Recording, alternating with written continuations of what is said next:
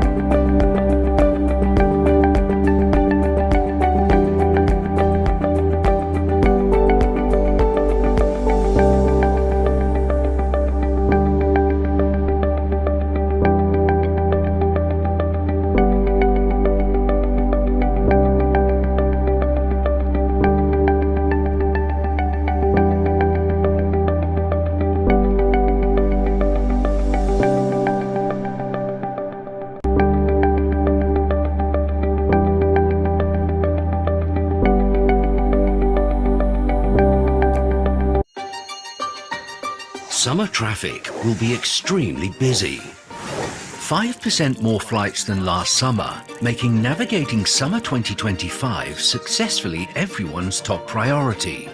But to do this successfully, everyone needs to think network.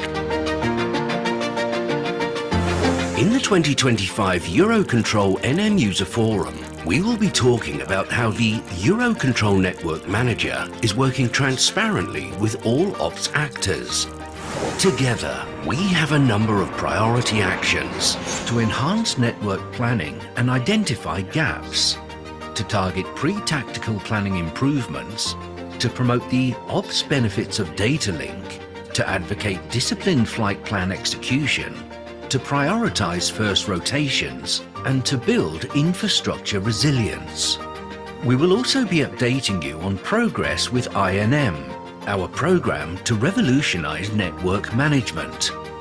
And throughout all of priority actions this summer, there's one red thread: the need for all ops actors to think network this summer.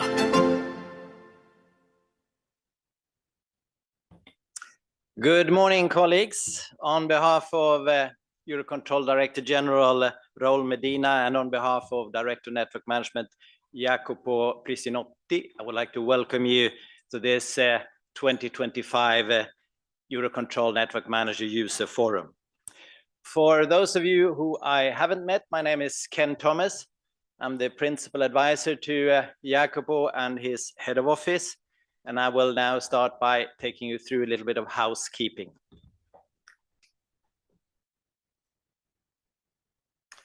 All right, the agenda, you just heard the different topics and you've seen them before. Very important that we keep to the timing because we're live streaming the event. So we need to keep to the starting times. One change already where it says keynote here at the opening. Fortunately, Jacopo sends his apologies, but he's in bed with the flu. So no chance of him showing up here. He's asked me to give his keynote speech, and I will do so. Now, Jacopo is from Italy. I'm from Sweden, so my keynote speech will be a little bit shorter, though, using his slides. Okay, so we'll see their moderators. Well, actually, it's myself and Tony here who will be kind of overall moderators. And then we also have the different session moderators with Razvan, Minik, Ludovic, Steven, Predrag, and Tony.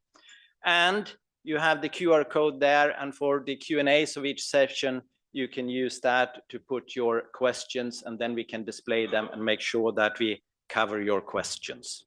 And it's also, if you don't, well, it doesn't contain your name, but you can also raise your hand if you want that.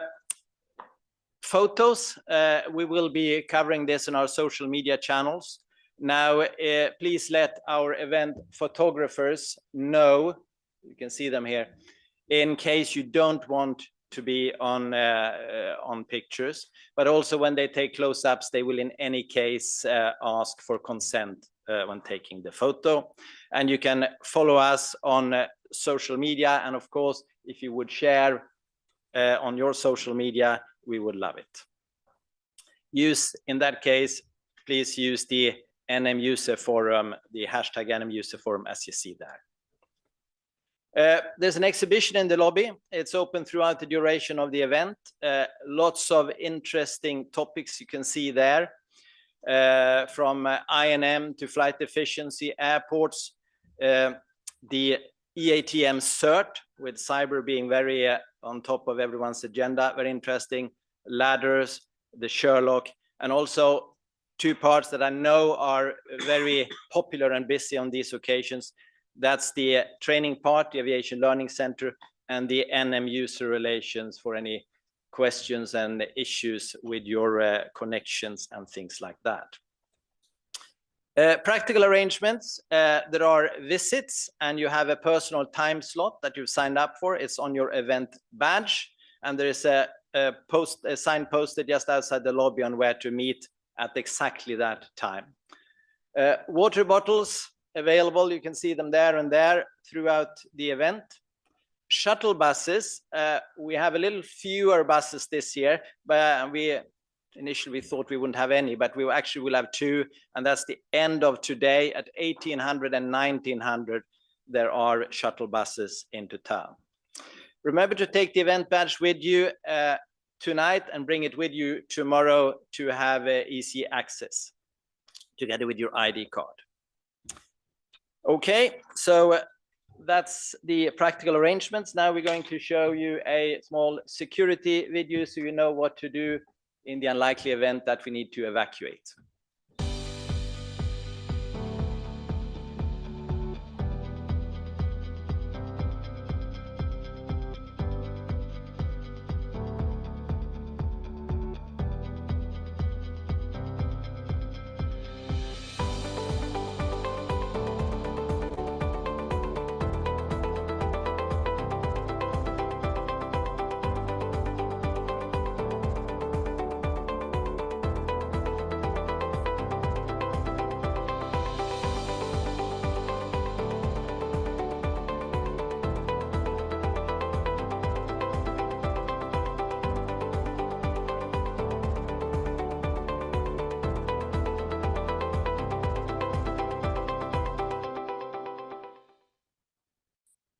Thank you for that. Technology is great. We've done this user for many years, and in the past I was standing like a flight attendant and showing the different exits. Don't need to do that now. All right, so the slides for the keynote is there. It says Jacopo, and I will deliver it for him.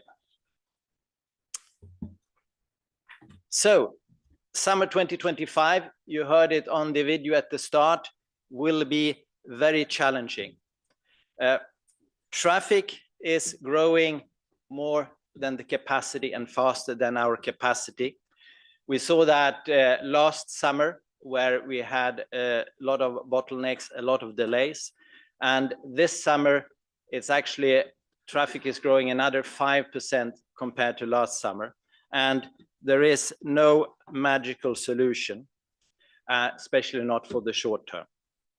So this forum is a very important part of the preparations for summer 2025. So we'll have a look at what needs to change to manage this high traffic growth, divided it between summer 25, medium term, and then strategically or a little bit longer term. So if we look at it, what needs to change for this summer? Well, the circle in the middle, you've seen it last year. It's the 5 priorities that we already introduced for last year. And where are we with those then, one might wonder. Okay, adverse weather management. We had, I think, some 40+% more adverse weather management regulations last year in 2024 than 2023. We're working hard to come up with something there to see how we better can coordinate from a network perspective how we manage the weather together and how we can involve that already in the pre-tactical planning. There's a session on that, as you know. Then realistic schedules, including turnaround times, also something very important that we continue to work on all together with the airports and the aircraft operators to ensure that we don't have unrealistic turnaround times, putting the planning wrong already from the start. Prioritizing first rotation, very, very important, especially for the aircraft operators, because if we start the day with a delay on the first rotation, well, it sticks there for the rest of the day. So it's also something we've been focusing a lot on already for last summer, and we will continue doing it for this summer. Disciplined flight plan execution. That is a topic I'm especially looking forward to at this user forum discussions there. We have a lot of flights missing in regulations where they were planned, and we have a lot of flights entering regulations where they were not planned to be, and that's something affecting capacity, something to be discussed in that session and do something about. Delivering agreed capacities, there are 2 facets to that. You see that to the left, to have in the accountability for delivering what has been promised in the NOP, very important, but also have a better traffic forecast. We noticed that in summer 24, where we had a lot of ACCs who had a lot more traffic than what was planned. And it's difficult to plan as an ANSP if you plan for one thing and you get a lot more than that. And I think 1/3 of the ACCs had a lot more traffic than planned. Overall, the stat for forecast was correct. The high level was correct, but it was not. The dispersion was not as we thought. So you will learn more about that, I think, Razvan, in the first session on how we're now improving that with the help of airline scheduling input. Important. Then Datalink, that's should be a little bit of a low-hanging fruit. At least that's the only technical thing that we really can do something about for this summer, and be more about that in one of the sessions, what we can do there to improve that. And also we have the rolling network operations plan, where we look ahead every week for 8 weeks, and we will increase both the follow-up with executive membership on every Monday, and also have the transparency of the reporting on that this year. So that is what we have planned for summer 2025. Basically, you see there's no new capacity there for summer. What we need to do is we need to use what we currently have better than what we did in 2024 to manage the extra 5% traffic that we are getting this year, apart from that next year. And that it's a tall order, but we can only do it together. Looking a little bit further ahead, medium term, okay. Accelerate ATCO recruitment. It is very clear we need more ATCOs. There are ANSPs out there who really do not have enough ATCOs. That is fine. We need that. But of course, it won't help this summer because it takes time to recruit and to train ATCOs. But it's still very much there as a high priority. The other one is cross-border airspace design solutions. That also helps, but that also takes time to do, both from a professional point of view, but also from a political point of view. Also something that will help, but medium term. Looking a little bit ahead then strategically, there are in April last year, we had our network manager board who agreed these three major priorities to meet the network operational performance challenging for the next decade. Okay, so open digital architecture is one. That's to enable simple and standardized technical solutions to accelerate ATM modernization. One example is the INM, and you know about it and will learn more about it. But also you have issues like every ANSP more or less have their own ATC system, and that's not really helping for standardized technical solutions. Second one, air-ground integration, which is deriving additional capacity benefits from implementing Datalink, and transition to trajectory-based operations, TBO. Now, TBO has a huge potential, but is surely not for tomorrow. Third one, seamless airspace organization. That's to move airspace design to the next level of efficiency through cross-border solutions, and also incorporating future military and new entrance requirements into that. So those are the three strategic priorities that we're working on, but that will not make a difference this summer or even next summer. I just wanted to say finally that these priorities are fully aligned with the ATM master plan and the network strategy plan. So I said I would be quicker than Jacopo would have been, and maybe he would have been more interesting, but that brings my keynote speech to an end. Hope it sets a little bit the scene to today's user forum. And now I'm handing over to the next speaker for the session, and it is session one, and Razvan, please go ahead. Good morning to everybody, and again from my side, very much welcome to the first session of the user forum. It is always very difficult to start it. It is even more difficult to finish it. Before going a little bit into the details of the session, just to let you know that we will take questions directly from the floor, but you can also scan the QR codes that you see here on the slide, and this is valid for both the colleagues sitting here in the room, but also for those who are listening to the forum on live, and we will try to answer to most of the questions that will come either directly from the floor or electronically through the QR code. So this session, it's about how things have gone until now for the preparation of the summer 2025. What I've noted today is that because we have this very significant presence in the room, there are just about 1,000 minutes of delay en route. It's an absolutely excellent day. So probably if we can have a user forum every day during the summer, we will keep the delays at 1,000 minutes per flight. It will be a little bit more complex than that during this summer. We are expecting a very high traffic growth, more than 5%. You will see the geographical details in the various presentations and how this is going to spread across the network during the summer.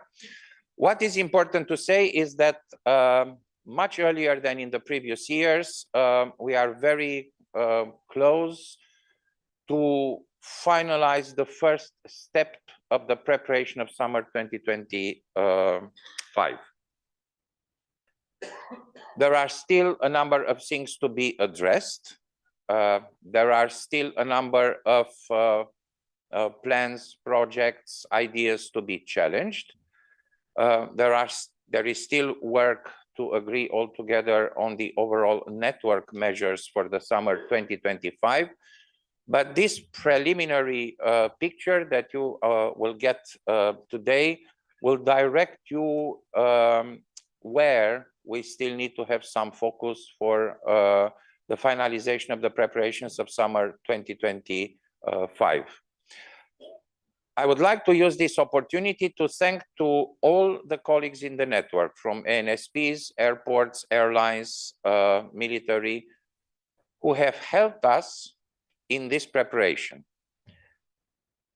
We were saying by the end of 2024 that already we are having about 100, slightly more than 100 bilateral meetings with various intervenants to prepare the summer 2025. This has accelerated even more in the first weeks of January, because we still had to go on a lot of discussions, on a lot of challenging of the measures that have been put in place.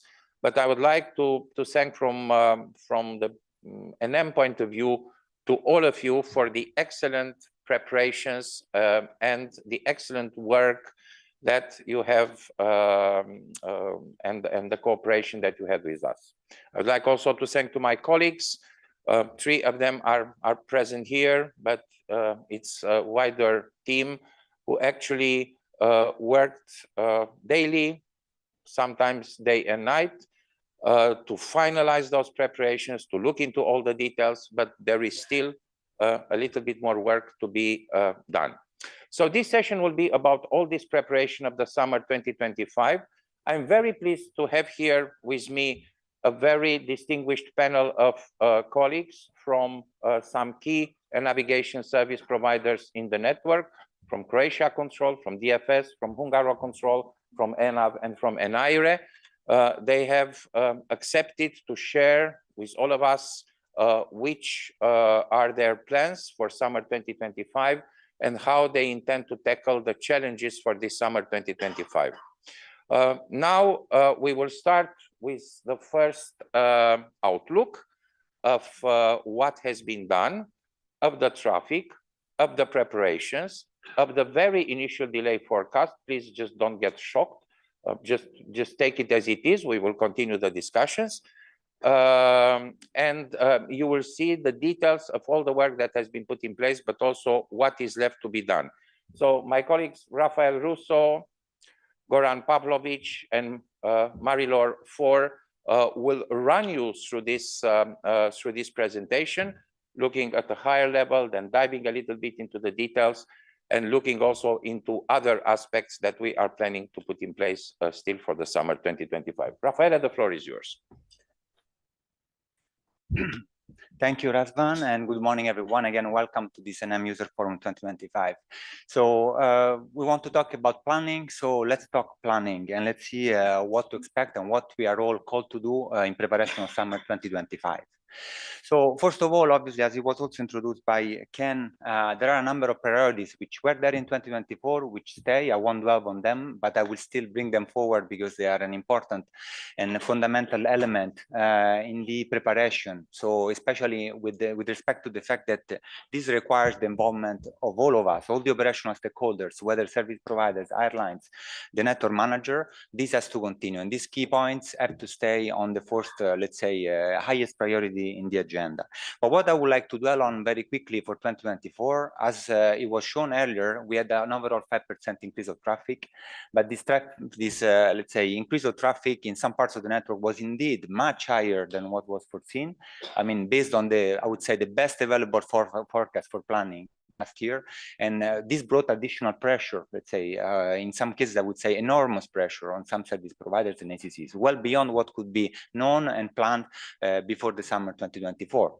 On top of it, we can also say that there were conditions which may be affected the delivery of the grid capacity, what was, let's say, negotiated through the network operation plan, both at the, let's say, more strategic level during the winter, but also in the latest updates through the rolling season, not getting through the season.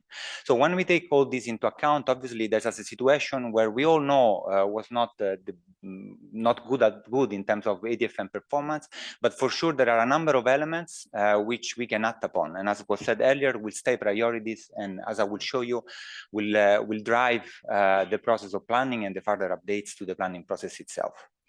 Now, you can see here the distribution of traffic that we could expect for next year based on the latest Statford forecast on the high assumption. So as I said, last year, the traffic materialized, let's say, higher than the Statford forecast on many parts of the network. As you can see, the situation stays. So I would say the network is getting more homogeneous.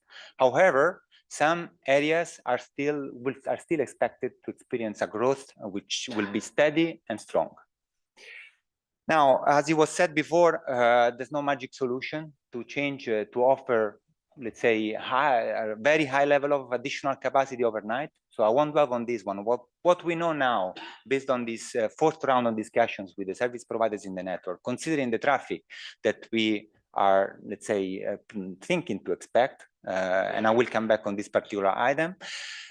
We are seeing a situation for next summer. This is really the first delivery of the delay forecast for 2025, which is not at all positive. As you can see there for the network, the initial value for delay per flight is even beyond what we did in 2024. Obviously, in 2024, there were a lot of things which were put in place to mitigate what was the initial forecast. If I took the slide from last year, you would see that the values were even higher at the beginning. But for sure, you can see that the situation is very good in many parts of the network. Some ACCs are expected to experience still a capacity bottleneck. But that is where the planning and the enhanced planning process comes into play. And that's where we need to work together, especially because you see some ACCs with, let's say, very unexpected, very negative performance. But again, we insist on this message. We are a network. We need to continue and keep insisting on working as a network. There's no such thing as a local problem. Whether we think about solving the problem of an ACC will solve the problems of the network, or vice versa, let's say, finger pointing this particular ACCs as the let's say only issue for the network itself. So the work has to continue as a network, and the solution that we're going to present you, and you will also see in the next sessions in these 2 days, will stress on the fact that the network mind has to stay and to be further developed. Now, how do we get it right? Again, as I said, the enhanced planning is probably the key. For sure, when we talk about capacity, there are two mainstream of thought, no? So either we act on structural capacity bottlenecks, and that's where we also get into more strategic activities, including the acceleration of recruitment or acceleration of technological improvements. But also, there's a lot of work that can be done to optimize the use of the available capacity nowadays.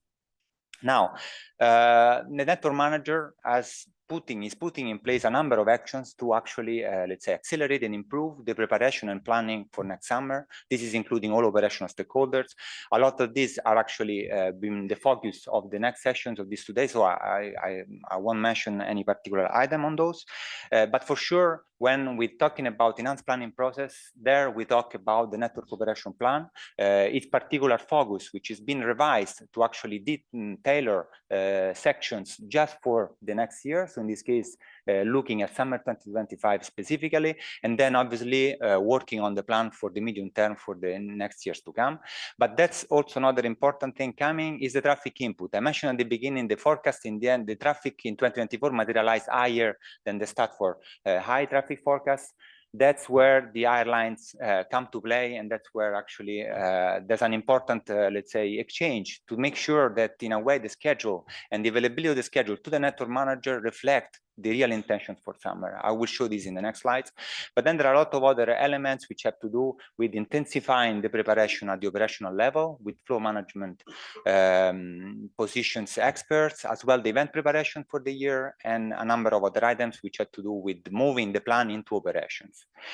Now, just to give you some broad views on a number of items on the traffic, I said we need the airlines to provide us the schedule for summer 2025. We've been receiving a large number of let's say, scheduling information, but this is not yet enough. So for those of you who have not yet provided this information, please send it to us. There are open channels to have it in specific formats, but this is very important because currently we are mostly working on the stat for high. The information we have on the schedules does not seem to be totally realistic or necessarily bringing additional traffic on top of what we had last year. So obviously the question in order to cope with the need to plan now and the need to have reliable information is still leaving us in a situation where maybe stat4 is the only element that we can actually use because of the quality and reliability of the data that we are receiving.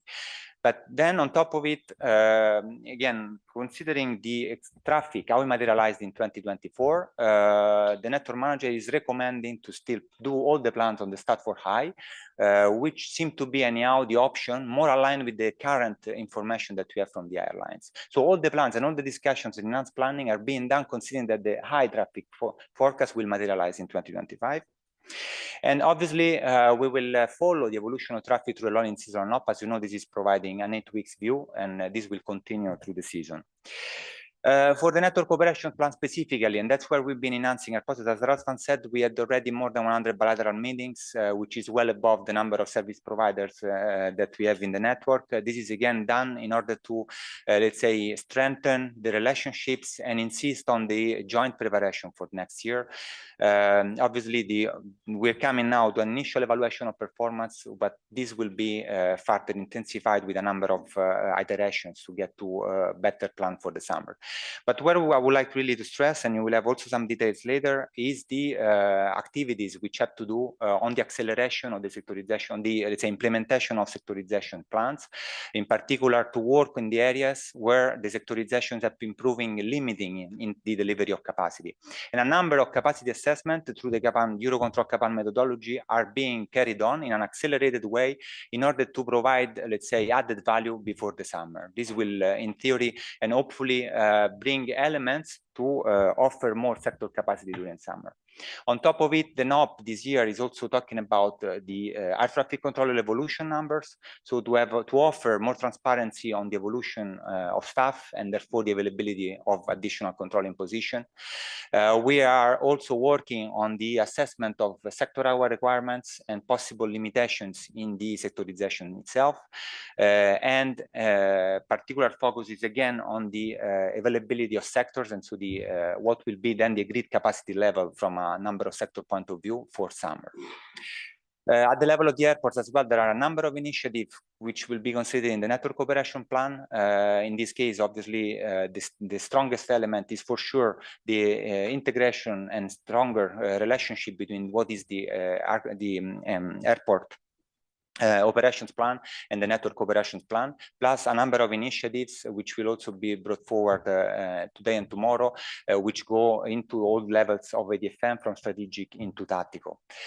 And all in all, what you can expect from the network operation plan and the enhanced planning process is for sure a higher level of commitment and from the community, in particular of service providers. A specific network director of operation meeting for preparation of summer will take place on the 18th of February.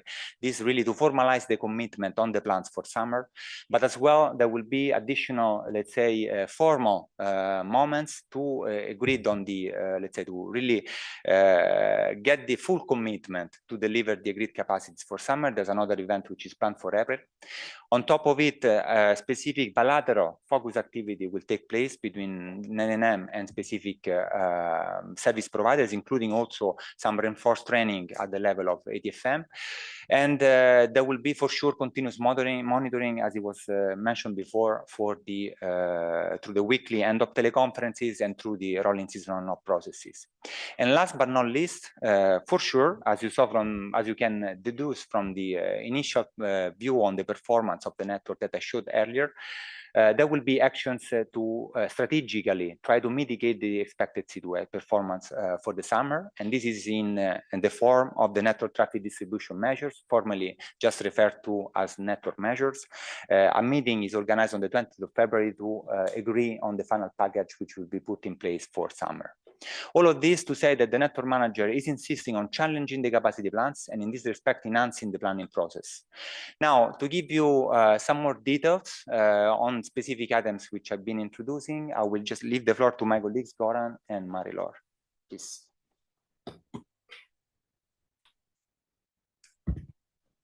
Good morning, everyone. As Rafael already announced and Razvan, my name is Goran Pavlovic. I work at the operations planning team of EUROCONTROL. And after Rafael gave you a broad introduction to the topic of enhanced planning, I have a pleasure in the next few minutes to give you a bit more details on the overall logic of our planning process, but also I will share with you some insights from the information that we gathered from the ANSPs, mainly on how they prepare for this summer, which will be challenging, as already said. So to start with some basics, I checked the registration list for this event. We have a very diverse participants. Many colleagues joined us from the airlines. So we will start with some basics. One of the key ATFCM principles that we apply, of course, is that we first and that's the big stream of our activities, is focused on capacity increase. There we assess based on traffic demand forecasts on what will be the capacity required in the network in line with the targets, delay targets that are set by the Commission, but also what are the planned activities to cope with the expected traffic demand. As a last resort, of course, on the other hand, we revert to demand management, and as it was already announced, we have some redistribution measures in place to mitigate the capacity bottlenecks in the network. These measures are put in place in strategic phase, but also in the pre-tactical and tactical phase. There are various measures being used depending on the planning horizon that we have. Now, also to continue with some basics, we will start with the capacity side of the imbalance.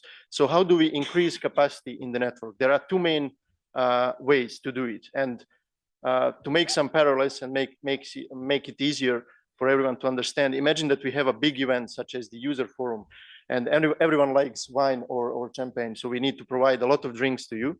There are two options that we can use. One thing is to increase the number of glasses, right? So we can build this nice cascade and fountain of champagne or wine by adding more glasses to it. And when comparing it to ANSPs, that basically means opening more sectors to cope with the traffic demand. The other main way to increase capacity is by increasing sector capacity. So we can go for the other option and say, okay, we have provided you enough glasses, but we can pour a bit more wine to them so that we don't need to add constantly the new glasses to the fountain. So these are the two main ways. And this year we were asked to provide an analysis on how many sectors we need in line with the traffic that we expect for 2025 and until 2029. So this analysis will be published in the Network Operations Plan, which is going to be published for the first time in March-April period. So you can see for each and every ANSP this analysis performed from our side. We have basically three main cases in the network. The first case is quite easy. We have the expected traffic demand in summer 2025. This analysis was done, by the way, on the peak summer weeks. And we have a number of ACCs where the number of sectors that was delivered last summer will be enough to cope also with the 2025 traffic. If we look at the map, this will be usually the northern part of the network where we still are in the phase of recovery from the COVID impact and all the traffic flows that are not from the COVID impact, sorry, from the ongoing conflict in Ukraine. We have a shift of traffic flows to the southeast part of the network. Obviously, there we don't expect a lot of issues. We don't expect delay. This doesn't mean that the colleagues over there in the north are not doing anything to prepare for summer. They are adjusting their rosters. They have ongoing training activities for ATCOs, for supervisors, FMPs, etc. Another case, and this is, I would say, the main part of the network, we expect that the 2025 demand is going to exceed the levels of capacity that we provided last summer. That's why we have such a forecast as well that Rafaela showed. There we worked with the ANSPs to see in which periods of the day mainly and by how much we need to add capacity. So in this case, for example, we see the demand is expected to exceed the capacity in the morning periods. So that's also in line with enforcing the first rotation. So we need to add more sectors there. Obviously, we can increase the number of sectors only until reaching a certain structural limit. So there is a certain number of maximum sectors that an ACC can open. And we are, in this case, not yet there. So there, the solution is really to work on the staffing, to hire more ATCOs, train more ATCOs, to maybe make some adjustments to rostering, to see which are the periods of the day which need to be reinforced, etc. And the third case, which was already mentioned by my colleagues, if we look at the projections of traffic until 2029, obviously, in some cases, demand is going to exceed the capacity levels that we have currently with the current sector capacities and current number of sectors. Obviously, in this case, we need to restructure the airspace or to work with the sector capacities to bring in some technological advancements such as CPDLC to cope with the expected traffic demand. Now, how the ANSPs respond to our analysis and to the required, let's say, capacity levels for next summer. I have some interesting insights to share with you. Around 40% of the area control centers, so we are speaking about en route environment now, are expected to increase their sector openings for next summer compared to what we had in 2024. Around 42% of the network or 42% of the area control centers is not going to change dramatically their offer for next summer. Here, again, we stress that it doesn't mean that nothing is being done. Maybe some months or weeks are prioritized compared to the other ones. And in about 20% of cases, we have a slight decrease in the number of sectors offered. Of course, it is interesting to look at, to compare these figures, these high-level figures, and to order them in terms of delay that was generated last summer. So if we compare the two, what is very positive to say is that the top 4 main delay generators are going to increase their sector offer for next summer. So we expect as network manager that a large chunk of the delay that was produced in 2024 is partially going to be mitigated by the increasing the number of sectors. Of course, you can see as well that some ACCs also reduce their sector offer for next summer. In a lot of cases, in majority, in fact, the number of sectors is not going to change. However, remember my previous slides, there is another way to cope with traffic demand, and that is the increase in sector capacities. There are various places where the structural limit that I mentioned before is already reached. So we cannot further split the airspace.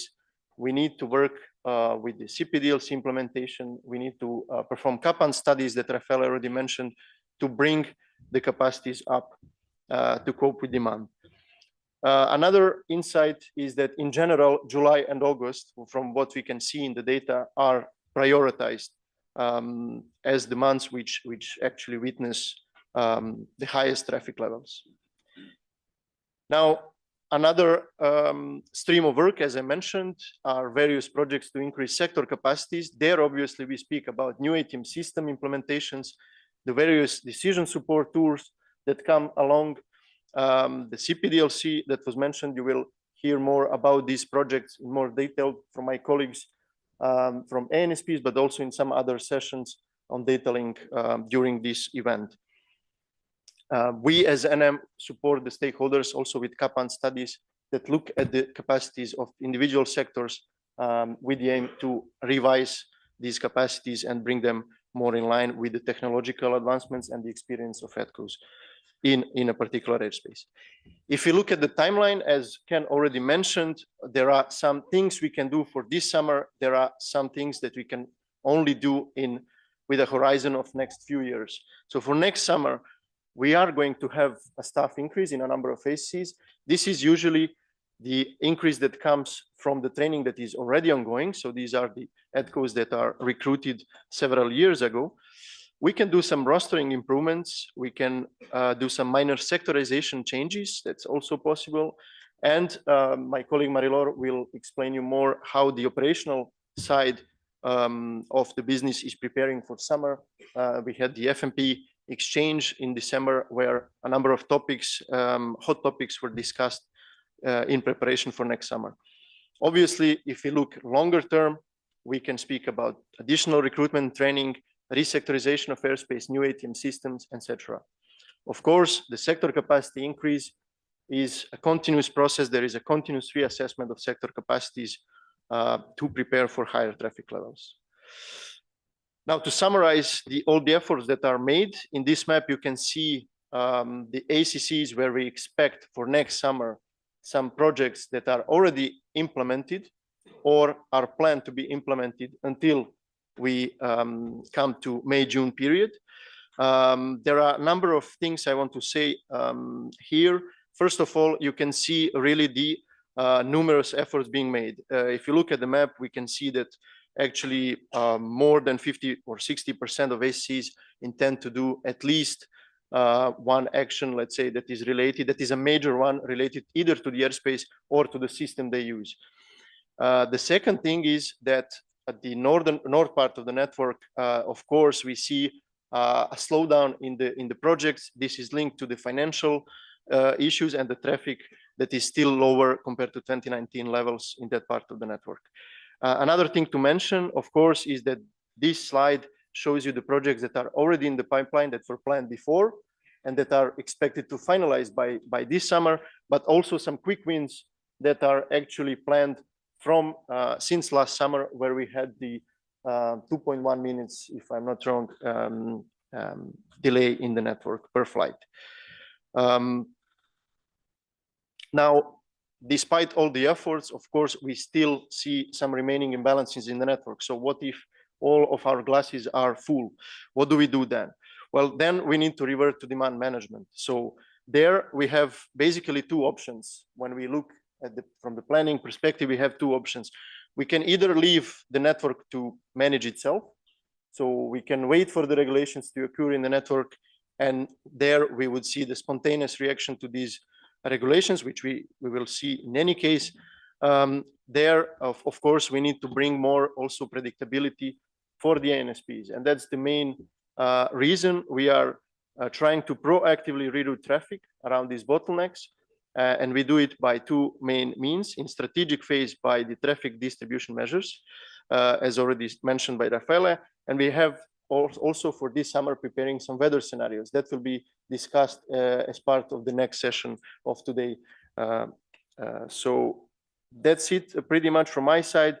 The summer 2025 distribution measures, traffic distribution measures will be discussed on the 20th of February. So it's quite soon. And after that date, we will have a final package decided. You can see the picture in this slide from last year, how the traffic actually, how we redistributed the traffic in the network.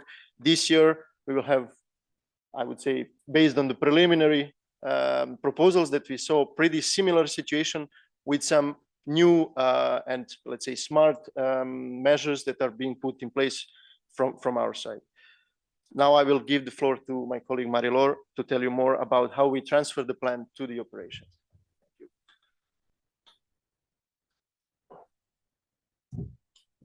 Well, many thanks, Goran, and once again, welcome to this user forum. My name is Marie-Laure Faure, and I'm working together with Raffaele and Goran in the NM strategic team. So now you've seen, thanks to my two colleagues, that we have put a lot of effort in defining a plan. But of course, this plan cannot stay static first, so we have to update it regularly. And also this plan should also go to operations. So how we transfer this, what we have discussed and find into operation. And this is what I'm going to guide through in the next slides. So how would we update the plan? So we have the rolling NOP, rolling seasonal NOP. Most of you are familiar with this topic. So the rolling NOP is a continuous process that every week, whole year round, so not only for the summer, but even during the winter, but all year round, we published 8 weeks traffic outlooks together with 6 weeks capacity assessment for the whole network. And with this rolling NOP, we define some actions and some mitigation measures that could be that are discussed at the Monday enlarged NDOP teleconference that are organized every week. Also, this plan, as we get a more precise traffic outlook, as we get closer to operation, it allows some ANSP, if it is feasible, to update their sector opening and to so improve the performance of the network. And of course, at executive level, you are requested to attend the Monday and Network Director of Operation Coordination Cells to discuss the findings and the issues that might be encountered, what were encountered the previous week, and that are expected for the following 6 to 8 weeks. Once we have updated the plan, we also put a lot of effort into reinforcing the FMP collaboration and transferring this plan to operation. This is via large meeting that we organize. So FMP exchange is more a debrief of what happened last summer, and access preparation is of course to prepare what will happen during this summer. So the FMP exchange, which is the summer debriefing, It was held last December over 2 days. And during this meeting, we had this year a record participation number of more than 150 participants.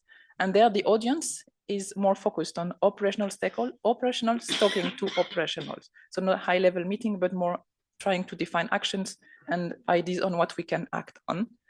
You can see on the map, the green is all the ANSP that were participating. So this year we were lucky to have Iceland for the first time. Iceland is our new member state this year, and they join us for the meeting. In total, it's 35 ANSPs, and we almost have all the ACC of the network that were present. We also had this year few airlines that accepted to join, and I hope that next year they will continue and that they enjoy the sessions and that they will continue to join the meeting. So what do we do during those sessions? So the FMP exchange, the participants are split in smaller groups to favor discussions. So the groups of 20 participants, we go in smaller meeting rooms and we repeat the same topics for all the sessions. In these sessions, we exchange ideas, we ask questions, and we try to identify best practices across the network and to exchange on what we can improve. And we also discuss the challenge that were encountered last summer and how we can face the new challenges for next summer. The topic of last year were pretty similar to the one that you will have today, but more on an operational level. So you will recognize the topics that you will have over the 2 days. So the first topic that was discussed was the strategic NM assessment and how we can improve the capacity assessment that we do every week for the rolling NOP, so that we are more precise and more accurate and give a better view for the whole community. Then 2 other topics were pre-tactical plan and predict and weather management. There will be a full session just after us this afternoon on those topics. There we already started to discuss how this can be improved. They will present the conclusion and other further enhancements to those topics that were discussed. We also discussed over-delivery management and flight plan adherence. Again, you will have another session tomorrow morning on flight plan adherence. So there we tried also to find ideas on how we can improve flight plan adherence in the network and how we can reduce the number of over-delivery in regulations. And then we had 2 topics that were more FMP related and that to exchange best practices. One was about occupancy usage. There it was a kind of a workshop, FMP explaining to each other how they use occupancy and trying to identify similarity, discrepancies, and to improve for next year to get a better result when they use occupancy. And the final topic was quick hacks. It was where we put everything that could not be put in any of the other topics. It was a kind of a training sessions where we discussed some issues that were encountered during the summer, and we try to avoid that they will reproduce again next summer. This is for the preparation of the summer, the debrief. Now, end of March, beginning of April, we will have the AXIS meeting preparation. So there it will be more to strengthen and to inform all the ANSP of the plan, what is going to happen, and trying to discuss what could be a possible solution to mitigate the potential issues. So during those meetings, we split the participants by axis, southwest axis, all the flights going from, well, all the countries going from north of Europe to Portugal and Spain, and northeast, southeast axis from the north of the Europe again, and this time to the southeast axis. So the FMP are split into 2 groups, and they discuss their local issues and try to define solutions based on what you will discuss today. It's one thing to prepare for next summer, but the traffic is going to increase in the future. So we are also paving the way for the future and trying to also have meetings to prepare for what could be improved in more longer term horizon. So there we want to improve, or we try to improve predictability. This is done on a focus group on predictability, which was set up by ODSG. ODSG, if you're not familiar, is one of the network manager CDM working arrangements. And we have now in the group 40 participants with a mixture of aircraft operators, ANSP and NM. It's about 1/3 each, which is rare in a group to have like all three actors, main actors in the same group. We held our kickoff meeting at the end of October, and we had a survey to help us to define our action plan with over 40 responses from ANSP and aircraft operators community. So our first action was to find a definition to predictability. It was not an easy exercise, but we wanted to keep like the shortest definition that is possible. So the definition is the following one. In the context of air traffic management, predictability is the ability to reliably forecast 4D flight trajectories and ATM actions. So this was the result of our first two meetings, finding the definition, and now we are starting the real work. We, thanks to the survey, has defined two key areas for improvement of predictability. So in the following sessions, you will see that these areas are similar, but there we are more focusing on longer term. So what could come after this summer 2025. So on the practical phase, we are going to discuss the implementation of practical regulation, how we can define CDM measures and plan them in advance, and also if there is a possibility to improve the data in Predict. We're also going to focus on the tactical phase after that. We are going to discuss the unanticipated profiles, the session that you will have tomorrow, and also how we can improve the late flight plan updates in order to have a better predictability also in time. So these are the areas that we are going to discuss. We have 3 years, so the results will come later. So what do we do in those meetings? We have regular meetings, around monthly meetings where we discuss, and our next workshop is planned in February. So now you've seen all through this presentation that there were many activities that are planned for this summer. You will still see some presentation of other activities this afternoon and tomorrow as well. But also you have seen there's many of those activities, but what you have probably also seen is that you are all the time involved in all of those activities. So we count on your collaboration and cooperation.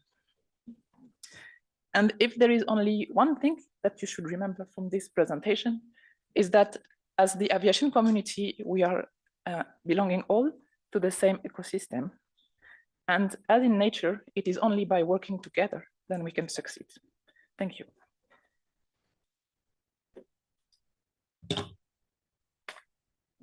Marie-Laure, thank you, Goran, thank you, Raffaele.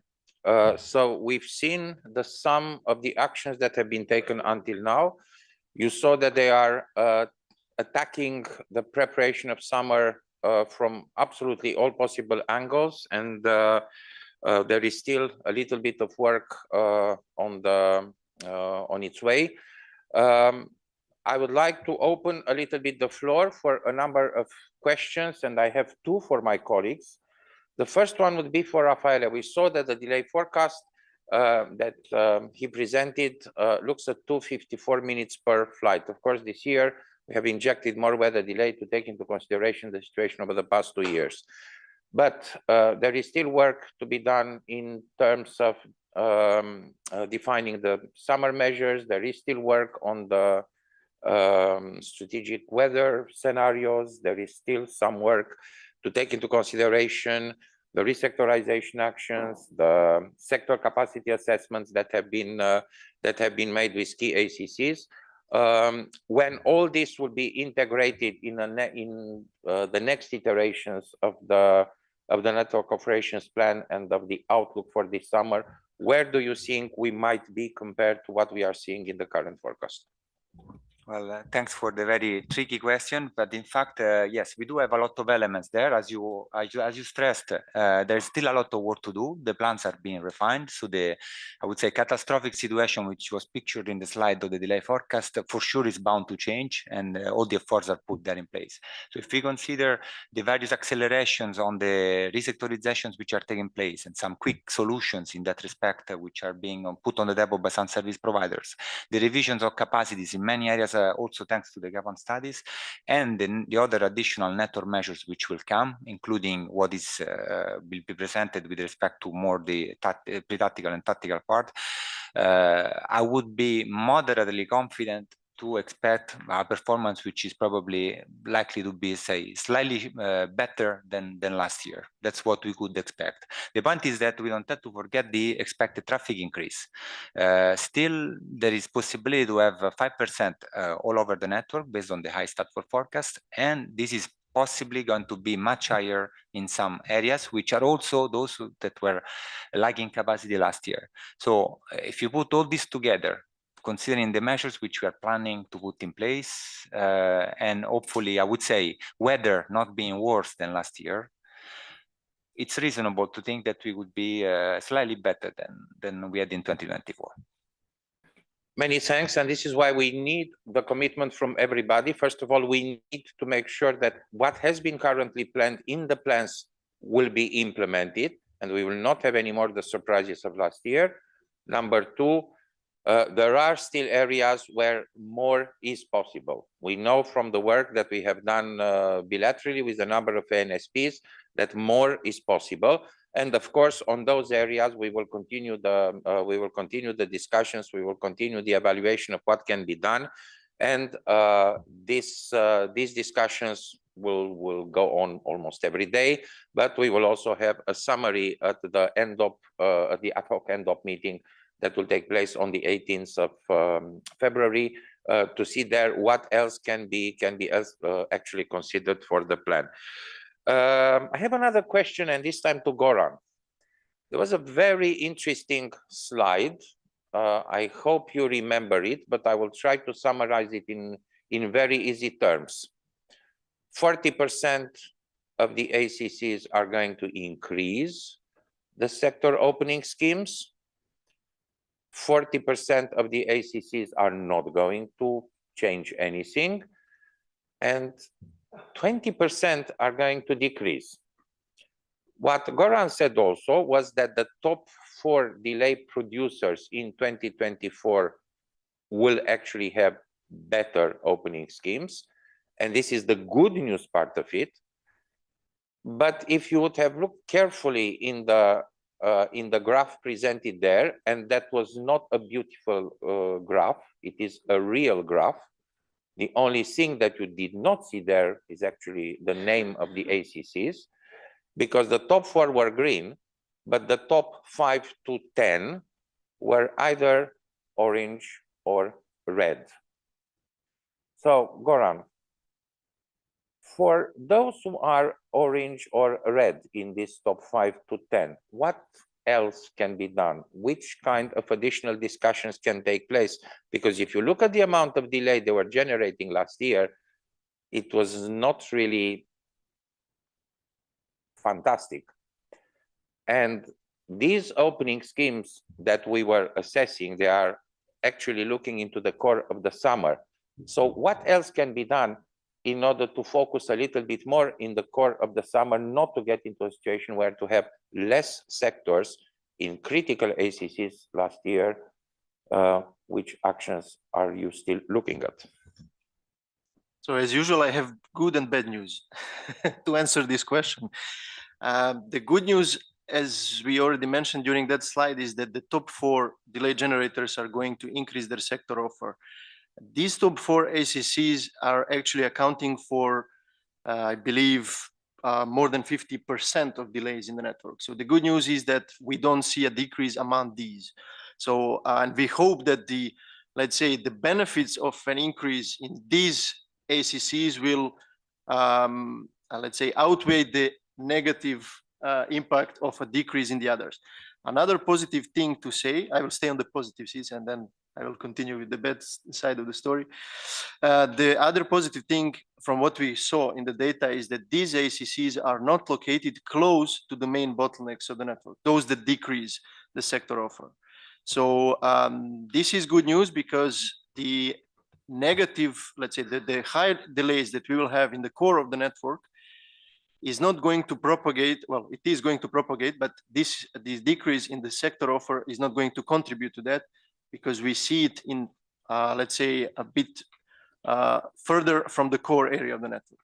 Now, the bad news that we have is that we are obviously, one solution that we are doing, I mean, we are always rediscussing the plans with the stakeholders, and there are some short-term measures that some ACCs can do, like to adjust the rostering, to maybe introduce some overtime or these things for the summer.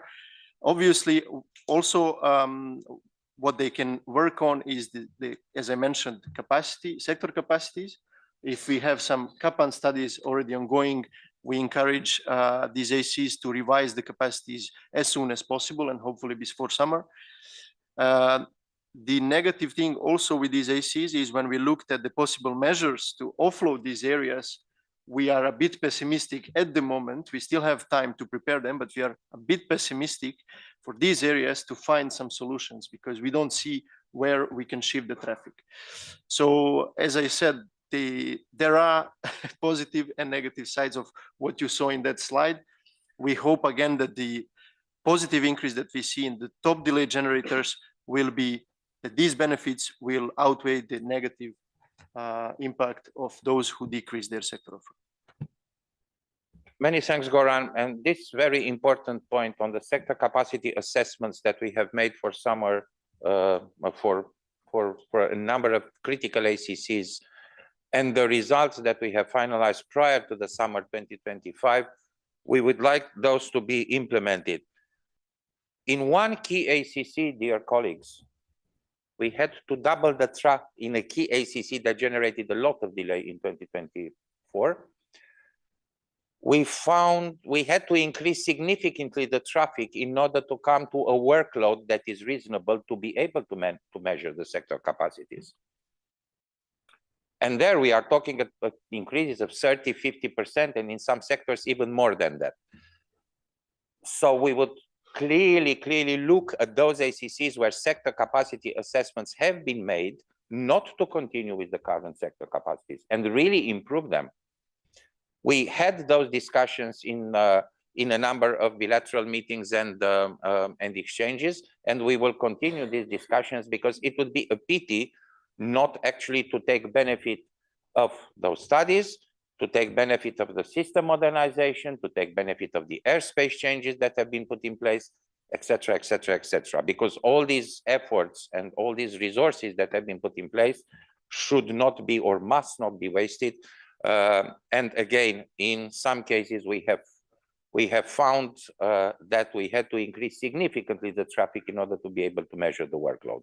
So it means that there is still a huge potential in some sectors to accept much more traffic than what we have seen in 2024 and have much less delay than what we have seen in 2024. So there is still a little bit of work to continue on those aspects. Before taking the questions that we have received electronically, are there any initial questions for my colleagues?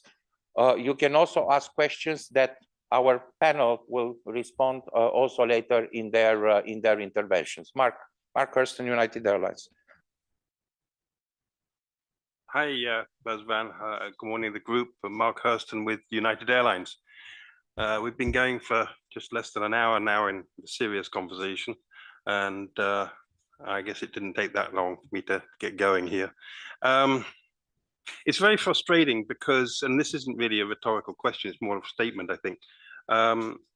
It's very frustrating that we come here every year and we hear, with respect, but we hear the same kind of observations, conversations from you every year. And I understand that, you know, you're just reacting to the fact of the matter. What is frustrating is that we don't know really who these ANSPs are, who are the real problem ANSPs in Europe. We have a fair idea, but without something concrete, we're unable to help you in that we could, as airlines, bring to bear some of our government association, government resource contacts, bring those to bear with conversations with those countries, with those ANSPs. We could add to your ammunition and try and enforce or try and in some way improve the situation, particularly where improvements need to be made and they're not being made. We're paying high prices for user charges, and that money isn't really solving the problem. So we could perhaps help you in that way. What I would be interested in is knowing from previous years, and I don't think I've ever seen any kind of data that that will support this. But I don't think that we see anything that indicates quite what the improvement was over the year or over the years from identifying an ANSP that needed to improve their performance, who weren't perhaps allocating or using the finances available to them to improve that operation, and seeing whether or not that did improve over the following year or two in a report showing that they are no longer on the bad boy list, shall we say, but they've now been replaced by somebody else. We don't sort of see that history as to whether or not there was an improvement after we put some pressure or after you put some pressure. And it's also frustrating that you can't put that much pressure on the ANSP at all. I'd like to see more pressure being able to be exerted by EUROCONTROL on those ANSPs. I'll leave it there. Thank you. Thank you very much, Mark. First of all, okay, the map that was shown with the delay forecast clearly indicates the areas. During the ad hoc NDOP meeting that we will organize on the 18th of February, we will show clearly the areas where we believe much more improvement is needed, and it will be a very open discussion in this context, and further decisions will be taken. On the monitoring and on the follow-up of what has happened in each area over the past years, I think this is a very good idea. And anyhow, in the new regulatory context in which we are entering now, we will have to do that anyhow. So in the course, the monitoring of the performance in 2025, we will also, I think we will take on board this idea to see how things have improved, how capacity has improved in those critical areas. I would say since 2018, 2019, and then we can jump over the COVID years and then see the continuation in 23, 24. Obviously, as explained by my colleagues, there is much more transparent information now in the network operations plan. You will see the actual number of controllers for each ACC, what is the expected situation in 2025, but how this is expected to evolve until 2029. You will be able to look into this, into the maximum number of sectors that will be open, but also into the sector opening schemes for 2025, for the summer 2025. Also, as explained by Goran, we are identifying the areas where more sector opening hours are needed, where sectorization changes, airspace changes are needed, or where sector capacity improvements or roster improvements are needed. So all this will come part of the network operations plan that will be put out for the final consultation at the beginning of February. When Goran mentioned March, April, this is the moment when we will approve it. But it will be put out for discussions in the first week of February, and from there we will have several iterations with it. Any other questions from the floor before I go quickly? Yeah, please.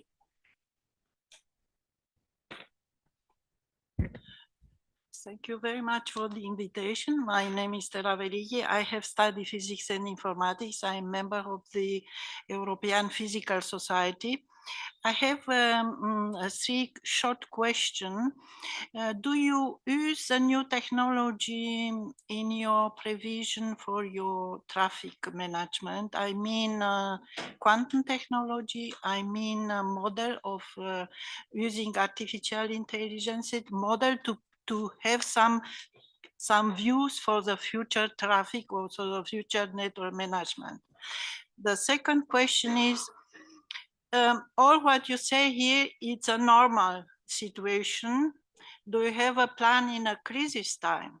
I mean, for example, if we have a war now in Europe, if a European country is attacked, what do you have a plan? A crisis plan, or that it's a military problem, or are you doing together with the military? How do you manage this? And the last question is, what is about the drones? Do you have special program for managing these drones, or it's not your problem, it's only military problem?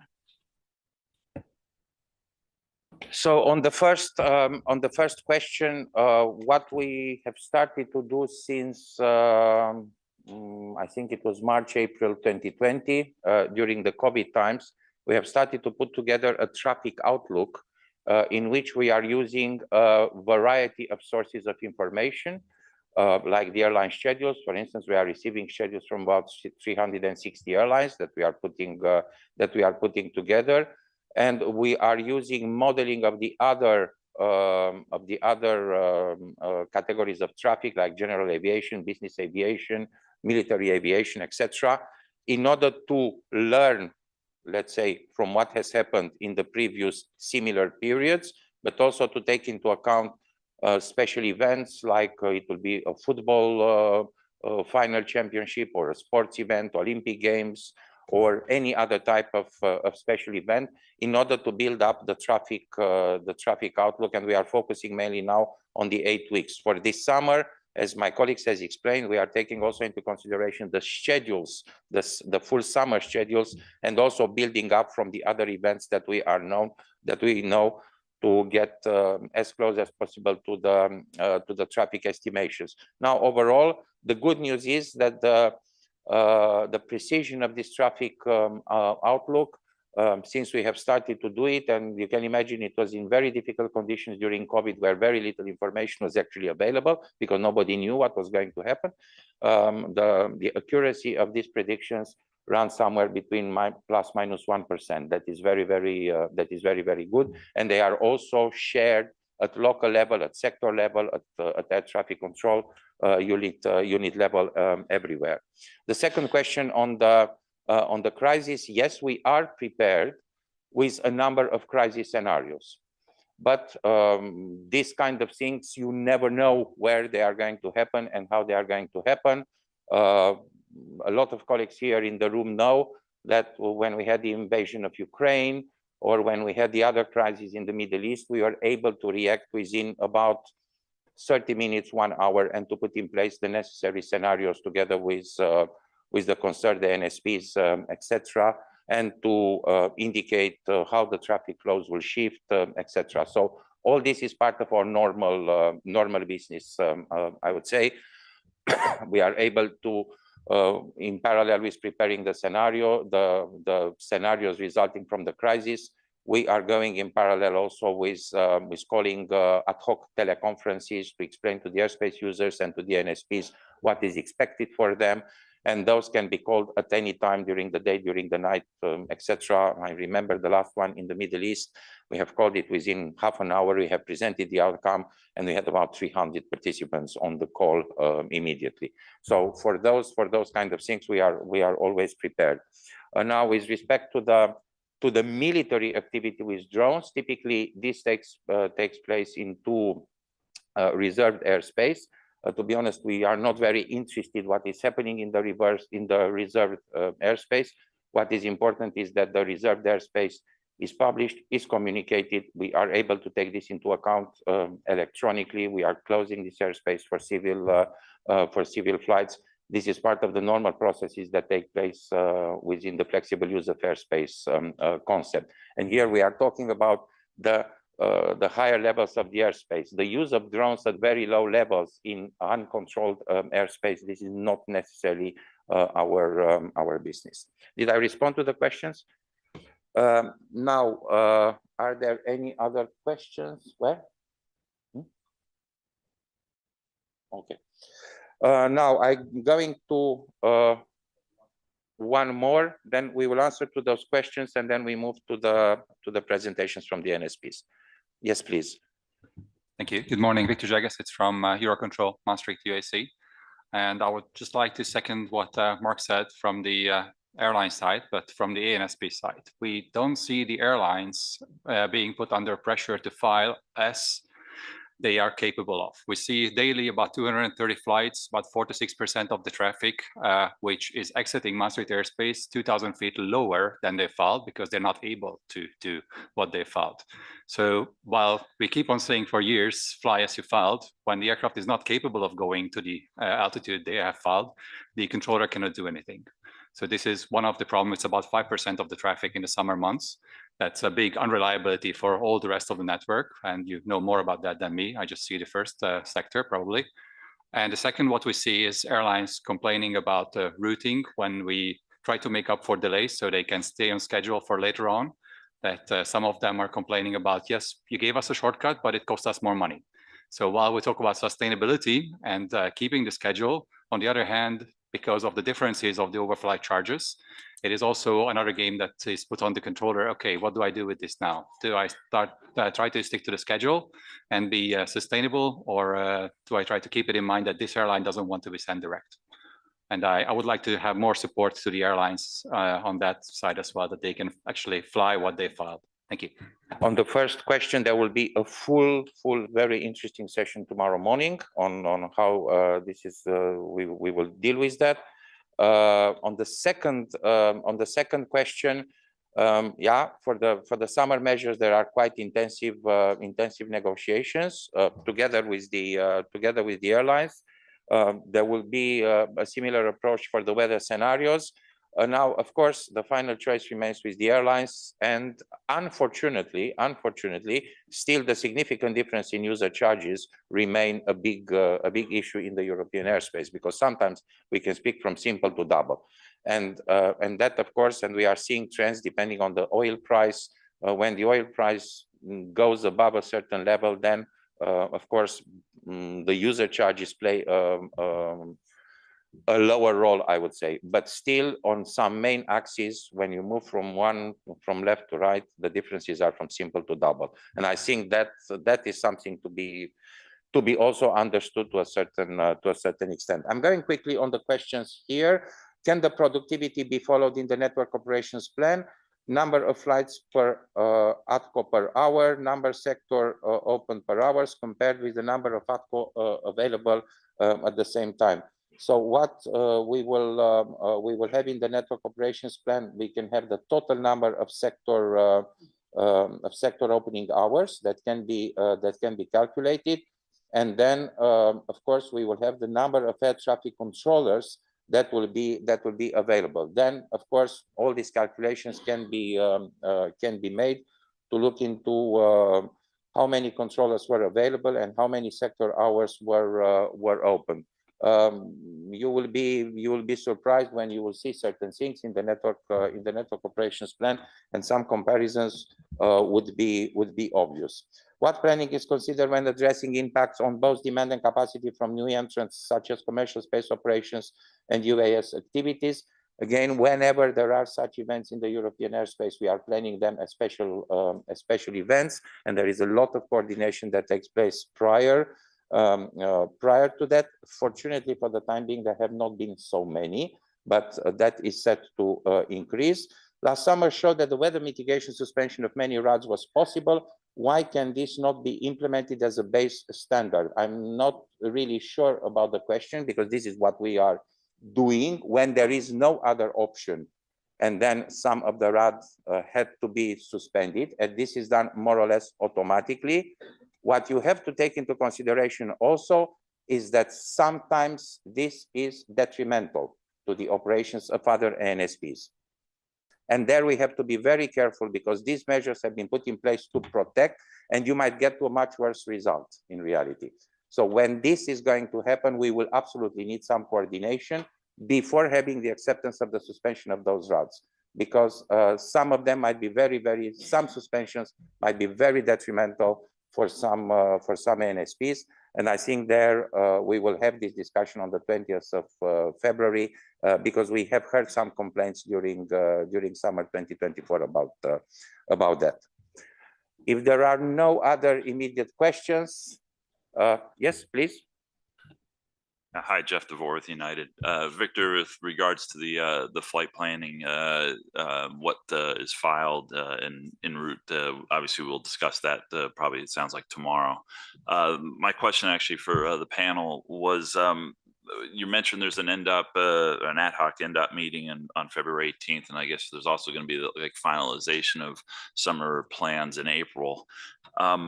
What is EUROCONTROL and what is everybody doing with regards to airlines seeing demand increases where summer schedules start as early as probably about 3 weeks from now for some of the long haul carriers in the room? We see a shift in demand in the United States that it's year-round traffic now. So how much of a demand is, or how much is the system going to be behind the 8 ball going into the summer when some of the summer traffic is already there? There, especially for the end of March, beginning of April, and throughout the months of April, what we are currently seeing in the current planning is fully manageable. It's not. I think the main critical period will start from I would say second half of May through June. April would be fully manageable. At the same time, in parallel with all this work, every week we are reconsolidating your schedules for the next 8 weeks, and we are looking into the very detailed opening schemes for the next 8 weeks from each ANSP in order to identify imbalances. And then we discuss with those ANSPs where we might see some imbalances. But for April, I would not be very much worried. It's more mid-May until later, probably September. But this is a very important message to the floor here. The summer season now, it's much wider than what it used to be. And last summer, for instance, we have seen traffic remaining consistently high until the end of the summer schedules, until the last weekend in October, actually. And that is something to be seriously taken into consideration. But for the month of April, is still very manageable, I would say. If there are no other questions, but of course we will have another opportunity, I would like to introduce here Mr. Tomislav Mihetic, who is Assistant Director at Traffic Management for Croatia Control. And as we all know him, Tomo will run us through what is currently planned at Zagreb ACC. Zagreb ACC was one of the key ACCs in the network, a traffic increase that is well above 2019 levels, and the very bad weather. But they're doing also lots of good things, Tomo, isn't it? So hi, everybody. Razan already introduced me. So we are one of the top 4, Fantastic 4 from 2024.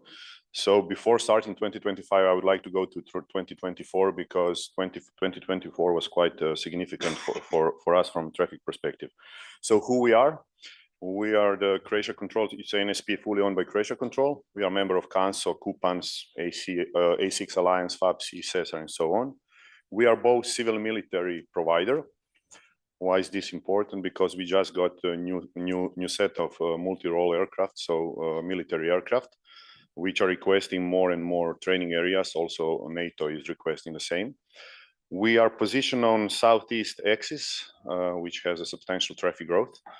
And Zagreb ACC is providing services both in Zagreb FIR, but also part of Sarajevo FIR, so Bosnia and Herzegovina airspace. We have one ACC, 6 approach tower units, but we have 9 international airports in a way. We are using Top Sky system, part of CUPANS, so it's a Thales system. And we have 16 elementary sectors that we can open. It's still here on the presentation on the slide, but we can offer more than 500 different configurations. Last year we provided more than 350 sector configurations, which shows flexibility which we can offer to the network. 2022, we already got back to the pre-COVID traffic level. So we were at 102% of, so only 2% more than 2019, which was substantial already now. In 2023, 2024, the traffic figures were well above the high start for forecast for us, of course, because we are on southeast axis. And the thing is that with Ukraine war, the airspace has shrinked for us, and this traffic flow is going directly through over Croatia. The issue for 2024 was that we had peak days with 500 more flights on a daily basis than in 2023. In overall, we had 88% of the year, so around 322 days, we had more traffic than high traffic forecasted. So this is quite substantial for 2024. And overall, 86% of all of our traffic is overflights, and peak days are 4,000 flights. So 4,000 flights with 125 ACC controllers. This is what we are currently doing, and our peak hours are 265 flights per hour. So I'm talking about a little bit more about transparency, which we need to show to the airspace users. This is just July 2024. It was week 29, which already then showed that Croatia Control Zagreb ACC had 29% more traffic than in 2019. And this is what is repeating already now. So start for high forecast for 2025 says 6.1%, while we have, according to the rolling up, 14% increase of traffic. So we have to do something better in relation to start for forecasting, because midterm or pre-tactical and tactical forecasting of the traffic is related to strategic forecasting, and I will show it on the next slide. This is the most important slide for us. The thing is that start for February 2024 forecast said that we'll have 864,000 flights, 6% more, while high forecast said 881,000 flights. At the end, we got actual was 919,000 flights. So overall, we were above 13% above 2023. But what is the most important thing is the performance plan, because according to the performance plan framework, where you have to develop a long-term, let's say not long-term, but 5-year performance plan, and you're obliged to use base forecast according to the regulatory framework of European Union. And according to forecast from 2021, which we had to use to develop a performance plan for the reference period 4, the forecast was 696,000 flights. So in a way, back then we had to oblige to provide service to 696,000 flights. And according to this number, we created our cost base, resources planning, cost planning, infrastructure planning, and so on. And then what happened? We got 32% traffic more.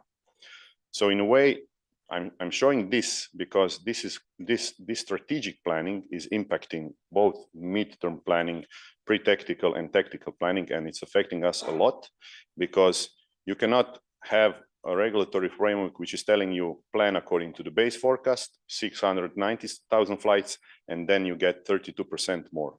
And then the airline users are asking you, why are you generating delay? Why are you not providing the same level of service or the quality of service? Why? Because the regulatory framework told you to use base forecast. Okay.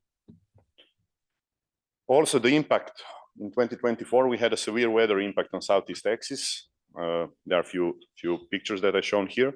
In Croatia, 54% of the total delay was attributed to the weather. We had some flights deviated more than 200 nautical miles from original plan, and they were not planned through our airspace. So there were quite substantial deviations of flights going through our airspace. We are participating on EUROCONTROL cross-border weather wash-ups, and together with EUROCONTROL and our Italian partners, we have developed a network cross-border weather procedure, certain scenarios in 2024, which we believe that will also be used this year. Flight plan adherence, this is something that hurts us the most. So in our airspace, only 41% of the flights adhere to their flight plans. So everything else is not adhering to the flight plans. There are different changes of the flight levels. The most substantial one you can see from flight levels 370 to 350, from 380 to 360, but also this is happening going above, so from 350 to 370. The thing with the flight plan adherence is that you get additional flights in those sectors that are already congested, you get overloads, and then you get reports from controllers. At the end, you get a lack of capacity. So this is the main issue for us, And this is something that we already raised on the end of that needs to be solved. Also, the lower graph just presents the share, the airline users, the share of their total number of flights and not adhering to the flight plan adherence. 2024 traffic and delay evolution, as we said, we are one of the top 4, so 1.59 minutes per flight, around 1.4 million total minutes of delay. Main capacity performance constraints was unprecedented traffic growth. As we said, we are more than 30% above 2019 and 13% more than 2023. We had severe weather issues. Also unforeseen staff shortage. Because of this unforeseen traffic increase, we had more and more sick leaves from controllers, complaining about fatigue and just reporting sick. Also, we have a state decision which we cannot influence, where the state said that we have paternity leave when the child is born, each new father gets 20 days of leave. So this will also affect this year. Previous year it was 10 days, additional 10 days of leave. This year it will be 20 days of leave. This is something that we cannot affect. Training organization, we are at full capacity in our training organization. So we created during COVID period, we created our own training organization. We didn't stop the training, we continued it. And there is a constant need for instructors in the training organization.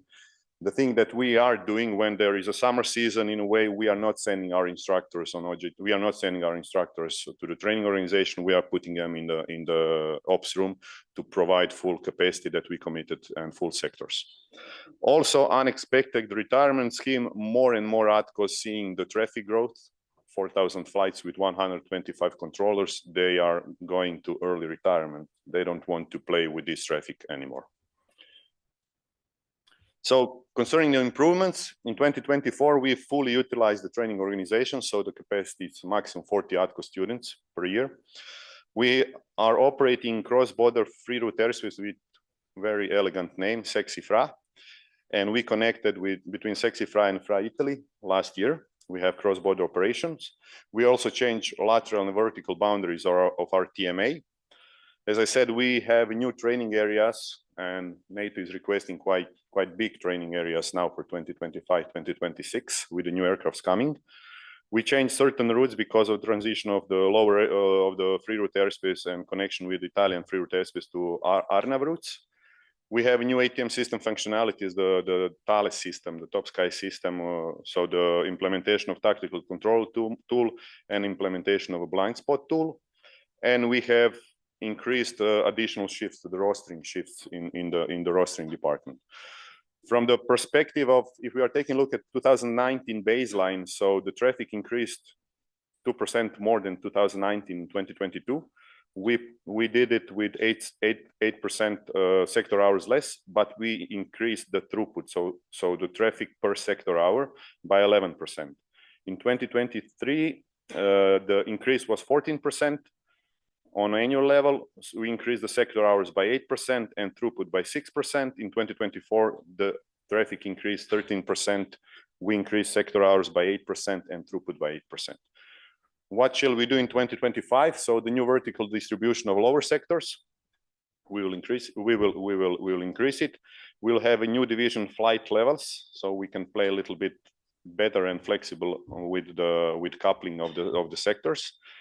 We have a vertical frequency coupling, so double and triple, where a controller is working on 3 frequencies with the pilot. So they don't know that he's talking with the different pilots on 3 frequencies. In a way, he's working on a collapse sector, but with 3 elementary sectors, both vertically or horizontally. Why we do that? Because it is offering us greater flexibility in opening sectors when the shift supervisor has to open a sector. We will do revision and increase of the sector capacity based on the previous year, because we see potential that we can do that and increase the sector capacities, as Goran also mentioned, as one of the keystones of increasing the total capacity. We will have a new ATM system functionalities, and for this season we will have additional 8 controllers for the summer season. This is just the capacity plan as itself until 2029, even though this forum is for 2025, but at the end, we will come to the year 2029, and then I will see the recording, what I said in 2025. because this NOP is related to the network, to the performance planning.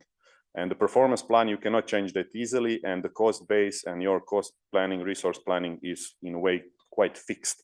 You can change it with the revisions, but it takes time. So in a way, our capacity plan until 2029 is showing the increase in ATCO numbers, it is showing increase in the maximum number of sectors, and it is showing increase of the capacity profiles requested. So this is the last slide. So the modus operandi. So we had, as I said, unexpected high traffic growth 22, 23, 24, significantly higher than a base forecast. And this will happen also in 2025. We already raised this issue, and next week is a start for user group meeting where we will raise it again. According to the NM, we are requested to plan summer capacity to high traffic forecast, but with additional buffer. I said for this year, high traffic forecast is 6% for us, but now, according to the rolling NOP, it's 14%. And of course, because of traffic forecasting and what we can offer, the capacity gap occurs during high peak demands with a lot of weather disturbance in Southeast Texas. How can we tackle that? With airspace development. So we are creating new configurations and linking them with an NM system. And also we are changing our rostering scheme. ATCO recruitment takes 2.5 to 3 years to get an ATCO. So we cannot have an ATCO in 2025 if we didn't plan it in 2022 or 2021. The issue is that for 2025, if I knew the figures would be 900,000 flights, not 690,000 flights, it would be a different figure. And also the thing is that you have to get approval from European Commission on the costs, and you have to reserve certain cost for training. So this is the issue that is happening, but at the end, we put our training organization in 2021 fully operational, and we are putting all of our resources into the training. Technological development, we are having this year also an upgrade, but we'll have a totally new system in 2028 with the new system functionalities. And all these three cornerstones, let's say so, are helping us to manage the peak traffic demand and achieve higher hourly throughput. This is it from my side. Thank you, Razan. Many thanks, Tomo, and many thanks for the very detailed explanations on what will happen at Croatia Control. Any particular questions for Tomo at this point in time? We will still take questions at the end of all the 5 presentations. We don't see anything online, but we might come back to that. The next presentation will be from DFS. Andreas Welkel. Andreas is the head of operations at Karlsruhe UAC, and he will provide us with a short debrief on what it is planned there for summer 25. Many thanks, Andreas, for your availability. Okay. Good morning to everybody. Thanks, Razvan. First of all, I'd like to support my colleagues from the other ANSPs, from Tommy as well. We are suffering from the same issue as you guys stated out according to the flight plan adherence issue. But what I'd like you to show today is what are the plans? What are the plans for summer 2025 at Karlsruhe UAC and in German air traffic control? In upcoming summer season 25 presents unique challenges for German air traffic control, and we anticipate a surge in air traffic demand. And we'd like to implement a comprehensive set of measures aimed at reducing delays and maximum capacities in our control centers. This includes, we are implementing measures to reduce delays and increase capacities. We increase staffing levels. We like to optimize processes, streamline procedures, and data-driven decision-making tools. And with continuous training and development programs for Karlsruhe controllers, ensuring the equipment to handle the challenges for the summer season. By implementing these measures, we are committed to maximizing the capacity and efficiency of Karlsruhe center control. Okay, first of all, in Karlsruhe, we are working on numerous projects and developments this year related to traffic monitoring value, TMV validation. This process involves assessing the accuracy and reliability of traffic data on traffic volume level in all our sector groups. Real-time data is compared with predicted values to ensure effective monitoring of air traffic. That's why a reliable forecast from NM is so important for us. Here you can see the timeline for the 2025 activities in terms of TMV validations. In addition to the TMV process, we also pursue internal ideas and approaches to optimize the airspace structure. In doing so, rely not only on the feedback from our ADCOs and supervisors, but also on the great expertise of our people in the back office. This interaction brings new projects to the table every year. We are currently planning the introduction of Alpha, which is an airspace procedural measure, will be implemented on the 20th of February, where the airspace will be better divided. And later in the year, we are considering new division layers in our East sector group. Training program. We are all aware of that we want to need to train as many new ADCOs as quickly as possible. And we are therefore working hard to maximize the capacity in our academy to the full. At the same time, we are optimizing the individual training models and relocating some of them to the Karlsruhe USC. Next issue. Flight plan adherence. We have developed an intruder tool that supports us in detecting and analyzing vertical, lateral, and temporal flight plan deviations and recognizing repetition patterns. We communicate the usable information to all participants involved, such as airlines, supervisors, and ADCOs. The tool also helps us to identify the causes of deviations, for instance, internally, externally, by ANSPs. We have planned a workshop tomorrow at Karlsruhe on the topic of flight plan adherence at operational level, and all the participants from all areas of the aviation. We are looking forward to the numerous confirmations, and we are very excited to see where the journey will take us. We'll communicate the results from the workshop as soon as possible.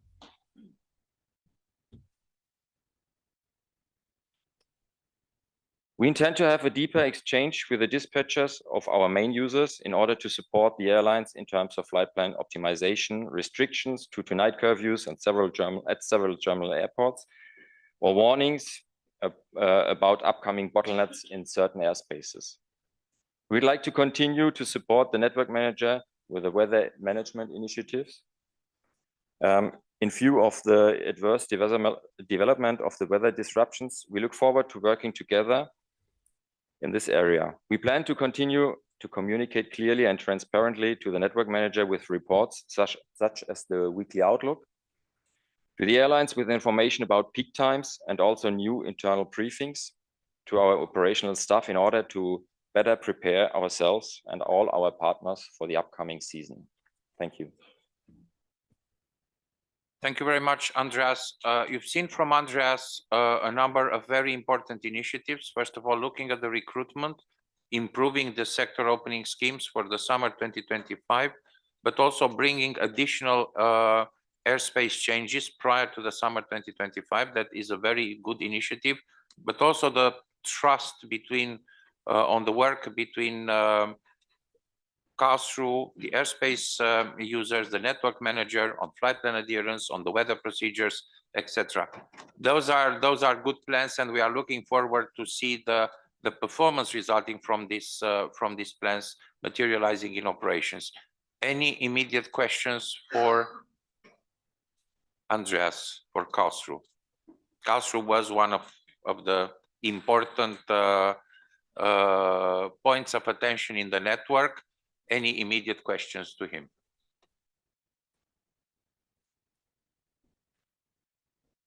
No? Okay, there will still be opportunities at lunch and in the evening. So the next speaker, another point of attention in the network for last summer was HungaroControl. And we have the honor to have here with us Gabor Menrat, who is the Deputy CEO of HungaroControl. And Gabor will run us through the very, very important and exceptional measures that HungaroControl is taking for this summer. Gabor, please. Thank you, Razvan. Okay. Thank you, Razvan. Good morning, everybody. I'm really glad to be here and to have an opportunity on behalf of HungaroControl to share with you the work we've done and the plan, what we put together for summer 2025. The plan which is to reduce the capacity, reduce the delay, enhance the capacity. That's our motto. Just a moment. Okay. Okay, but before going into the details, I would like to step back to 2024. I will not show as many charts as Tomo did, but just actually two slides. One is the traffic comparison between 2019 and 2024. HungaroControl provided more than 26.6% traffic than in 2019, the last pre-COVID year. But what is more visible is the service unit chart, which shows that the performance, according to the performance plan, we planned to 3,182,000 service unit, and we actually provided 3.892 million service unit, 22.3 increase comparing to the plan, what we committed to. Okay. So let's go into the details. But before going to 2025, a few words about what happened to 2024. In the RP3, we had the implemented capacity enhancement, and what we did. We did the intensive recruitment and training of controllers. And of course, we revised the airspace structure. Earlier, we had 2 geographic sectors, but now we have 4 geographic sectors. We extended our cross-border activity, the free route airspace, the CFRA, and we continuously developed our ATM system. But what happened? There were some issues which were not foreseen earlier. One of them is the significant ATCO attrition. This is a new issue to us. It's never been before. Last year, for example, 10% of the ACC controllers left the company, and they found jobs in European ANSPs. It hit us very significantly, and we had to recover ourselves from that shock. Of course, the Ukrainian-Russian war was something that put us on pressure, and as a consequences of the war, the increased military activities in those countries which are neighboring to Ukraine. And of course, when there is a military activity in the area, it reduces the available space for the civil aircraft. And of course, the advanced weather conditions. I will go back into details regarding what we did in order to ease the hit of these weather conditions. Yes, and now let's go into details what we did and what we have done already and what's being done at the moment in order to provide more capacity for summer 25.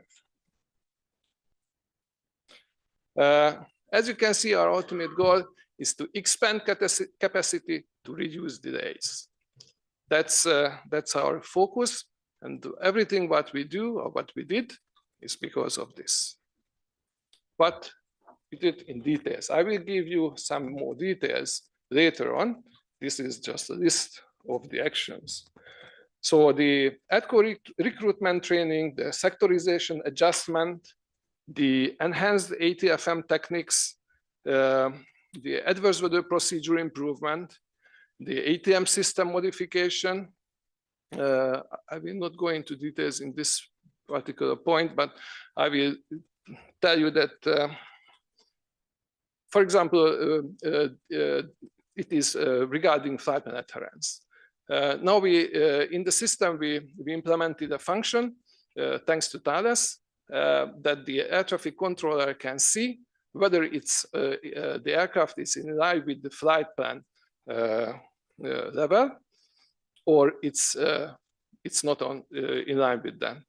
So I think it's a quite significant development because the controller actually can see it in the extended label. It means that at the moment we can only see it lab, and we don't know the origin, we don't know when it happened, why it happened, and but it's good for analysis. The complexity tool calibration is something else which is ongoing. The present complexity tool or the sector tool only calculates with the number of aircraft, but the complexity tool also calculates with the complexity of the traffic, the vertical movements, and so on and so on. The Europe implementation and the Central, we take part in the Central Southeast Europe airspace restriction project. And of course, we have a new TRA design. Let's go into the details. Expanding capacity by accumulating staff. There are two ways what we do it, the conventional and unconventional way. The conventional method is to increase our ATCO staff by increasing intensive recruitment and training. We do it at the maximum level. It means that all our instructors who are not in the ops room are in the simulator and do the training. Just one figure. We have approximately 100 ACC controllers at HungaroControl, a little bit more. But at the moment, at this very moment, 60 new controllers are in training, in different phases of the training. And the unconventional method is the ATCO mobility initiative. It means that we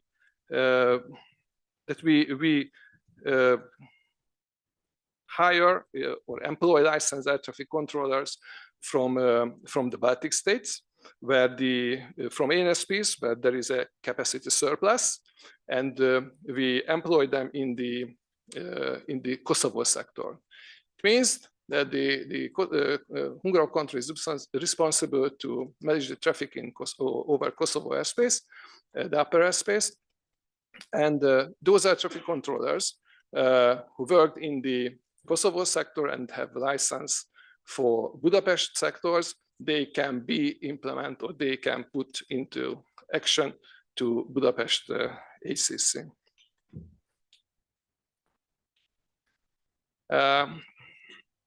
We do some advanced resource allocations. What it means, the MFO is a multifunctional officer whose main job is in the office, but having air traffic control license.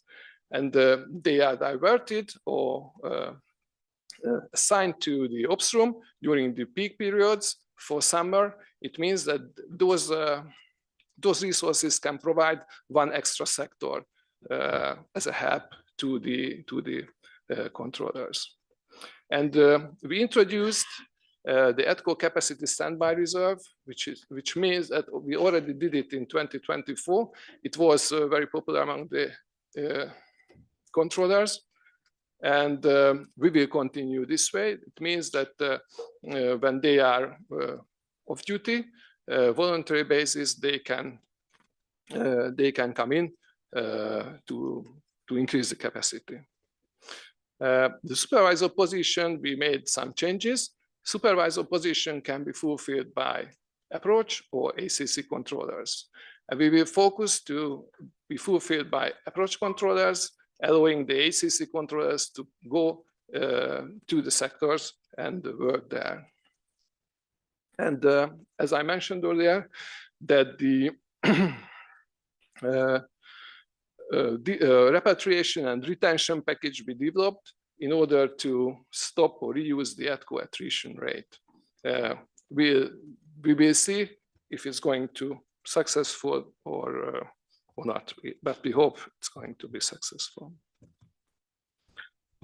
Okay, what else we did? We did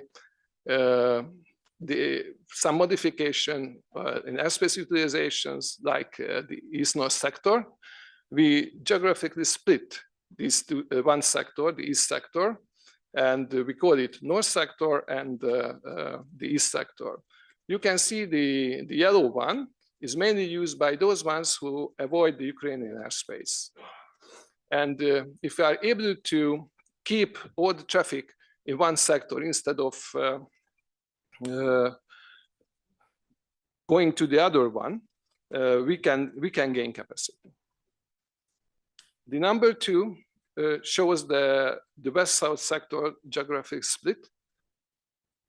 This one, and it means that we did the same. We split one sector into 2, and we would like to use it on demand, especially in the morning hours, to help the first rotation.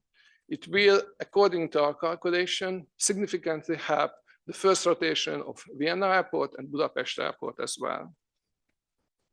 And the third one, the number 3, is the new flight level cut.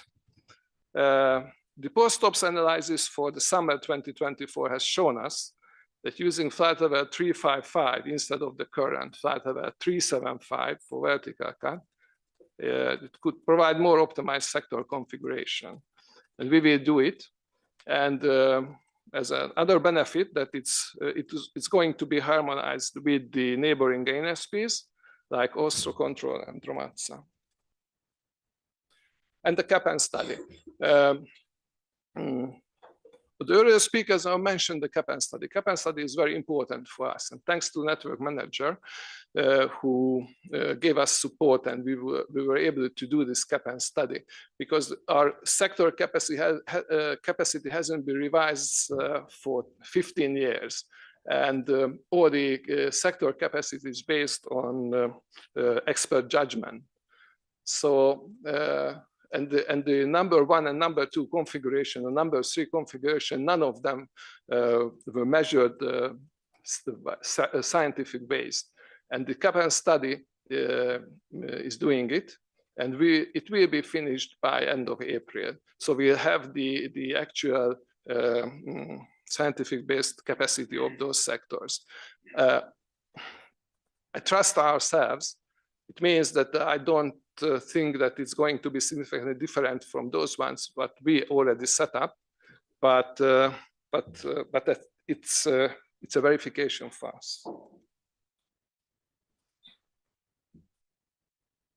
Yes, so what kind of additional operational measures we will introduce for summer? As I mentioned earlier, the number 1 configuration, when we will be able to keep the traffic in the smaller sectors, the geographically smaller sectors, can be achieved by the gate concept. It's going to be new to us because we never used it earlier, but we'll do it with the help of the Network Manager. And of course, we introduce some enhanced ATFM techniques, like new ATFM scenarios, which means that some city pairs will be regulated dynamically some dedicated periods in the morning in order to allow those flights to avoid the delays. And the lesson learned from 2024, one of them was the use of the pre-tactical regulations. We learned the advantage of the pre-tactical regulations, and we also learn the disadvantage of those regulations. And based on our experiences, we will use more tactical than pre-tactical regulations, because when we use the pre-tactical regulation, it saved the sector from overload. But on the other hand, sometimes we had more capacity than actual aircraft in these sectors. And this is going to be the same, that we will introduce new sector configurations to balance the traffic load during our peak periods. It's together with the network manager. And the adverse weather procedure improvement is something I think it's very new, not only for us.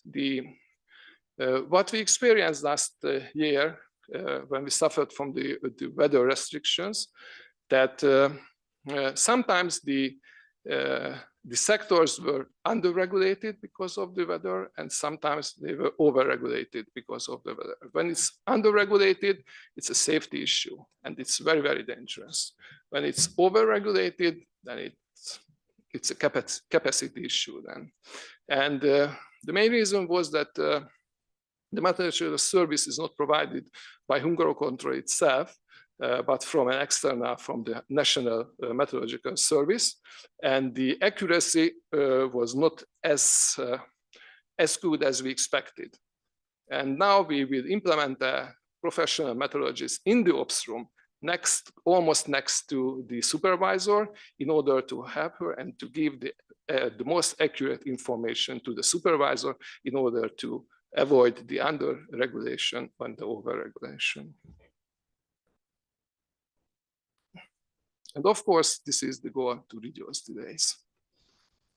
And that was from our side. On the other hand, of course, it's a teamwork, and we have to work together. And we have some requests to the other stakeholders. For example, the network manager, but we would like to have the predictability could be better. Of course, especially in the intruders or the flight penetrants.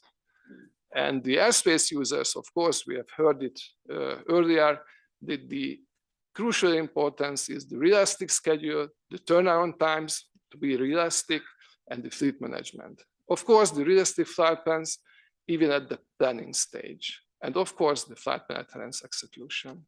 And from the military, we'd like to have demand-based, accurate airspace reservation at strategic and tactical level. Thank you very much for your attention.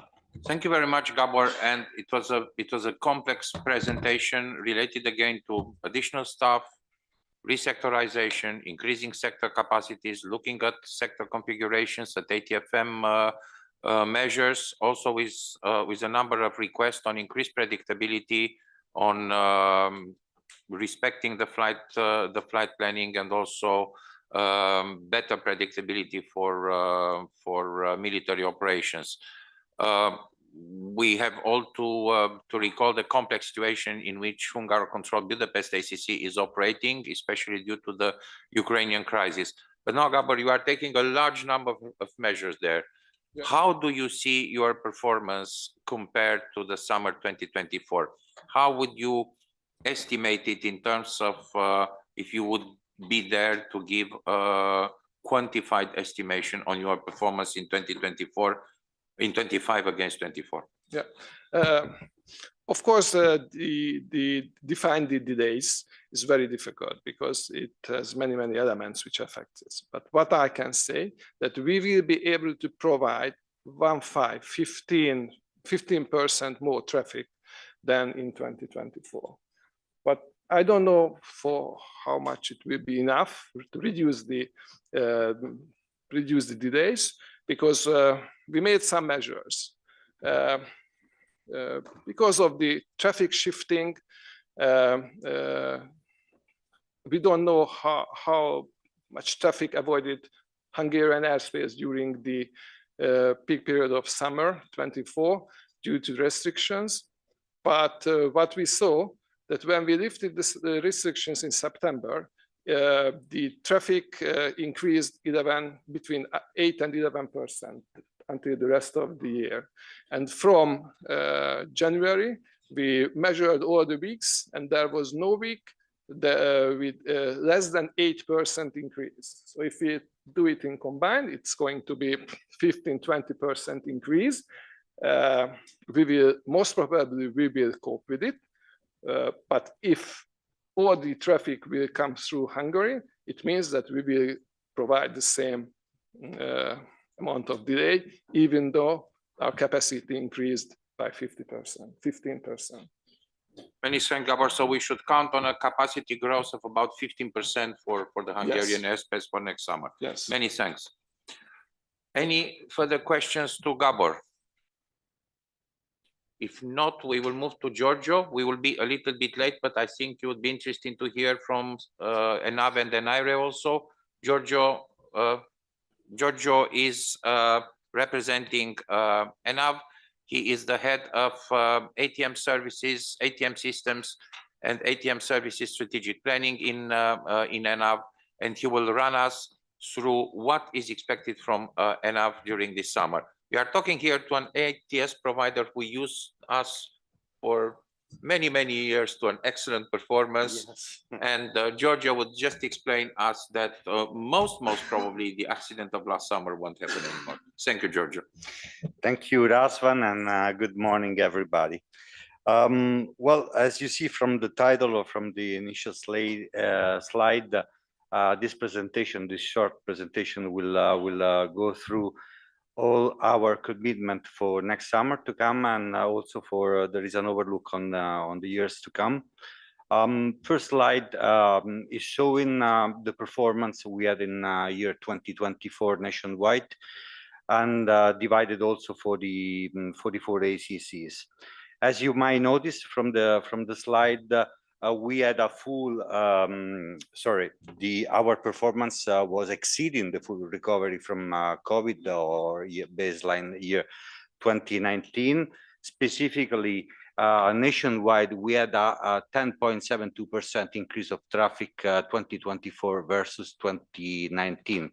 Consider that this figure is exceeding by 27% the high level start for prediction, which we based our rostering or our planning on. The I start for prediction was 8.4% increase 2024 versus 2019. This is one of the factors that actually was affecting the performance during year 2024. Was not the only one, and I will speak through the other factors.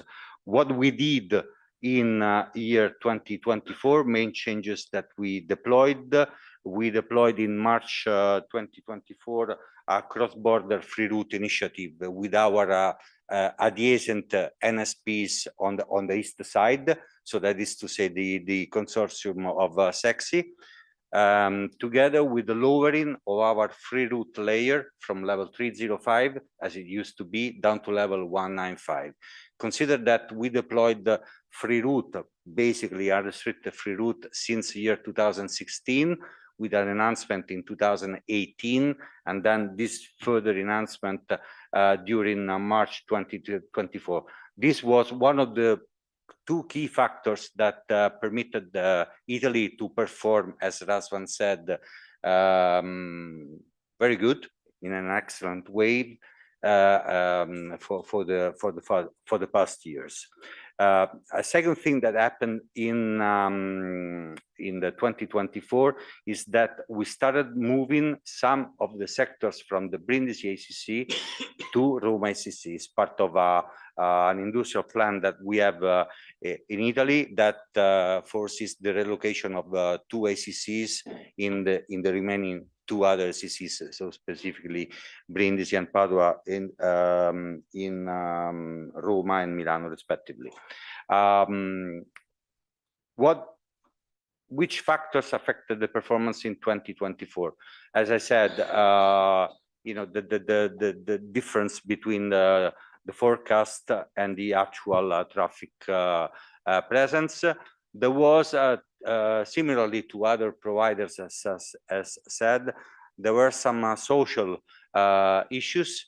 That is to say, an unexpected sick leave of ATCOS during a temporary period of the summer, which we tackled with social agreement that was deployed among the agency and the unions, and that agreement solved the problem by relocating some of the summer leave days the ATCOS were entitled to plan away from the summer, and this was rewarded with an economical reward.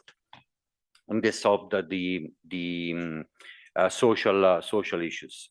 There is the usual and increasingly amount of bad weather impact on our airspace, which is is a constant factor, or an increasing constant factor that is always affecting. We are part of the adverse weather program that that is held by Network Manager, which we collaborate with, and we are keen to continue to collaborate to manage this issue. There is also the constant amount of volatility. That is to say, traffic or airplanes not flying or flying unforeseen trajectories, which obviously that affects capacity management. How are we going to tackle all of this directly during this summer and for the years to come? Basically, by adopting three lines of actions: increase flexibility in the sector's configuration, so we'll see how. Enhance ATCOS mobility and availability, that is to say, recruitment of ATCOS, and we'll see some figures, and continuing being part of the arrangements to manage at network level bad weather conditions. Talking about the increased flexibility in the sectors of configurations, we are about to deploy that, so that will be able for this summer to come, a new division flight level in our sectors nationwide, by introducing a new division flight level that will permit the creation of an 8th layer in our airspace. So our airspace is presently managed by 7 layers of vertical levels of airspace. From the summer, there will be a new layer, an 8th layer, which will take advantage of the introduction of level 355 as new division flight level. The introduction of a new layer and a new division flight level will permit a bunch of benefit that we will see it on the next slide. It's not the only thing that we're going to do. In Rome ACC, we are going to implement a new unit rating, that is to say, a new airspace organization that is reflecting inside the ATCO licensing, that will permit in an increased number of sector combinations and configurations. That is always in the aim of increase capacity or better manage the demand. What are the expected benefits that we are foreseeing? Going from 7 to 8 layers, obviously will produce more sector configuration solutions that improves flexibility and effective reaction to traffic flow variations. The flexibility in the configurations is one of the key points that permitted ENAV Italy to perform excellently in the past years. We actually deploy in flexible configurations since year 2013, so even before free route. And this implementation, so the capability to reallocate blocks of airspace flexibly to react promptly to the traffic demand shift is one of the key points to manage capacity. Obviously, 8 layers will produce more capacity, will produce more flexibility to be able to manage bad weather situations. So we have a better sector configuration, combinations to be deployed, will be easier to isolate or isolate the traffic volumes that are affected by bad weather and manage the configuration around those critical areas to better perform, to manage the traffic which are moving away from bad weather. Obviously, again, 8 layers will produce more solution to manage the intruders, no? To tackle the vulnerability of traffic. And at network level, this 8 layer will produce more solution to handle capability, to be able to handle traffic from the adjacent congested areas. Everybody knows, or many of you knows, that the summer measures that are always prepared. Now we will have the meeting on the 20th of February. Takes into account how to shift flows from one area to another to balance performance. We are part of this program since the very first time that was deployed some years ago, and these 8 layers will further enhance this capability to be able to accommodate traffic from adjacent critical areas. Talking about ATCOS, mobility and availability. This is our program for the ATCOS increase in our operational rooms. What happened to the slide? Okay, there is some, I don't know, format maybe problem, no problem. This is our program, and that, as you see from the figures, will permit a net increase of ATCOS availability during summertime in 2025, and then for the years to come, that will obviously permit to have an increased number of full-time equivalent in the ops room for the summer reasons and summer seasons. And this will be coupled with the social agreement that will be deployed for extra time in the ACCs during the summer seasons. These numbers you see on the slide are actually the net figures that will result from mobility, retirement, and recruitment. The national plan, which is already in progress, actually foresees at least 30 ATCOS more per year per ACC. Okay. And talking about the number of sectors that will be available for the summertime this year and for the years to come, these are the figures that we're going to deploy. Don't be surprised that Brindisi ACCs will only have an apparently small number of sectors available.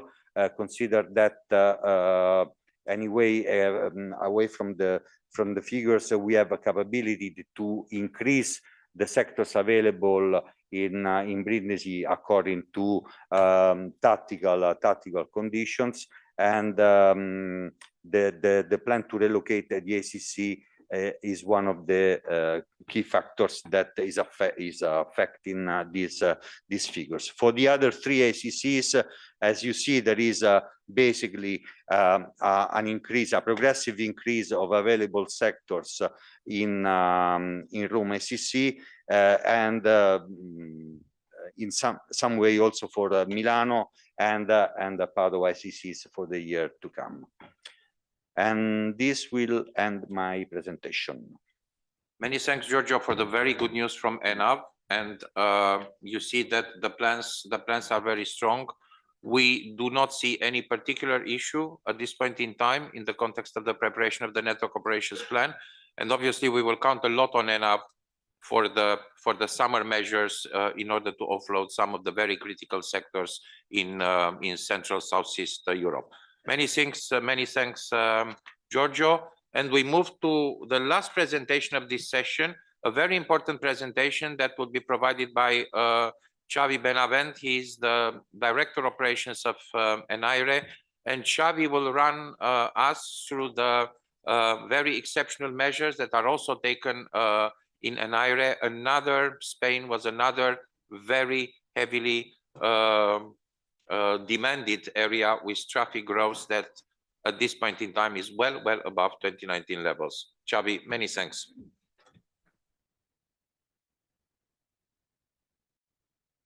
Everyone, I'm perfectly aware of the time. The lunch is ready at the other side of these doors, so I promise to be very executive.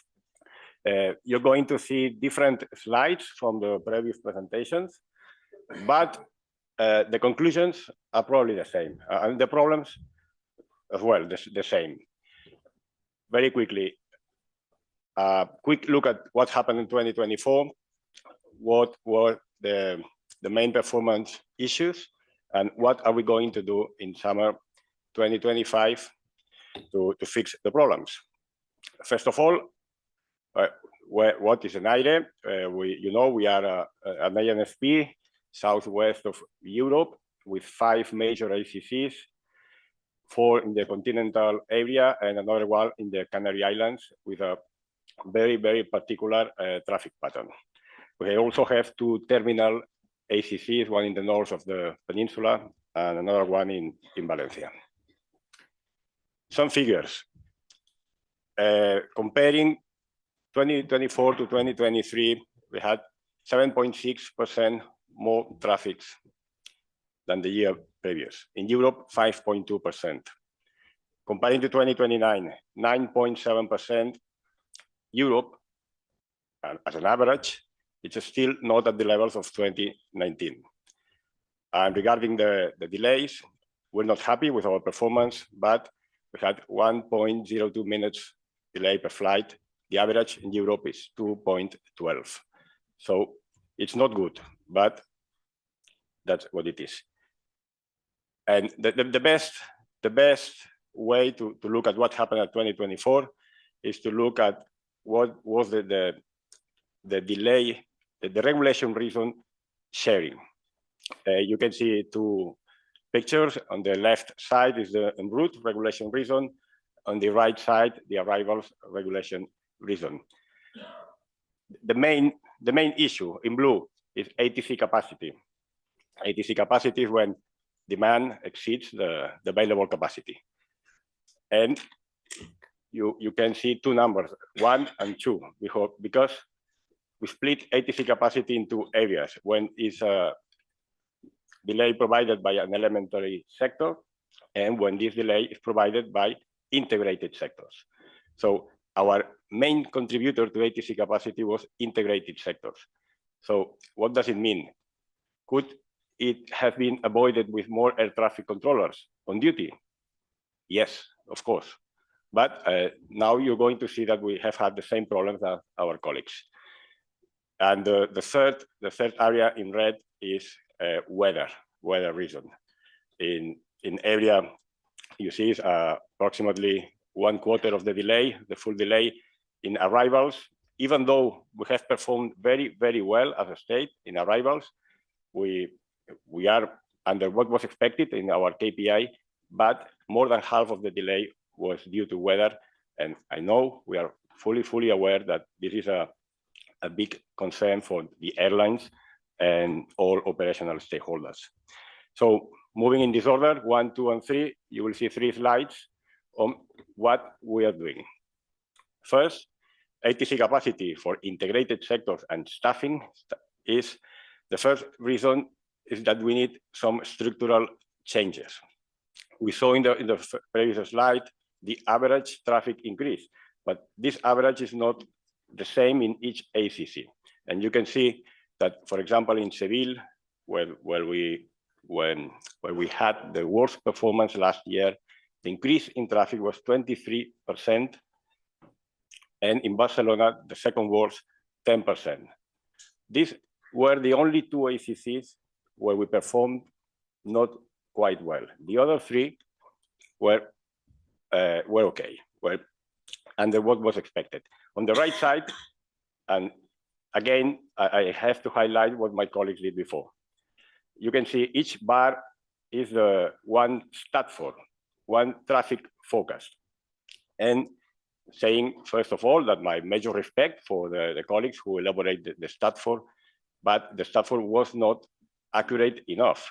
You can see that each year, for the year 2023 and year 24 and year 24, each year, the stat for in 2020, 2021, 2022 was increasing. But even the last prediction was accurate. So 2 and 3 years in advance, when we have to decide how many air traffic controllers we are going to need, then we dimension our ACCs with not enough air traffic controllers, as it has been seen this summer. Above that, we also have some legal constraints that make our work very, very difficult in summer. I just want to highlight 3 examples. It's been said before by Tomo. I think that change in the regulation, the state regulation, now a new father has 20 leave days.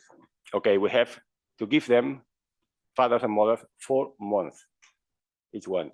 And 1 month for the father, at least, is compulsory. So even though he wants to work, he has to be 1 month at home.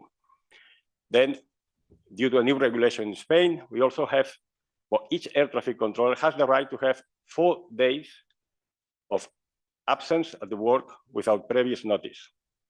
And as a third example, if the mother-in-law or the father-in-law of an air traffic controller is going to have a minor intervention, we have to give the air traffic controller between 1 and 4 leave days, depending on the situation.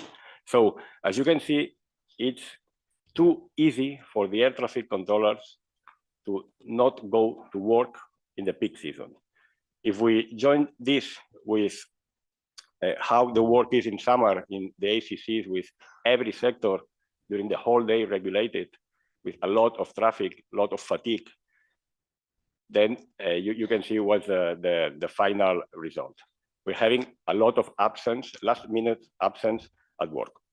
So since we cannot change the law, we are now in full negotiation with the unions to award when an air traffic controller has no use of these rights.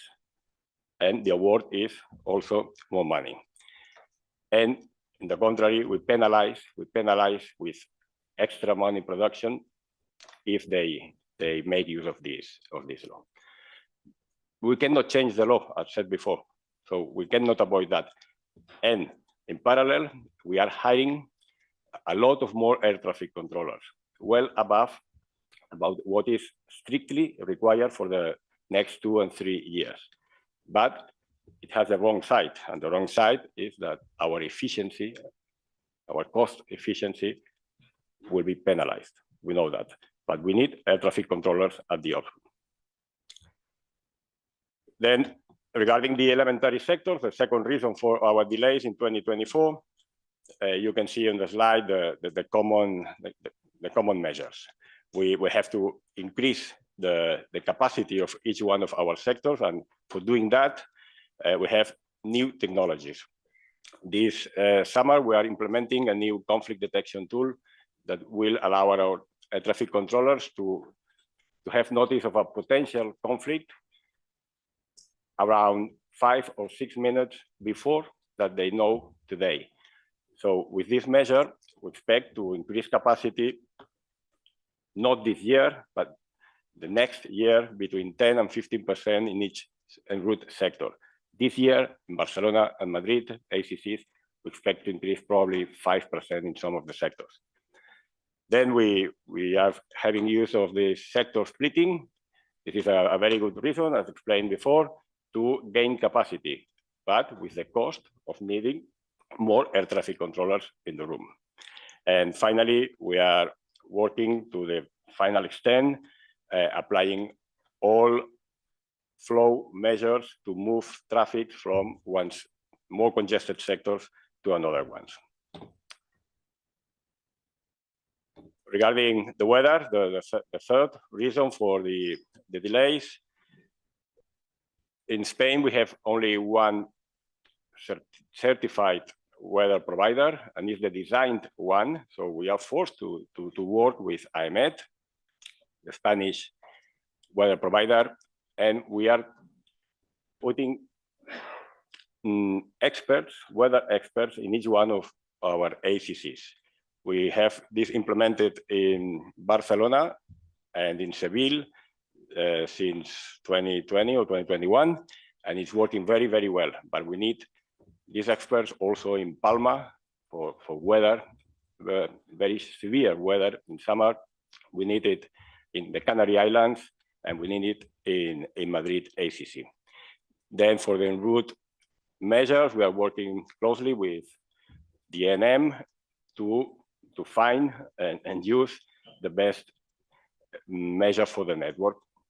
And finally, especially for the arrival and the terminal areas, we are implementing a new relationship with the airport, the airlines, offering daily telcos when are needed to explain. So we cannot change the weather, but we can explain what are we going to do, where are we going to apply regulations. And it was used in October when we had a very adverse weather event in Valencia. I'm sure you remember that. We implemented this daily telco, and it was very well appreciated from the airlines.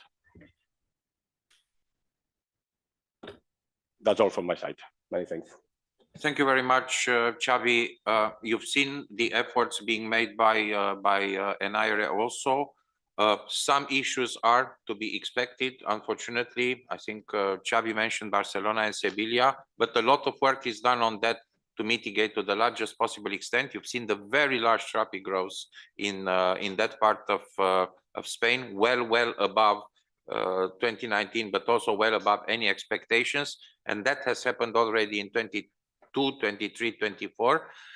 So we are continuing to do some work with ENAIRE, and probably also during the meeting on the summer measures, we will need to see what else can be done from a network point of view to support ENAIRE in their efforts to catch up with this very high traffic growth. Thank you. Thank you. Going to limit just to one or two questions. There will be opportunities to speak during the break. You've seen in lots of detail what will happen in some key ANSPs in Europe, but more will come, and we really encourage you to participate on the meeting on the 20th of February, when we will discuss the finalization of the summer measures with much more detailed actions. I think, Mark, you wanted to take the floor a little bit earlier. Just go ahead. Just a very quick question. Mark Hurston with United Airlines. For the gentleman from ENAV, I was interested to hear you talking about the staffing and the unrest perhaps within the industrial side. Can you tell me if the strikes with air traffic controllers is now pretty much over as far as Italy is concerned? Well, difficult question to answer. A strike is not in our hands. I mean, unions are declaring strikes when they have their reasons to declare. What I can say that we do have a strike situation handling, meaning that before the strike becomes a reality, there is a long negotiation process which starts weeks or months before the strike day, and this is according a national law that has been that is in force since 1990. It's one of the first reality in Europe to have a strike management or process in force. At the moment, we don't have any strike situation pending. And as I said during the presentation, there are social agreements already in place and in force, and that will be deployed to account for social, how do you call it, peace between the parties. I would not see Italy as a you know, a symbol for strikes in aviation world, honestly. Many thanks, Giorgio. We also have a question here. Except for HungaroControl, it is unclear how a network view is considered in these actions and how tools like APAN are used by ACC to optimize their capacity.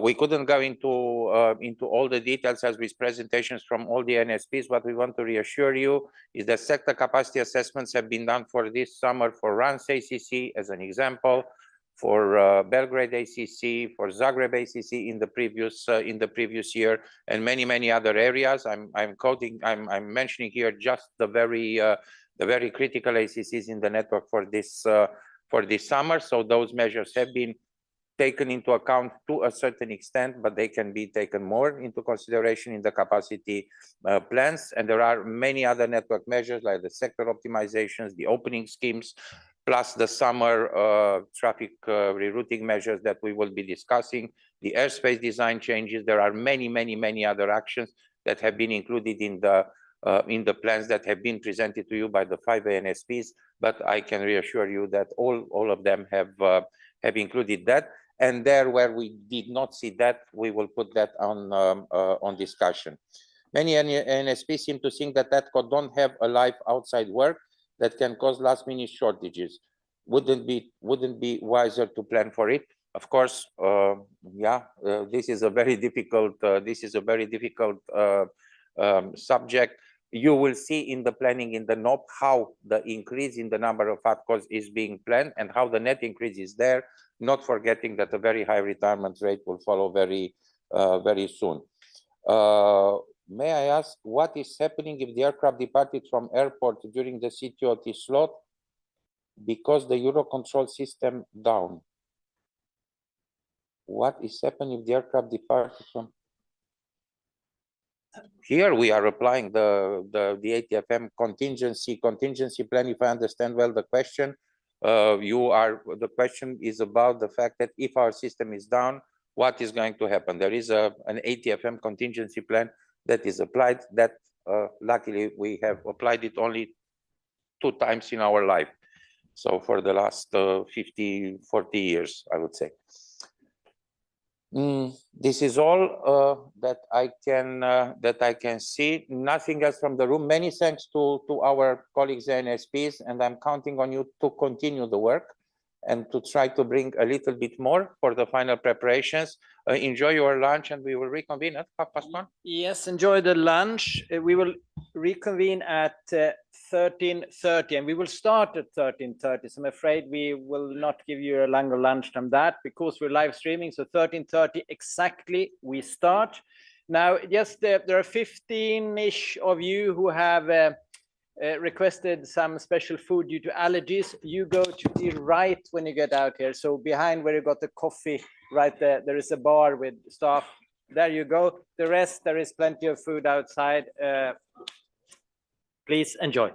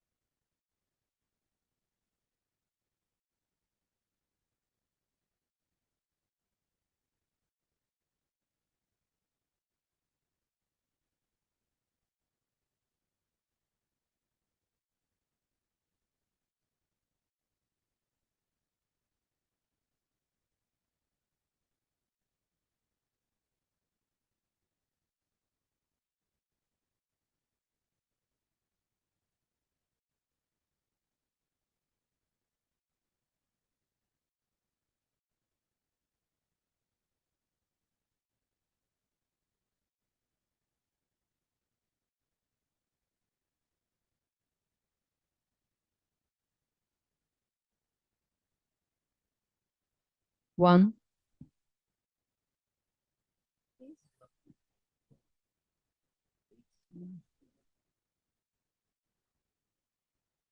What do you think? What do you think if I take it from there? Not from me. It's just my personal opinion. Do not work.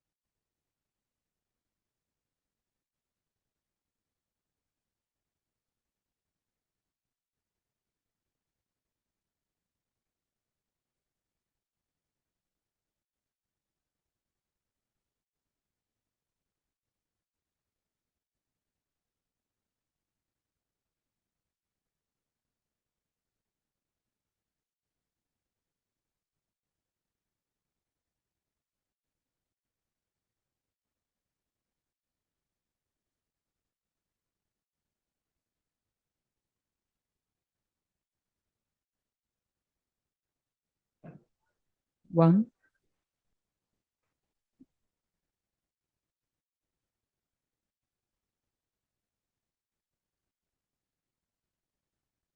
She will use that one. I will use this one later.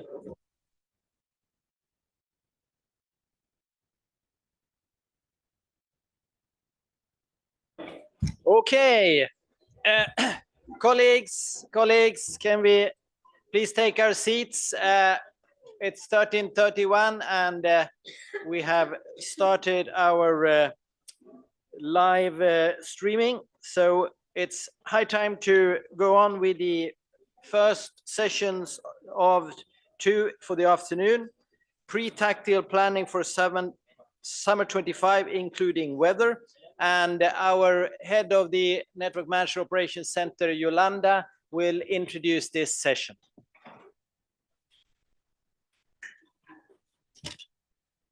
So good afternoon. Welcome to this second panel, this panel that intends to be operational. We are going to have now an operational panel.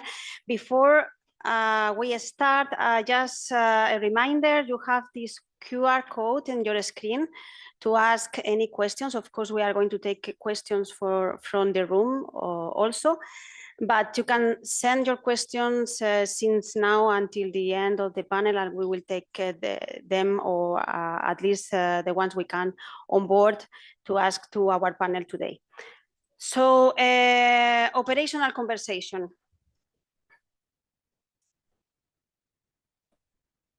We are going to talk now about the pre-tactical planning. Why are we going to talk about pre-tactical? Why is this pre-tactical planning, this pre-tactical enhancement part of our main priorities for summer 2025? In the previous panel, we have seen that we have a very, very well established process already in the Network Manager. It has been working well for many years. We are preparing together with the stakeholders in these bilateral conversations the network operation plan. We are adapting the plan. Well, this plan is prepared is fine-tuned every year for a period of 5 years. And we also fine-tune this plan with the rolling knob. And the intention of these plans and the main purpose is to improve our capacity and to make the best use possible of the capacity that we have. But we all know that the capacity is limited. It's a limited resource. And when capacity is exhausted, is the time of air traffic flow management. And because our network is alive, our network is complex, and we need to be able to adapt to the circumstances that happens during the daily operations. There are some things that have been already mentioned in the previous panel. This unforeseen lack of staff that can appear, so we can prepare, but then during the day we can have lack of staff. We can have a shift of demand because of this crisis that we have in the network, these capacity bottlenecks that can appear. Also, we can have failures, technical failures. We need to be adaptable. We need to be resilient, and this is when is the time for air traffic flow management. Is the time for our local air traffic flow management teams, the flow management positions, and the central flow management that is provided from the Network Manager Operations Center, together with the airlines. This is a time when our tactical teams need to work, and this is a time for the pre-tactical and the tactical approach. The closer we are to the operations, is a time where the air traffic flow management is key for the improvement of our processes. Well, the Network Manager Operations Center, as you all know, is this unit that works 24 hours a day, every day of the week for the network. and is the unit that you are going to visit in the visits that are planned this afternoon and tomorrow morning. So as I said, the closer we are to the operations, we need to be adaptable, we need to be resilient. And this is why in this panel now, we are going to talk about this operational, we are going to have this operational conversation with the local FMPs, the NMOC and the airlines. Because we plan strategically, but then we need to build on this work practically, and we need to adapt tactically. And this is why in the Network Manager Operations Center, we have composed a working group. We have a team that it has been working since September. They are still working to enhance our pre-tactical procedures. As part of this enhancement, we are preparing this, this is the first time, these network manager scenarios that had already been mentioned as part of the summer 25 distribution measures for next summer, and are going to be approved at the end of February by the stakeholders. So this is the first time we have a specific team. Our experts are working in these scenarios to move traffic flows. And it's not only the preparation of these scenarios, it's also the new pre-tactical procedures in order to be able to adapt to days like the one that is shown in this screen. This is one day from last summer, when the network, there is lack of capacity all around the network. We need to be able to adapt to these circumstances. And not only that, but also we need to manage weather. This is one of the key aspects for our pre-tactical enhancement for next summer. As you probably know, we have these Met specialists coming very soon that will be ready to provide us this information, this methodological information that is going to be embedded in the Network Manager Operations Center, embedded in our operations, working with our pre-tactical team, trying to take on board the weather information into the global network management. This is the context, why we need then a good pre-tactical planning.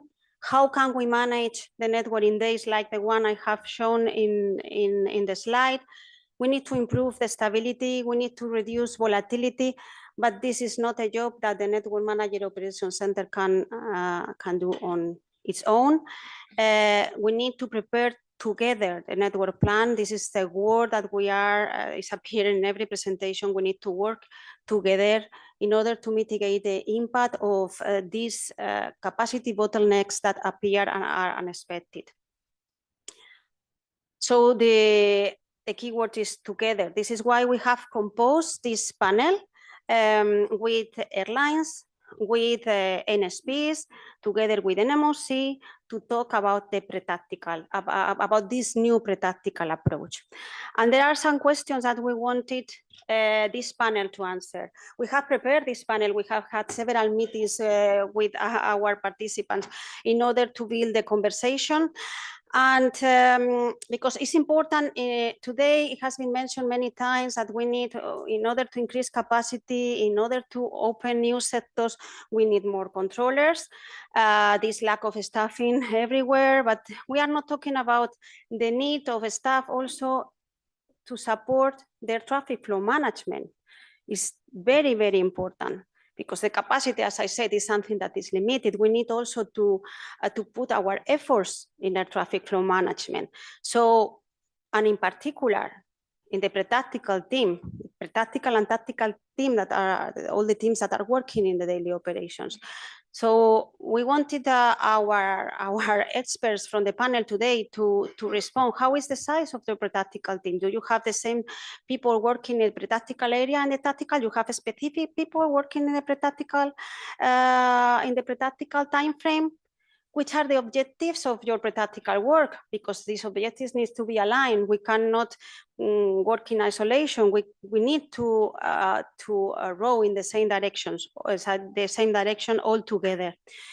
which is your practical time frame, because the time frame, well, is we can just look at the air traffic flow management operational manual. The time frame is there, but when you go to the nitty-gritty, when you go to the technicalities, not everyone is working the same hours, or is finalizing the plan at the same time. So the time frame is very important also. Of course, the weather. We are going to include this weather information now in our operations. We already know that some NSPs have already in their control rooms experts. It has been mentioned by some NSPs in the presentation before, but not all of us.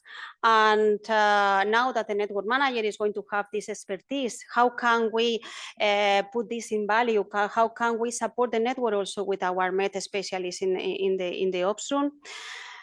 How do you interact with other partners?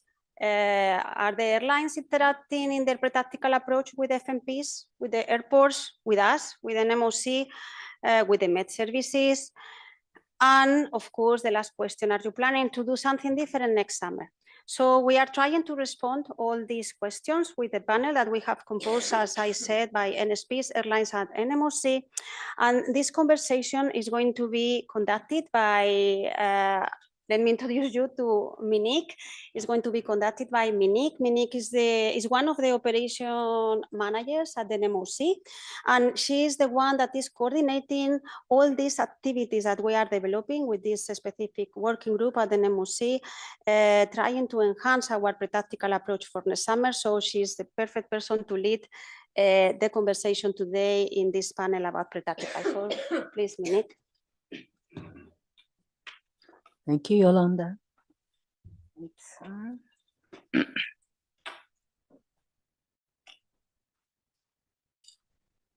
Hello. Ladies and gentlemen, hello again. I was advised that it would be a good idea after the lunch to walk close to you, be together with my audience and engage into discussions. Not because I want to spy on the mails that you want to send or messages to your families, this I understand. But here we are in the afternoon session to have this operational discussion to find some solutions we experienced in last summer. So ladies and gentlemen, our session will explore strategies to face challenges through pre-tactical and weather management. But most importantly, to address these challenges and overcome them together.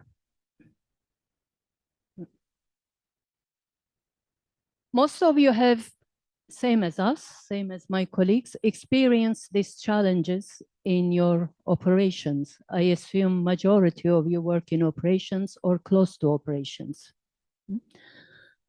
Dealing with volatility, intruders, lack of capacity, last-minute sickness, airspace constraints in specific areas, flight plan adherence. These are all really, really tough challenges. And imagine we are dealing with them in the dynamicity of the day. Didn't you feel sometimes you are on a roller coaster trying to minimize the impact, try to find solutions, try to find balance, try to find stability? Certainly you did, because we felt this from your phone calls. Certainly we did, because we answered you on those phone calls and desperately trying to find solutions. Okay. Now, that's why, dear colleagues, it is crucial that we move from reactive mode to proactive mode.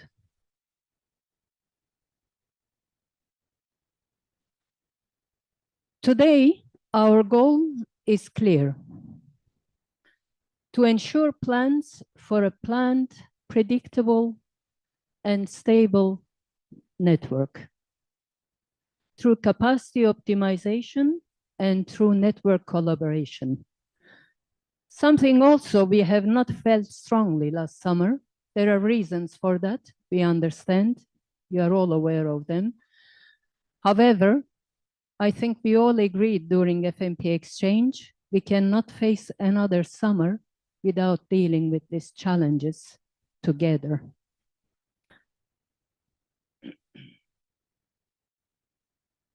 So ladies and gentlemen, this panel today will discuss how we can achieve this goal together. Our panelists are experts from leading organizations. They all know what they are doing and what they are talking. They will share their summer plans, their insights, their suggestions with us. I am sincerely hoping you will have some fresh ideas, perspectives, and good takeaways with you. I would like to walk you through the structure of the panel. And there I change the microphone.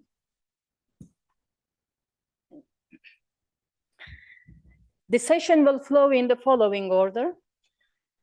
We have a group of ANSPs here. They will present one perspective. We have two airline colleagues. They will present two perspectives. And we have two NMOC experts. They will present the network view. I will ask a few tailored questions after each group finishes to get the conversation going. Of course, the questions Yolanda presented earlier is going to guide this conversation altogether. In the second half, we will open the floor for your questions. I ensure you there will be enough time for you to ask your questions to expert panelists, and we will explore together whether or not we are able to find even better solutions. Okay. Let me introduce our valued panelists. So on the ANSP side, I have Darren Bunce, Strategic Planning Manager at NUTS, working within the Network Operations team and UK FMP. Stefan Techertian, FMP Manager in RAMS and Active Air Traffic Controller. Holger Schneider from Karlsruhe, Supervisor ATC and Senior Expert ATFCM. Francis Muir, British Airways, working in business development for flight dispatch, focusing on strategy and ATM. Shane Nicholson, EasyJet, Head of Air Traffic Management at EasyJet. René Puschinger, Senior Network Operations Coordinator, working in pre-tactical and tactical flow at Network Manager Operations Center, former air traffic controller. René is our leading expert in planning summer 25 package. He has been our right arm in managing all this, and he will be sharing this with you today. Fabrice Van Liefringe, Operations Manager at Network Manager Operations Center, former ATCO. Fabrice is leading setting up the weather desk and the cross-border weather procedure in the operations. So, ladies and gentlemen, without overdue, let's kick off by welcoming Darren Bunce for the first presentation for ANSPs.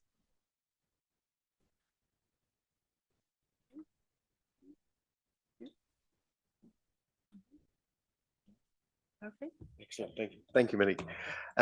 Thank you for inviting us to share our perspectives today. And I also want to thank my colleagues, Holger from DFS and Stefan from DSNA, who were jointly put this presentation together for us to share today.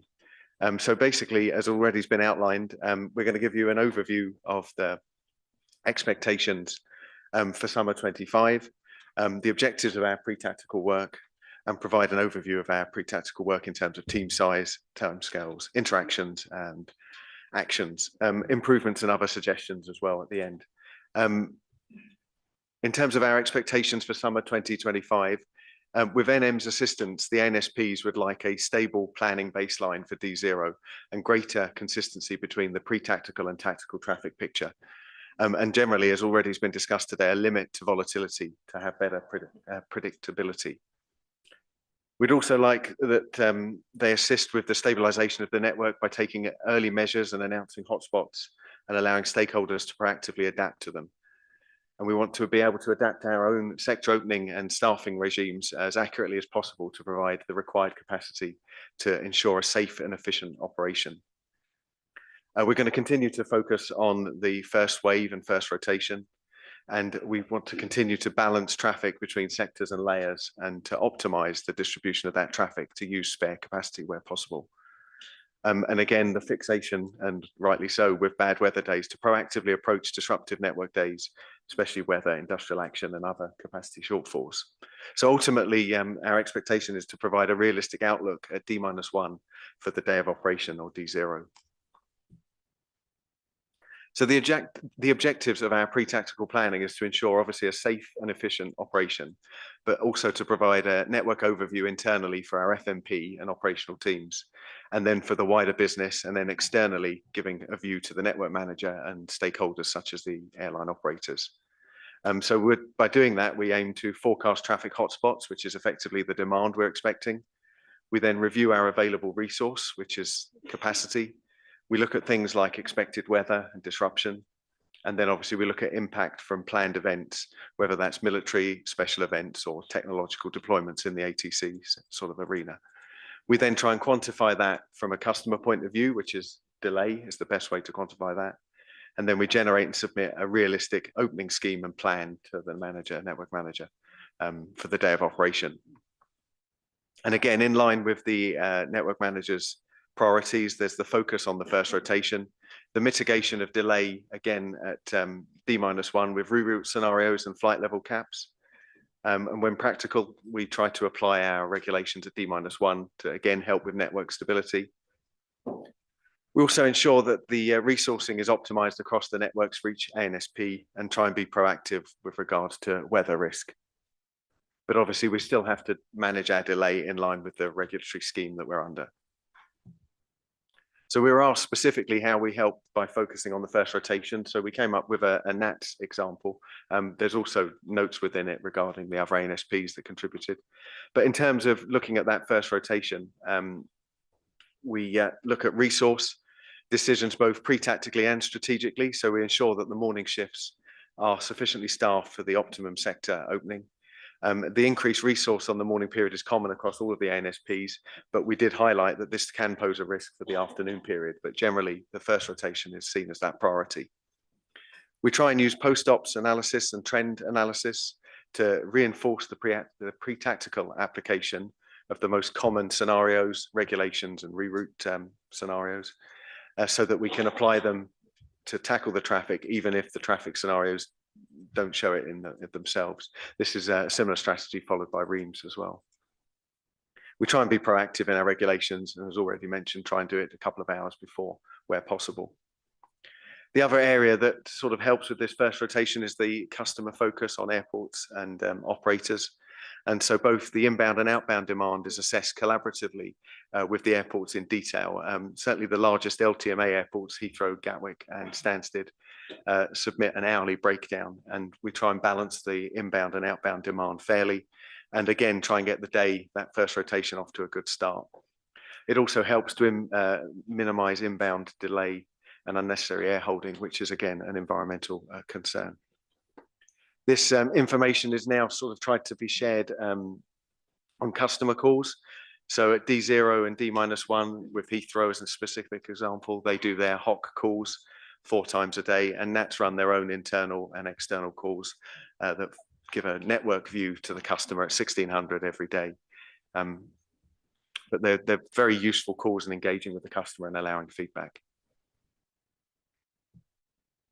So in terms of similarities and differences as well, we discussed this at length between the 3 ANSPs and found that fundamentally we're all approaching pre-tactical planning in a very similar manner. The experts used and the planning days were all very similar, and you can see from the sort of snippets there, we are focusing on that daytime activity from about 8 in the morning until 16, 17, 1800 in the evening.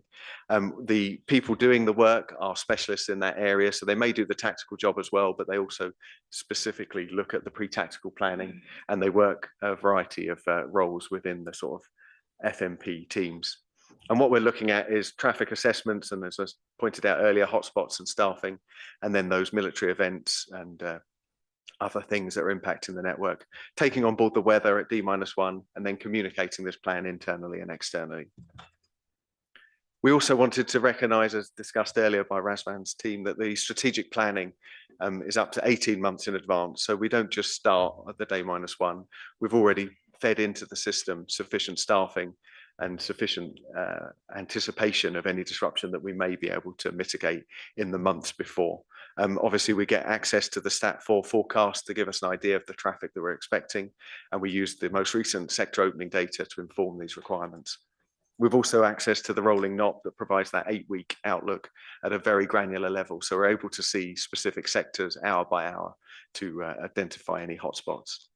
Similar for the events planning, all major events that have an impact are looked at in advance, and we work with Network Manager to try and mitigate them for our own airspace or by offloading into adjacent FIRs. And we, again, as I've mentioned with these calls, we're engagement with our internal external stakeholders is tried to achieve it as early as we can to mitigate these problems. All of that allows us, again, strategically to use tools like the Nest simulation tool and make environment changes that will ultimately offload the day of operation and make it simpler for managing as we go into that tactical phase. So looking specifically at some of the similarities, we were looking at the hotspots and declaring our sector opening schemes. We're all trying to do that by midday at the D-1 phase. Pre-tactically applying regulations, Karlsruhe are applying morning regulations by about 0800 UTC, similar for Reims, but they could extend beyond that if there was a high discrepancy between demand and capacity. And for NATS, we would operate throughout that morning phase all the way up until 1200.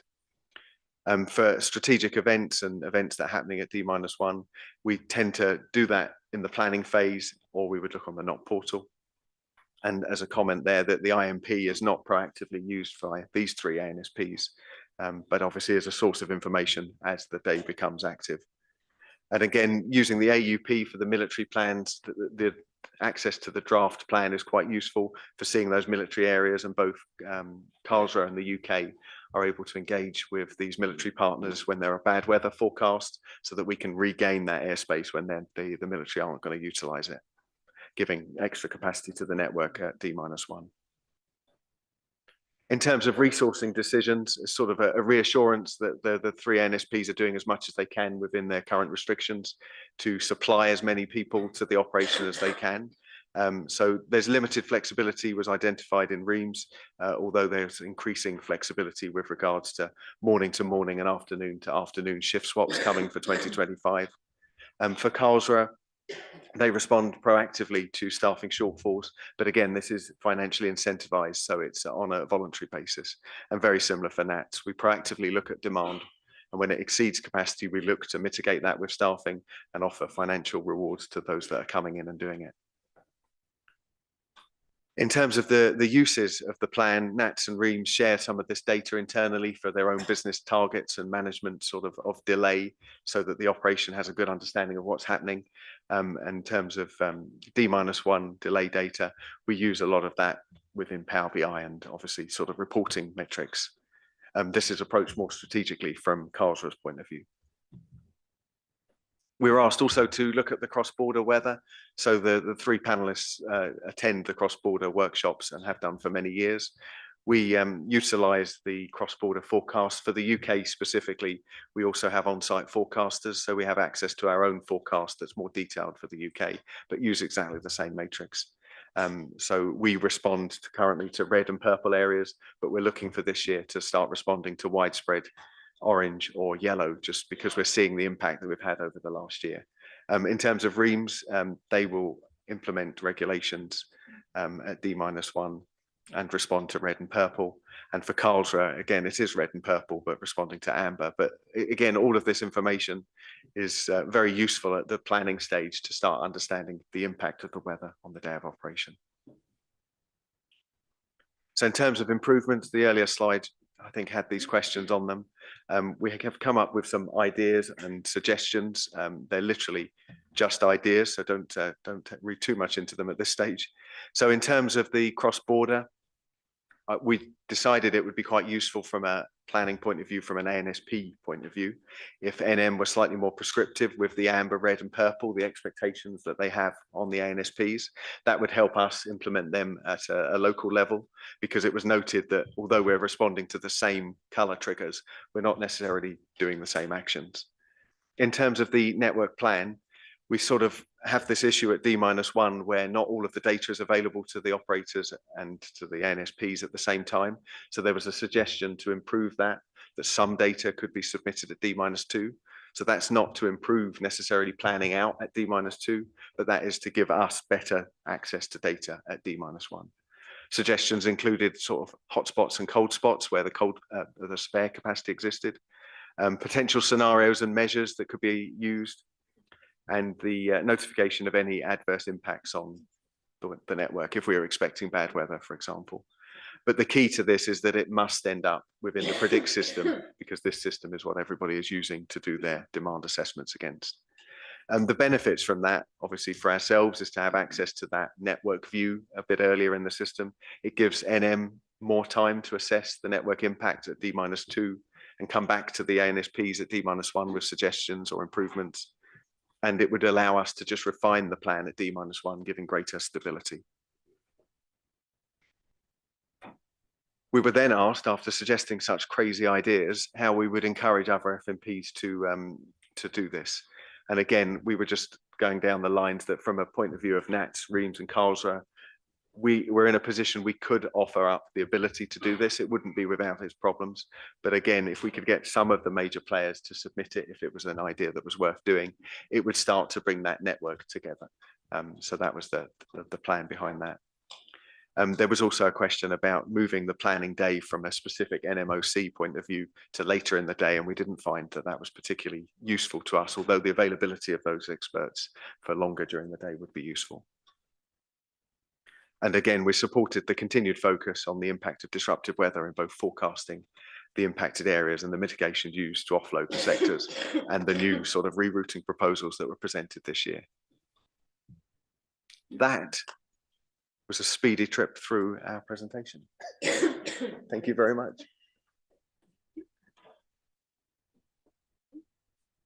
Thank you, Darren. Thank you, ANSPs, once again.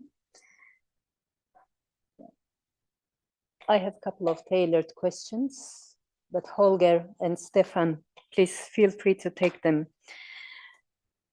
You had this crazy proposal to enhance D-2 planning. But you know from our discussions that we are in great difficulty getting data from externals, even sometimes on D-1 to complete the whole data set we need on a good time is not possible, not always. Now you would like to have a D-2 view, I understand that, but what kind of data do you think our colleagues can share with us, your FMPs can share with us? And how would you convince ANSP FMP colleagues here to follow this suggestion?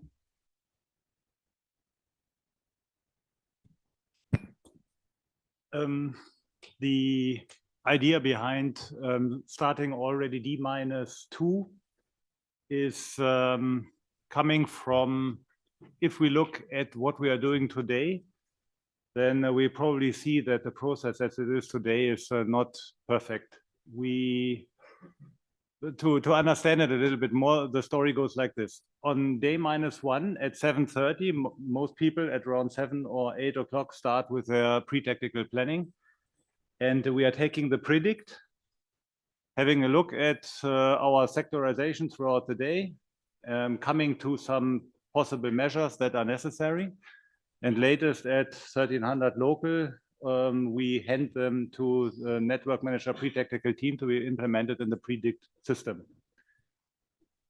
In the meantime, all the other ANSPs around us are coming to measures themselves, which have an impact on our planning, on the traffic picture that we are using. But I'm not seeing it on my assessment because they only will be implemented once they are sent to the pre-technical team and then implemented in the predict.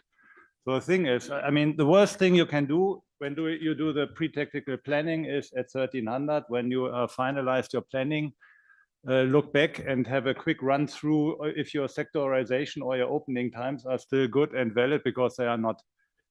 In most days, especially in the summer period, all the other measures, they have such a huge impact on the others that you can start from scratch again. So what we are doing, some of us, I mean, we all understood this and we all see the effects from that. So it's a good idea in the evening, day -1, to reconsider what the next day might bring. So you have a look into the planning and probably issue some adjustments to the pre-technical regulations or to your rostering or whatsoever. And this is fine for your own planning, but this is not a solution for the whole network, because it's just for you and not for all the others. If all the others will start doing this in the afternoon, then we're having the same situation as in the early time. Everybody is coming to new changes and nothing really fits. So we thought probably another thing to add, another point to add is that we have often heard the idea to shift the whole pre-technical process then towards a little bit later in the day to the afternoon. But once again, then if we all are shifting our activities towards the afternoon, then we have nothing as one. So we thought it might be probably a good idea to shift it in the other direction and start already D-2 with all this. So the first shot on D-2 has the same issues as the D-1 in the old understanding. But when we are coming then on D-1, the hope is, this is not proven yet, but the hope is that we already start with a little more refined view on the expectations of the traffic to come for the next day. We know this is not the solution. This is just a proposal, just an idea which needs to be validated, evaluated. And it just probably increases the accuracy of the plannings a little bit. And this probably would be a good step in the right direction. This is the idea we have. Thank you, Holger. Second question. Karlsruhe and RANS are planning regulations and scenarios till 08 UTC, if I got that correct. Yeah. How would you react if NMOC proposes scenarios beyond that time, purple polygons?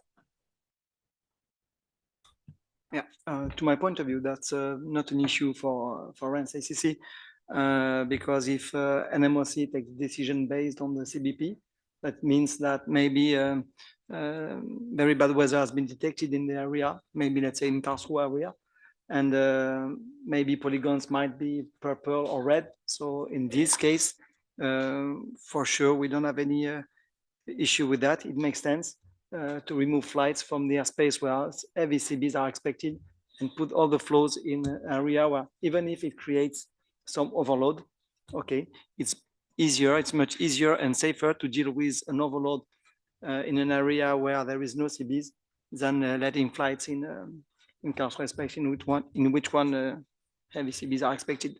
So, and if it's an assessment done by the network manager, it's not an issue. Perfect. Thank you. My third and last question to ANSPs. Do you have contact with any airlines for your pre-tactical preparation? Or how do airlines contribute to your pre-tactical planning, if this is the case? We discussed about that a few hours ago with Holger, and both of us do not have any contact with the airlines at the pre-tactical phase. Maybe we have to integrate that later on in the process, but for the time being, we do not integrate them in the process of pre-tactical.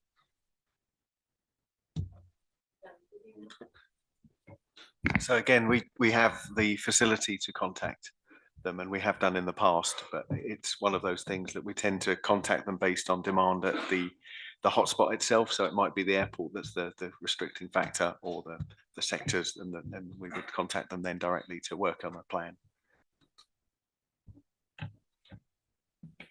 Thank you.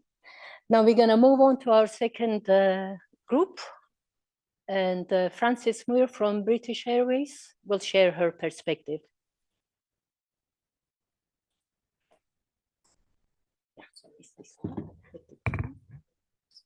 Doing that here.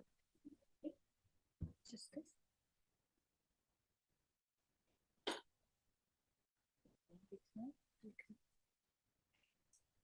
Thank you. Sorry, I don't know if you can hear me. Thank you so much to Yolanda for giving me the opportunity to come and speak from our perspective at British Airways. Shane and I are going to speak as two different airlines with two different business models, lots of different challenges, but ultimately I think by the end of the presentations you'll see that we're singing from the same hymn sheet and in the sense of the overwhelming challenge that we face. So I haven't spoken here before, and I don't know when the last time somebody from British Airways did, so I thought I would just run through a little bit about our organisation. So we operate about 850 flights a day on average throughout the year. That includes our subsidiary airlines, Euroflyer and Cityflyer. Euroflyer are operating predominantly out of Gatwick and Cityflyer out of London City Airport. The important thing to remember, though, is that BA Mainline have responsibility and overall accountability for all of their flight plans.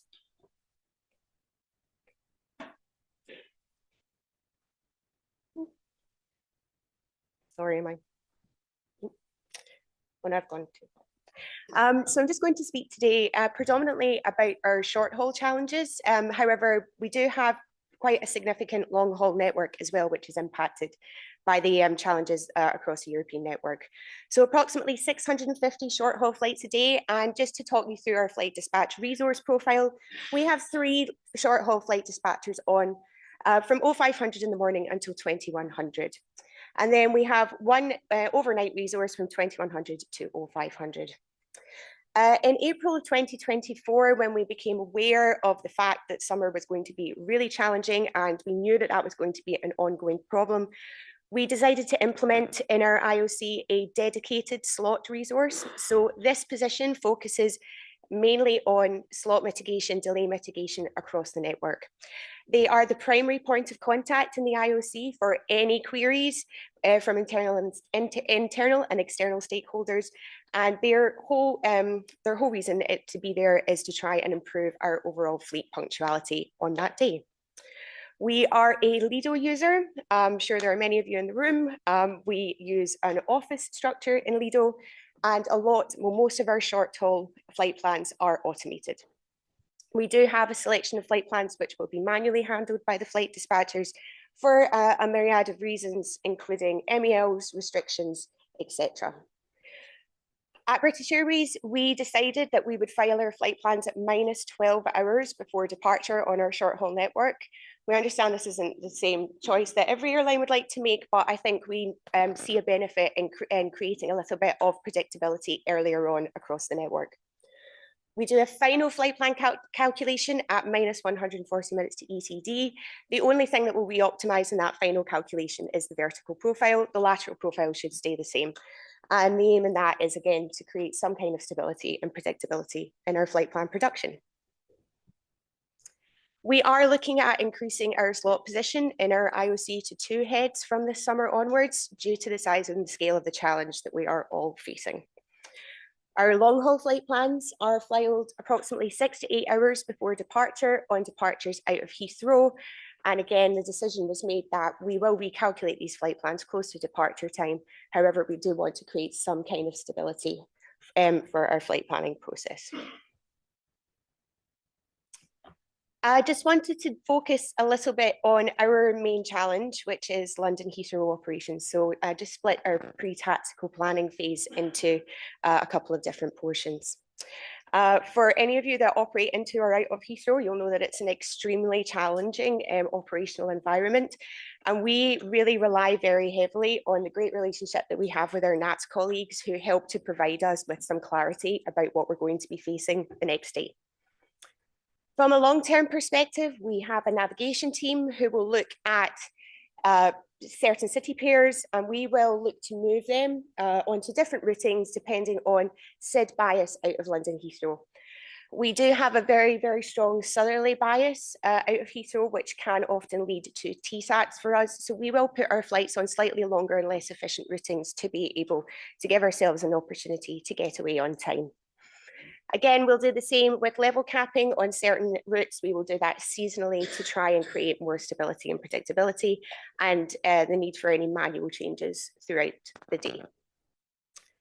At D-1, we really engage with our NATS colleagues again at Heathrow who have a cell called the HOEC. HOEC stands for Heathrow Operational Efficiency Cell, and they really are there to try and make sure that Heathrow runs as smoothly as possible throughout the operational window. We will engage in calls throughout the day, as Darren spoke about previously. We'll also engage in those phone calls at D-1. They will advise us if they think there's going to be the need for any rerouting scenarios the next day, any level cap scenarios the next day. And because we are the majority operator of Heathrow, 50 to 51% of the flights out of Heathrow are British Airways mainline, it's really in our interest to be as engaged with that process as possible. If we don't get our first wave out of Heathrow off to a successful start, we're really, really hampering our ability to finish our programme. So we have a lot of opportunities with Glasgow's, Edinburgh's and other domestic flights to make changes where we can. And we're very, very grateful to our colleagues at NATS for engaging with us as well as they do to give us the opportunity to do that. We do also sometimes hear from UK FMP overnight. They will let us know if there are any hotspots in the network and advise us to move.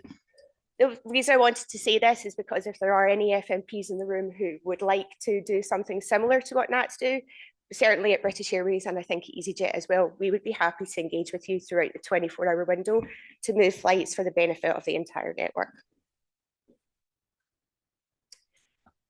From a network perspective then, not looking centrally just at Heathrow, we probably need to do more, and I think that's what we're realising as an airline this year in terms of pre-tactical work. We do a lot of things. If there are special events, for example, industrial action, we can apply specific rules to our flight planning system where we will avoid specific areas. We have been quite, we've not been probably as selective enough in the past as we could be. So our next steps are really to analyse what are the most impacted city pairs during periods of industrial action and really focusing on the best reroutes possible for them and not just taking a blanket approach to all routes that would be impacted. For military activities, we will brief our flight dispatch teams, we will build avoidance area routes, and we will advise them of preferred routings. For significant weather events, we will speak directly with our flight ops teams and the flight dispatchers will be briefed. We will build appropriate routings, coordinate with ANSPs if necessary, and we will also consider carrying extra fuel. From a D-1 perspective, there is definitely things that we could do better, but there's definitely things that we would like to ask the ANSPs and the FMPs in the room to consider. We have that 24-hour resource, and the person that's on overnight, their focus is really looking at that first wave and trying to get that away successfully. We then have a whole day where we're like waiting for the nightmare to happen. If you can see something happening ahead of time, call us because we don't want the nightmare to happen either. And our priority is our customers. Our priority is finishing our programme. And really at the moment, I'm sure the business is cyclical, our priorities might change, but we are in a position where we will do almost anything to make sure that happens. So please contact us. We are more than happy to hear from you. And just finally from myself, I wanted to talk about our new technologies that we have invested in at British Airways. This was with a particular focus on weather, live weather events, and specifically live severe turbulence events. In our IOC, we've implemented WSI Fusion, which some of you may have heard of before. This is our primary tracking provision, so it performs that regulatory compliance piece for us, whereby we are tracking all of our flights. But it also has weather company data overlaid, which we find to be very reliable. It has airport status alerting functions, which allow us to make better operational decisions in terms of extra fuel carriage or changing of alternates. And it can all be specified by aircraft types. We operate anything, we operate from an Embraer up to a 380, so that's very important for us. We also invested in a reciprocal pilot iPad application called Guidor. This was actually developed with one of our British Airways pilots and HungaroControl. It uses the same weather company data overlaid on the application. So, and the idea of that is that there's a single version of the truth between the IOC and the flight deck. We are currently enabling Wi-Fi on the flight deck for all of our aircrafts with a view to in the next few years being able to collaboratively discuss anything with the flight crew that we see in the IOC and they see on their iPad. Sorry, can I have a wee drink? That's going to be a lot of words.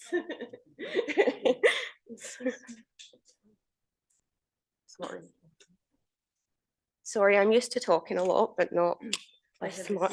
Yeah. Okay, this is a bit wordy. And just for the record, if anybody has any questions about what I'm about to say, this is the maximum that I have on it, so I'm not the expert. We've also invested in IATA Turbulence Aware, which some of you may or may not be familiar with. I think it's important to discuss this because we have invested heavily in it. It is important for our business model. And I think the ANSPs need to be aware that more airlines probably will be investing in similar technology. So turbulence is one of the trickiest meteorological phenomena to forecast. Observational data from the upper atmosphere is still limited and forecast models still struggle to resolve CAT with the accuracy desired for aviation. IATA have developed a solution called Turbulence Aware. Software is installed on the aircraft that uses measured air data to estimate the turbulent state of the atmosphere, also known as the eddy dissipation rate, EDR. This is automatically transmitted via ACARS to the ground. All aircraft operators that use Turbulence Aware are required to install the software on compatible aircraft, resulting in extensive global data that can be analysed, mapped, transmitted back to the flight crew and to the ops centre. All aircraft respond differently to turbulence. Whilst the 777 may experience light turbulence, a lighter aircraft may experience moderate to severe in the same air. For this reason, EDR data is used to generate type-specific turbulence alerts. Now, I don't know if you can see in the picture at the bottom, just with the black circle around it, this is how the EDR data manifests itself in WSI Fusion, and it's very similarly applied and overlaid in the Guidor application. We have seen real-time cases since we've implemented this of advising the crew that there has been real-life experienced severe turbulence ahead. This gives our crew the opportunity to either take evasive action, proactive evasive action, or at the very minimum, put the seatbelt signs on and make sure that everybody is strapped in. We are operating a business whereby our customers and our crew are our #1 priority, and operating safely is also our #1 priority. This might be slightly combative in terms of what NM and the ANSPs want us to do, but hopefully we can find a solution. Thank you.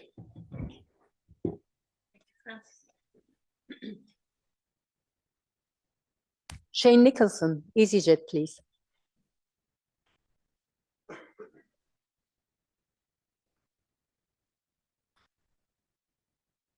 Good afternoon, everyone. Thanks for having me.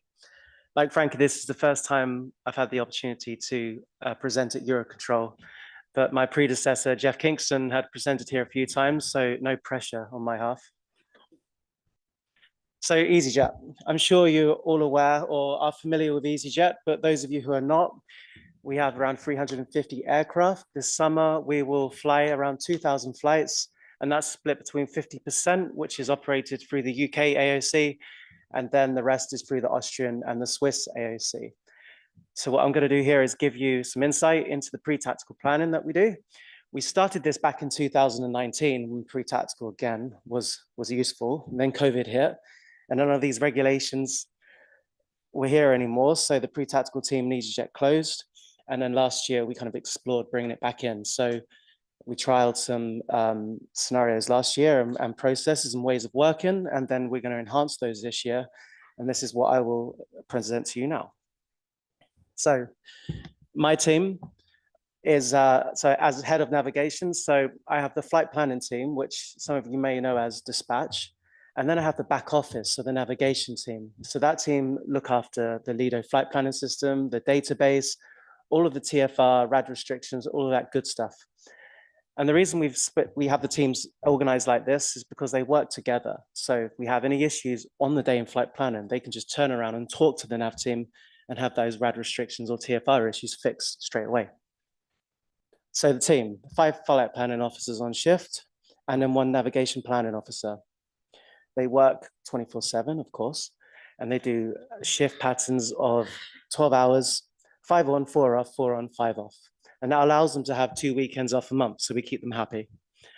On one shift, you've got your senior flight planner who's looking at the operation more holistically. And then you have 2 flight planning officers, which are responsible for all of the ATC slot management. Yes, only 2, unfortunately. But they're looking after all of the reroutes, all of our EOBT management, and dealing with the FMP side of things. And then we have 2 flight planning officers. They're responsible for all of the fuel planning, crew queries, monitoring ACAS, all of that good stuff. And then, as I mentioned, we have 1 officer who's back office support. So they sit on shift with the flight planning team, and they'll be working on AIRAC preparation and the TFR database and so on. So let's just give you an insight to what we do pre-tactically. This graph up here shows you an average day, number of flights over an hour period in a peak summer in 24. As you can see, like, our focus is on first wave, of course, but those peaks are quite stable throughout the day. So apart from the morning, apart from that 5 a.m. period, the rest of the day remains fairly stable in regards to flight count. If we go further down, we can see that 26% of first wave departures last year were impacted by a CTOP, which is 1% up year on year. The positive swing on that is that it's only 1% year on year, which means we're doing something right at first wave. Then 29% of the flights after first wave are impacted by a CTOP, which is 2% up year on year. The reason we focus so heavily on first wave is because 83% of our network operates more than 4 flights a day. So if that first flight's impacted, that's just going to cascade throughout the day. And there's not much resilience to do much about it. And with all the increase in airport curfews, crew flight duty periods, and all of that stuff, it just makes things more challenging. So first wave for us moving into summer 25 is going to be a priority. So I'll talk to you a little about the pre-tactical process that we do. So first we start by gathering intelligence across the network of what's going to happen tomorrow. And then we use some tools and data sets that we've built over time, and we do a risk analysis on those. And then the flight planning team or the nav planning team will action reroutes. So we'll pre-tactically reroute around delays that we're expecting to see tomorrow. And then finally, we do a continuous cycle of improvement process where all of that good stuff that we've done today is reported back into our database system so we can train our AI models and then predict things better moving forward. So just to give you an idea of what the pre-tactical intelligence gathering looks like, we use as many sources of information as we can. So we have the Met Office, who provide tailored weather reports based on our network that we operate. We use other products like the NATS, the daily 4 o'clock call. That's great for situational awareness. And then obviously the primary one down there is the initial network plan. So we're using all of those tools. Again, we're not talking to any FMPs at this point, apart from the NATS 1600 call. Everything else is just guesswork. So to give you an idea of what we're doing with that information. So I apologize that HungaroControl was the one that I pointed out here. So we'd see pre-tactically around 4 o'clock in the afternoon when this is published, that there's going to be an issue tomorrow in that piece of airspace. We've built a database where we can simply filter that piece of airspace, and it will identify all the flights that have historically flown through that piece of airspace. Then we take it one step further, and then we highlight those flights that have flown through that piece of airspace, have had a delay in the past, and then we filter it by like a risk matrix. The ones in red is a curfew. So flights flying into, say, Amsterdam or Berlin on this occasion, those are the ones we're going to prioritize by rerouting because they're going to cause us the most problems. And then we go down to crew flight duty periods. These are the longer flights. If we don't do something about them, then we've got a risk of that crew being stuck down route or canceling the flight because we've not got enough crew. And then the final one, the greens, is just for awareness. So sometimes we have special flights where there's weather ops procedures and so on. We're trying to do something about that just to keep it on time. But this is the kind of matrix that we're using here. So we'll identify that the curfew one here is a problem and do our best to reroute it. So again, like BA, we use Lido. You can see that the blue route goes straight through the middle of that area that was regulated. And then we will pre-tactically reroute it more westerly in this occasion. But we don't know whether that delay was actually going to happen. So we've just spent money rerouting it. We spent extra fuel rerouting it out of that piece of airspace. And at this point in time, it's just a prediction that that delay is actually going to exist. So last year, for example, we probably spent over $200,000 in reroute fees, just rerouting around airspace that we don't know whether it's actually going to happen or not, because the tools that we're using, we don't have that rear view mirror analysis yet. So we don't know whether if we didn't do anything about it, that we were still going to get the delay. So that's something that we need to work on as well. And then finally, when we go back to that last piece, so this is the cycle of improvement piece, we built an in-house widget or reporting tool that all the team use. It's linked to the NMIR data, it's linked to our Lido data, and the flight planners simply put in the flight number and the date they did the reroute, and then we can capture the rest. So with that data, it goes back to the nav team. Say, for example, on this graph in the bottom left, rerouted flights, we can see that the most populated flight rerouted last year was the Gatwick Dalaman and so on. They're the routes that we've rerouted most last year, for example. And then we will build routes, company routes in our system, so Lido automatically files those routes next year. So we can reduce the workload capacity on the team. And on the right-hand side, you can see that they're the percentage of flights impacted by ATC delay. So for example, the Gatwick roads, last year, 70% of the time that operated, it was impacted by ATC. So we'd look to do something about that route moving into 2025 as well. And then really, this is how our KPIs are tracked. So this year, we have a KPI that will save 300,000 minutes in navigations. So far, we're about 110,000, so we're doing quite well. But these are the kind of KPIs that we're tracking to make sure that we're doing our best for summer 25. And then finally, to end that, myself and BA, we came up with these 3 points that we would like to talk about. So what we'd like to see in the pre-tactical side of planning is enhanced stakeholder collaboration following the initial network plan. What that means and what our FMPs have already identified, that they're not talking to each other. So this starts with the engagement piece. Once you've done your initial network plan, we can do stuff for you. You tell us what you need us to do to avoid those bottlenecks tomorrow and we'll do it. But it seems like that conversation isn't happening. But going back to my resource, how much I have on shift resource-wise, MBA, we do have the resources to do something about that. So that's one thing we need to take away from this. And expanding on the utilization of these existing processes, what that means is we're not trying to reinvent the wheel here. There are a number of processes or systems in place that EUROCONTROL and we use on a daily basis that we could use to make this better. I'm talking about reroute scenarios or RRPs, all of that good stuff that is already there, already available, that's ready to go. And it's the question really for the audience is the advantages of postponing the publication of the initial network plan. We've already highlighted some of the negatives of doing it, but surely there are some positives to be on it as well. So that's for you guys, and that's me. Thank you.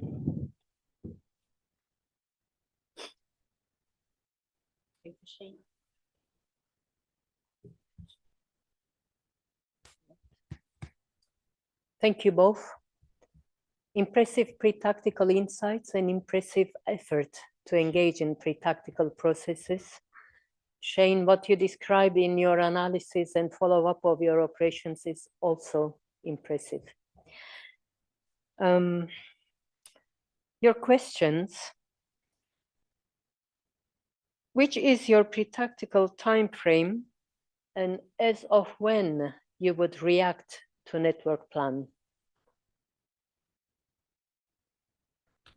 Just from a BA perspective, our pre-tactical phase would really commence overnight up until on a busy summer day, up until 10 or 11 o'clock in the evening.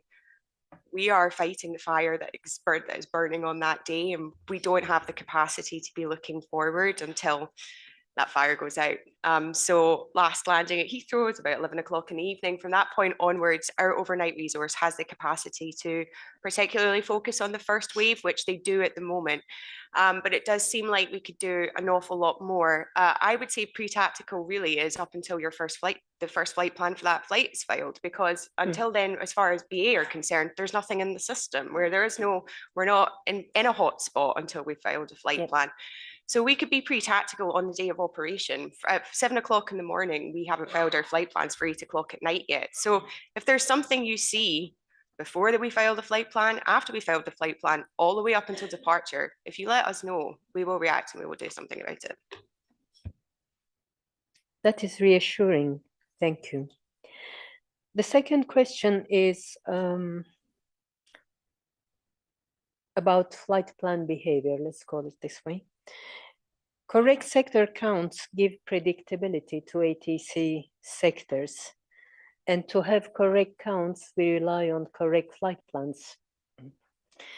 But flight dispatchers do not always update their flight plans on the day of operation, especially with the delay on the second, third leg. How can we convince our colleagues to keep their flight plans updated, thinking that one thing links to another and everything is interlocked in a way? Yeah, I'll take that one. So I don't know whether it's a choice of words, but I don't think convincing is probably the best one to use. But I think really it should just be done. Best practices should be rewarded. So we should be incentivized for doing it properly. If we're updating our flight plans accordingly, then we should be rewarded for that, and those that don't, penalized.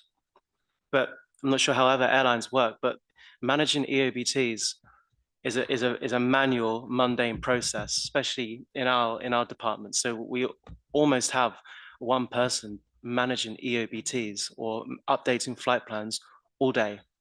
So that's one person just simply updating the EOBTs all day.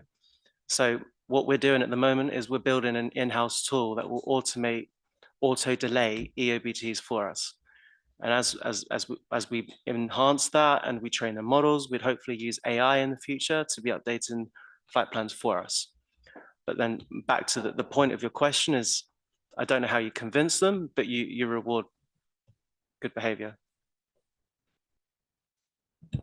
I think as well, like, people don't intentionally do things poorly or badly most of the time. So yeah, it's not a matter of convincing people. It's maybe having a bit of understanding about the challenges that are going on in somebody else's workplace at that time. Thank you. Stephen, you heard about the incentive for correct behavior. We need to discuss about it. We're just sorting the financing out now for Shane. Perfect. My last question to airlines. Last year, we observed that airlines did not change greatly their flight plan route, even if they would be in a severe weather regulation or crossing a weather impacted area. One airline responded to us saying that they will stick to their initial flight plan, so the most economical or preferred route, however we call it. How do we encourage airline colleagues to take on board NMOC rerouting suggestions that you were referring to earlier in your presentation, and to engage with network structured weather avoidance that we are planning to do this summer? That one's a good question. And we're going to break this down into a short haul carrier, and then Frankie will answer the question as a long haul carrier. We won't pre-tactically or tactically for that matter, we don't reroute for weather. We rely on the flight planning system to do that for us. For example, we're flying 2,000 flights a day. Our team are not dispatchers. They haven't got the capacity to be rerouting around weather all day. So one, we rely on the system to do that for us.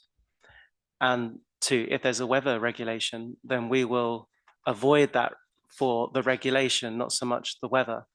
And we've got two very experienced crew members sat at the front of the aircraft that can make those decisions how to reroute around weather on the day. But if you want us to take action on, say, weather phenomena, then again, it goes back to using your scenarios or reroute proposals. And that's one thing that EasyJet probably hasn't been the best at, is taking advantage of reroute proposals. But as we go into summer 25, that'd be up in front and center for us to do. Okay. And just from a long haul perspective, from a short haul perspective, I would agree with Shane. With 650 short haul flights, it would be very, very difficult to plan around forecasted areas of turbulence. You'd need to do that right up at departure time, and that is just not possible in an operational environment. From a long haul perspective, as on my presentation when I showed you the new technologies that we are going to look down the route of taking evasive action at planning stage and avoiding certain weather phenomena. We are not in agreement yet fully across the organisation about which of those phenomena we will plan around, but certainly with the long haul manually flight plans, you have much more scope to make these amendments at short notice. Okay. Thanks a lot to both. Now this brings us, following on your requests and your suggestions, we have a good link with NMOC plan for the summer. So René will be presenting the summer plan, if I may call it this way, René. Yes, please.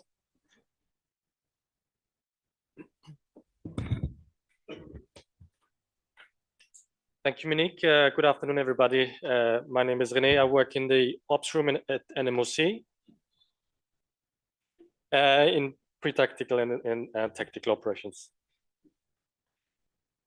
After a very busy summer in the ops room, a significant amount of operational staff went into a very busy winter, preparing for yet another very busy summer. But now I'm having the pleasure to present you what we try to do differently, better next summer. Everything starts like here in the strategic phase.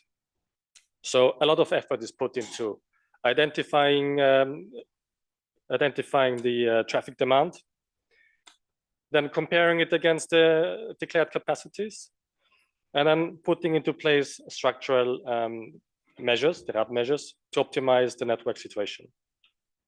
So while this is the perfect plan in the strategic phase, very often in the pre-tactical phase, we are confronted with a different setup.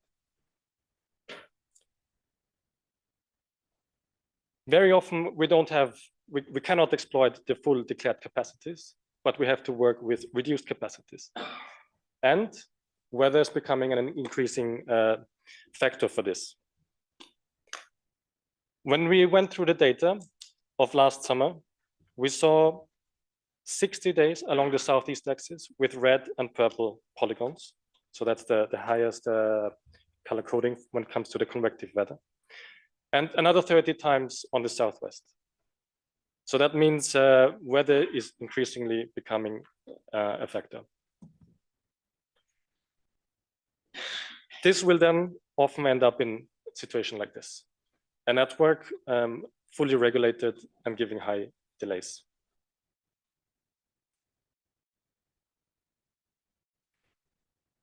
So what are we trying to do better next summer? We go into enhanced pre-tactical planning, but what does it mean? Best shown in the cross-border weather playbook that we are now working on currently. We want to achieve a proactive air traffic flow and capacity management. And we also want to apply a more network-centric approach. How is it done at the moment? Very often we are chasing the traffic.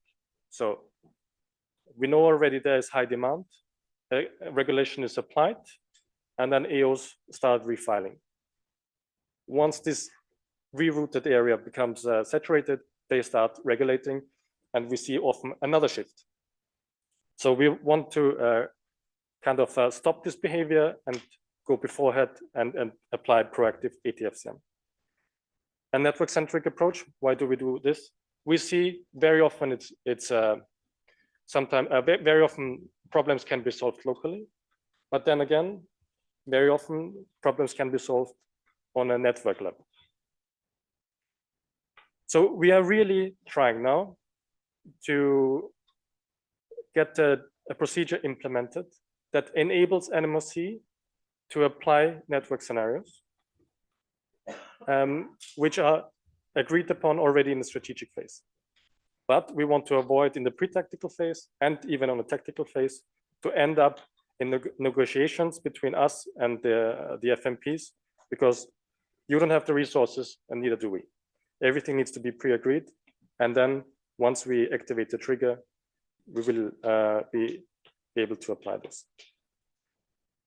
One other element, we changed our staff rostering in the ops room, meaning that the one person that is responsible for creating the D-1 plan will be also the person that executes it on the next day.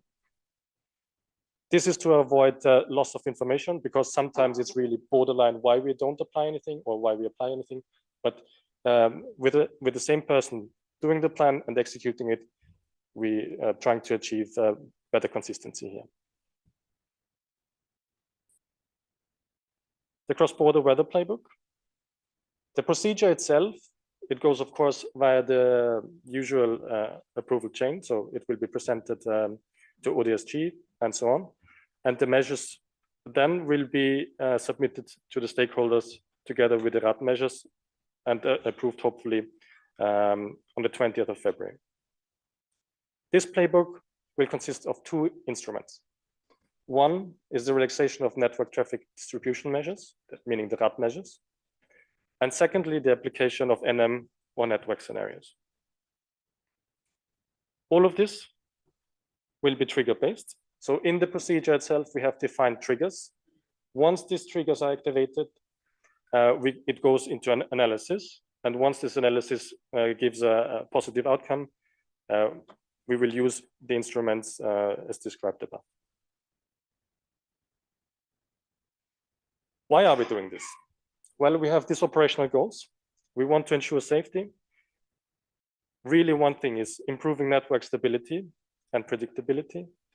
We will take into consideration flight efficiency. And at the same moment, we want to reduce delay. The two instruments. One, the relaxation of network traffic distribution measures. What you can see here is a RAT measure. This applied to offload this red area. While this makes perfect sense when we have the declared capacity, it might not necessarily be the best solution once we go into a situation where the unloaded area faces capacity reduction. So if we imagine now we have severe weather conditions in the blue area, doesn't really make sense to unload this area with additional traffic. So here, once this trigger is hit, the analysis shows that gives an added value. We will be relaxing this RAT and enabling AOs again to refile via the original area.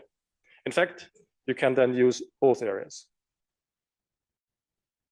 And then second instrument, the application of network scenarios. So here you can see a flow that typically flies through this area.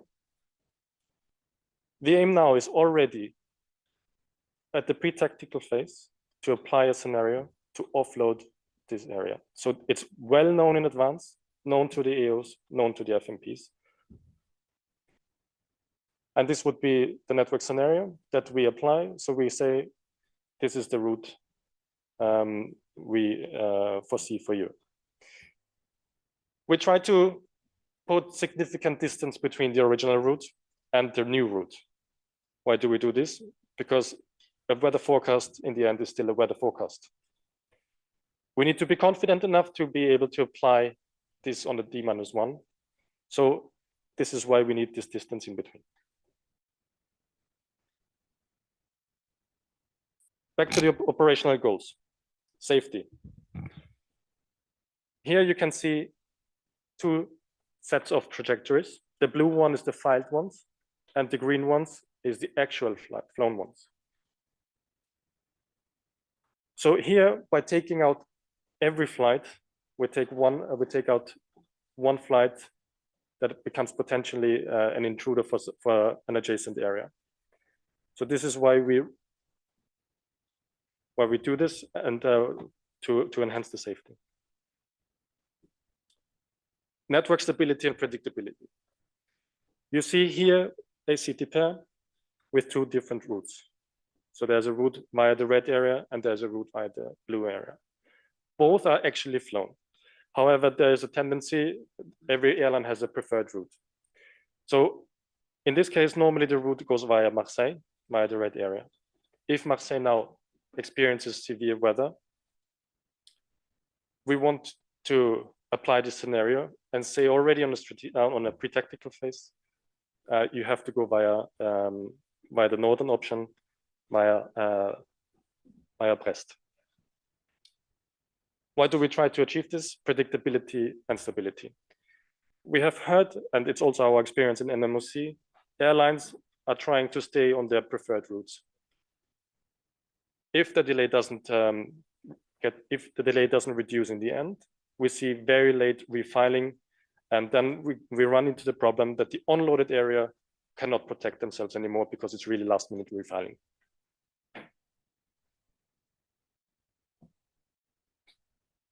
We will also take into consideration flight efficiency. So when we created this scenario, we are looking at flight efficiency as well. This may sound a bit controversial to the EOs because we take you away from your preferred route. But the distance of the rerouted flight is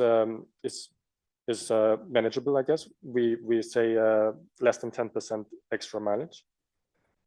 So we take flight efficiency into consideration because there are some flights, they don't have an option to reroute. So if you have to cross this area, there's no way to avoid this area. So we create space for the flights that cannot reroute themselves. That means we take flight efficiency into consideration to achieve network efficiency. In the end, we are looking for delay reduction. If we have widespread convective weather, we also have widespread regulations. So a flight is crossing multiple regulations. If we see the opportunity to reroute them and put them only in one regulation, we can achieve significant delay saving because we take them out of several regulations. All the other flights will benefit of the freed slot, whereas we might create more delay in the reroute, but the overall network delay is reduced. This is it in a nutshell, what we are trying to do differently next summer. I fully acknowledge that it may happen that some of your flights will not be on the preferred route, but it's really in the interest of the network. Thank you.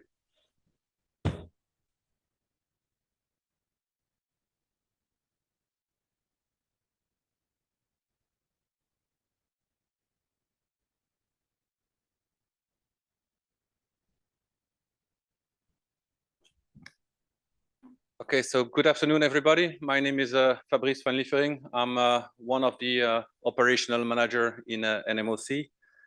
And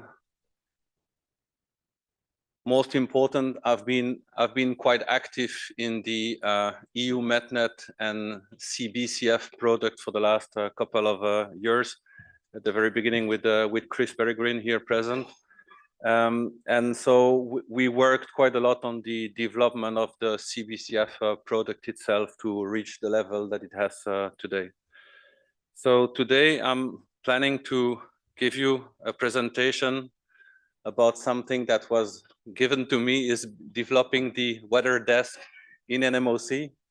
So we will have, as from April, weather specialists in NMOC. This means that this is something completely new. We heard from some ANSPs that they are already using MET information into their operation. We know they do so also in the FAA, and so we are going to start doing something similar from very beginning in NMOC. So in summary, it's a new function, it's a new position, it's a new training package that we need to develop. We need to look at a new interface for the med specialist to work with, but also to communicate and make the data available to the external. And we are looking at new processes to be defined. Why we need this new function? Well, as we heard already from various meetings, not only this one, but weather has a big impact, not only locally, but also on the network itself. There is nowadays recognition of the need to address the weather delay and to take proper mitigation measures. And NMOC was requiring to have weather specialists to help achieving moving traffic flows. Because although for a lot of us in NMOC, we have 15, 20 plus years of experience, we are kind of observer of the weather and we are not specialists in analyzing the weather. So we would like them also to analyze the weather events, patterns, trends, but also helping us in the future on further building the weather scenarios that René already spoke about. Now, a bit of a legal context on why we wanted this new function. So, well, the NFIR is mentioning that NM shall coordinate the air traffic flow and capacity management. The Annex 2 paragraph, part B, sorry, is mentioning that NM should optimize the overall performance of the network, but also focusing on the adverse weather. As part of the network strategic plan, the SO4, so the strategic objective 4, is saying that the network manager shall develop, implement, and harmonize tools, processes, and procedures for the network weather management and avoidance of adverse weather. And then very well recently, the NMB endorsed the NM budget for 2025. And we were able to recruit 6 weather specialists into our operation. Now, as I mentioned, this will be a new position in the operational room that you see here in picture, or for those that haven't seen it, maybe you will have the chance to see it later on today or tomorrow. Actually, this whole setup in NMOC about the working position was done well before we knew that we could have weather specialists into our operations. So we need a bit of reshuffling and thinking where we're gonna position them. We want them to be as close as possible to the AOLO, so the Airline Operation Liaison Officer, but also close to pre-tactical and tactical operation.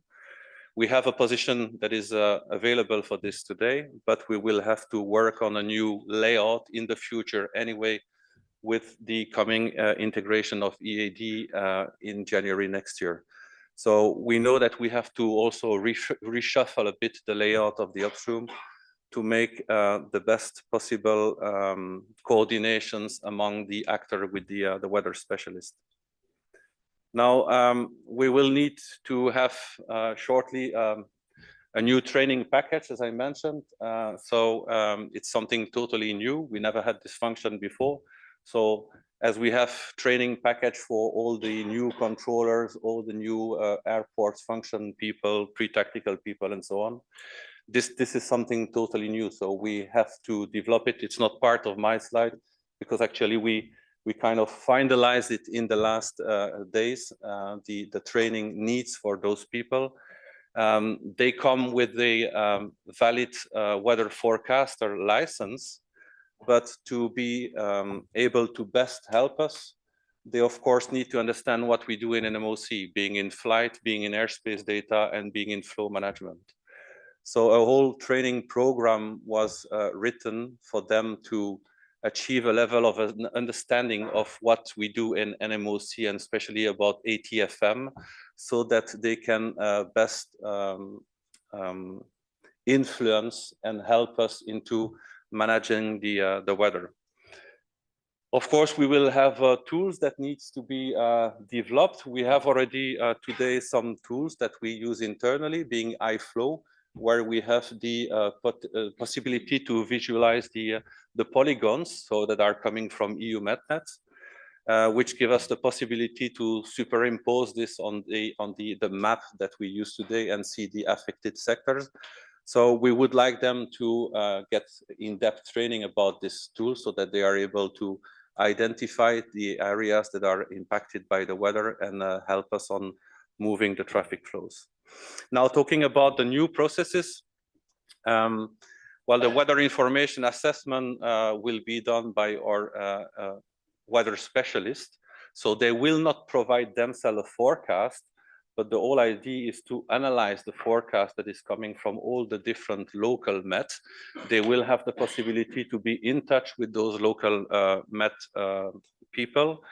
And the whole idea is to have a network weather assessment for us to be explained to our operational staff in pre-tactical and tactical, and helping us to move the traffic flows, as René explained already earlier. So we have established a process for day -1, for the D0, but also for day +1, because we need to go into analysis of the quality of the weather data that we are getting. For those of you who were in the wash-up in Barcelona, you know that we have already the Innovation Hub is helping us on analyzing the quality of the weather. So it's an ongoing process also. It's something new. We started with this last year. And then in the future, so that's why I put day +X, is also to participate in creating new weather scenarios. What are the next steps and what are the added value? Well, it's going to be obviously a continuous learning process between the Met specialist and NMOC. As I just explained, it's something totally new. We never had weather specialists into the operation. We know by experience, because some of us went to DFA, that it took quite a lot of time for them to achieve the level that they have into managing the weather. We know also from some ANSPs. We had a very interesting presentation from Darren in Barcelona when we did the wash-up about how much time it took for them in NATS to achieve having the weather specialist into their operation, embedded in the operation, coordinating with them, getting to know and understand each other and get to the level where they are today.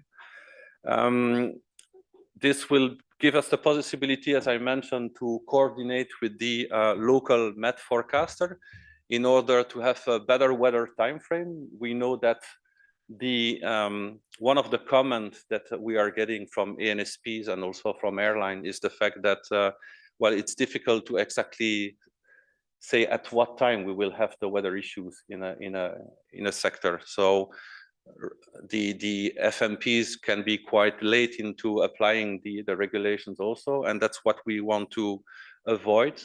So we would like to have more coordination with the local Met in order to be able to discuss with the FMP in having the timely application of the weather regulation.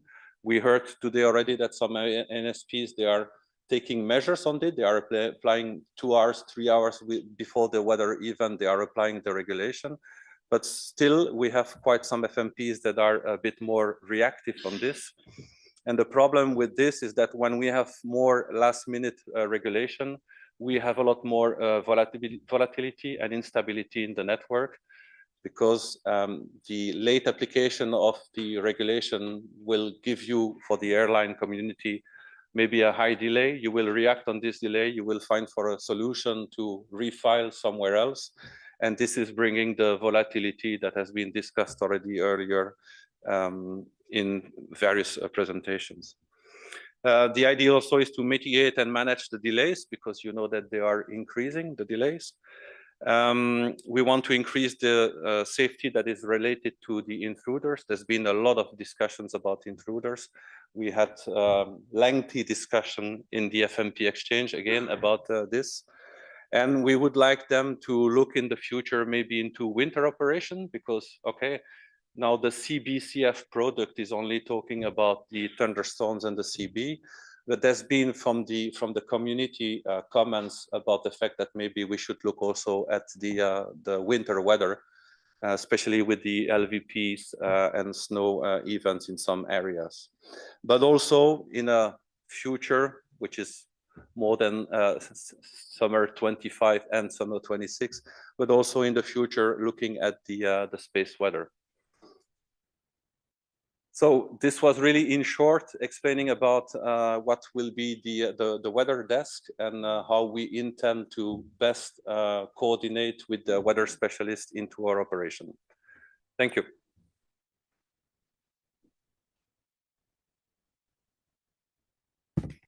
Thank you, Fabrice. Thank you, René. Great presentations. I marked your presentation title is pre-tactical, but you also talk about tactical operations, which makes me happy. Okay. Ladies and gentlemen, it's questions and answers, or question and answers, however we say it, time. There are some hands up in the air. How do we do this? Do I? Who? There? I think he's deferring to me. Okay, I'll take questions from the floor, then I have my dedicated questions to colleagues here.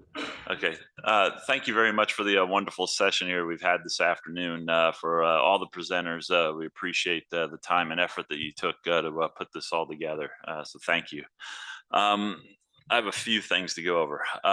First of all, from the ANSP side, Darren, I will kind of single you guys out at NATS. I think the daily 1600 call that you guys have is a wonderful thing. It has been very well received, at least with United Airlines.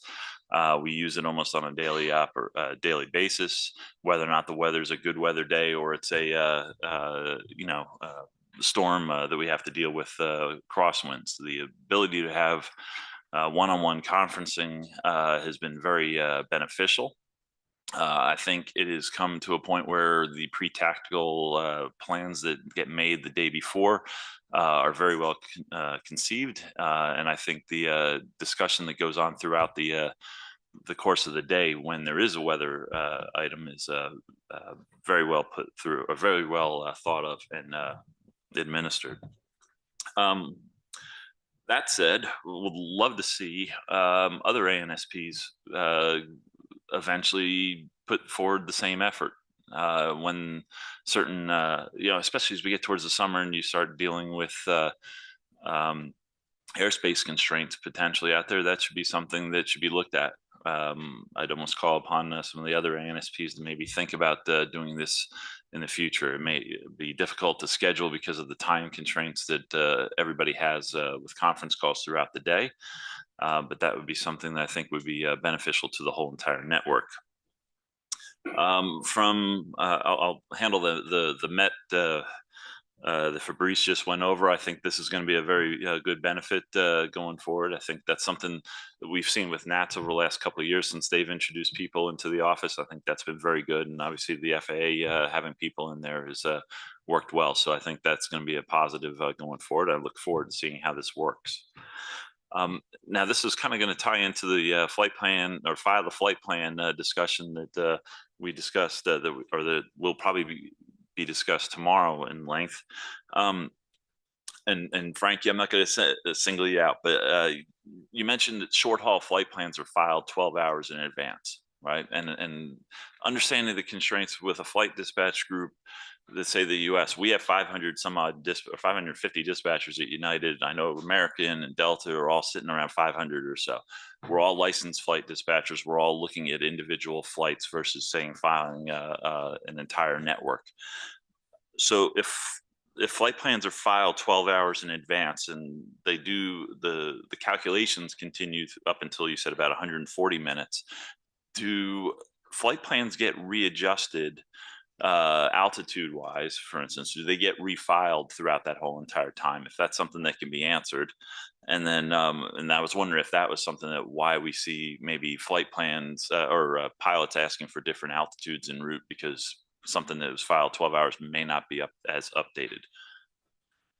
So yes, it does vertically re-optimize throughout that period. It will recalculate based on certain parameters. So that would be an aircraft change or an op def or something like that being added. I don't think, though, that it's possible that the flight crew perceiving it to be a different flight level is something that our airline has an issue with, because when a new flight plan is sent into our system, they brief on the iPad, they're completely paperless, and the old flight plan is no longer available to them. And it's push notification as soon as that flight plan comes through, and they can no longer access the old one. And particularly on our short haul aircraft, if you're on a 4-sector day, you're not looking at your next flight plan until you're probably an hour out, and by that time the flight plan's locked in. So something that, you know, with flight dispatchers, with the amount of that we have, and of course, you know, we're dealing with the individual flights. We're filing our flight plans about 2 to 3 hours in advance. So we're giving the flight plan when it gets filed is what the pilots are going to expect to have, because that's the most up to date weather that you're going to see or that they're expecting. Sure, 10 hours in, if you're going from New York to Delhi and you're crossing through your airspace, winds change, patterns change. So that's where you may see a flight plan altitude change. It won't be a 4,000 foot or a 6,000 foot, but it may be 1,000 or 2,000 feet, depending on things going. Anyway, so these are just some of the discussions that I'm sure we'll discuss some more in the morning. Again, I appreciate the panel's time today, and thank you very much. Thank you. Thank you. Paul Heyman with American Airlines, and I'm not going to repeat everything Jeff said. I do support what he has said, as well as I do want to thank the panel for all their input. I'm not really asking a question. I'm just kind of reemphasizing the importance of the D-1, D-2 tactical planning from an airline operator's perspective. We never want to cancel flights, but what we have learned by doing the pre-tactical planning is that in the past, we would just try to manage on the day whatever we thought was going to happen. And what often happened was we ran the airline until the wheels fell off and we crashed and burned, pardon the pun. And it took several days to recover because of that.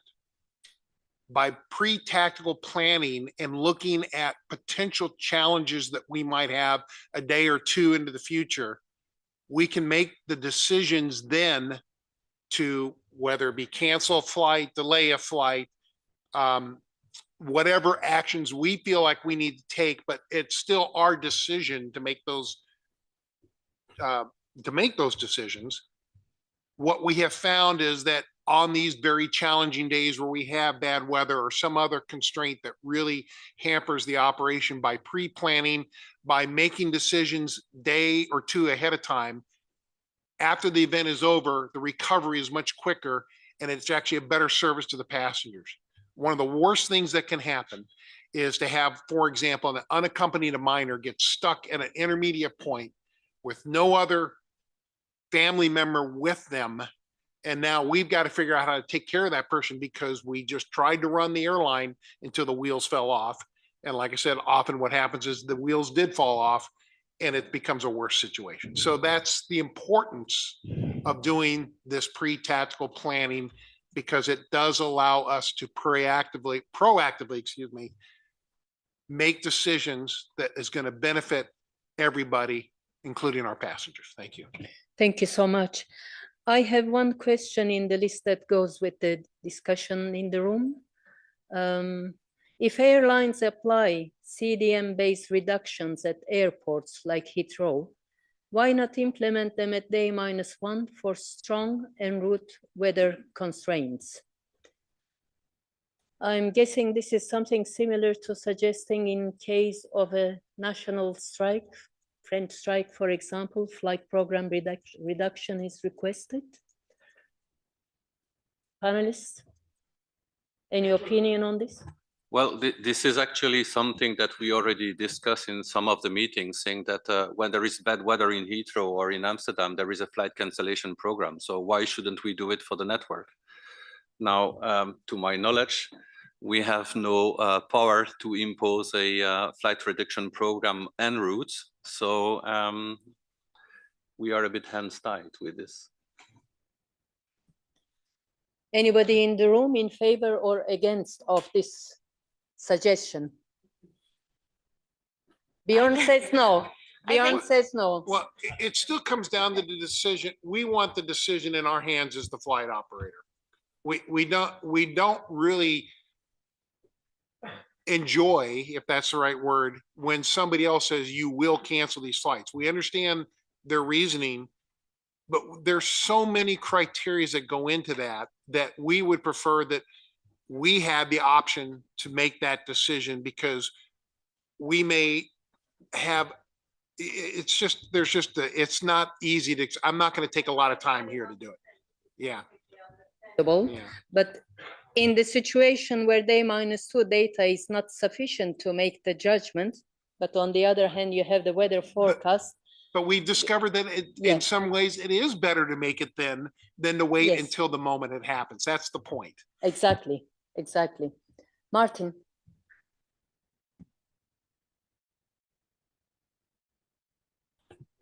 Martin Dijks, KLM. About canceling flights due to severe weather or whatever, is there a written testimony? Because the European carriers are facing EU 261 regulations. So, you know, basically we need to have some written proof that airlines are requested to reduce or cancel their schedules, so it can be brought to court and we don't have to pay the passengers. Yes. Yeah, Louise Brennan, Aer Lingus. Yeah, that's exactly what we find with Heathrow. I was just going to say what Martin said. It gives us an out from the EU 261 regulation when Heathrow does its DVC, demand versus capacity, and it really helps us out hugely.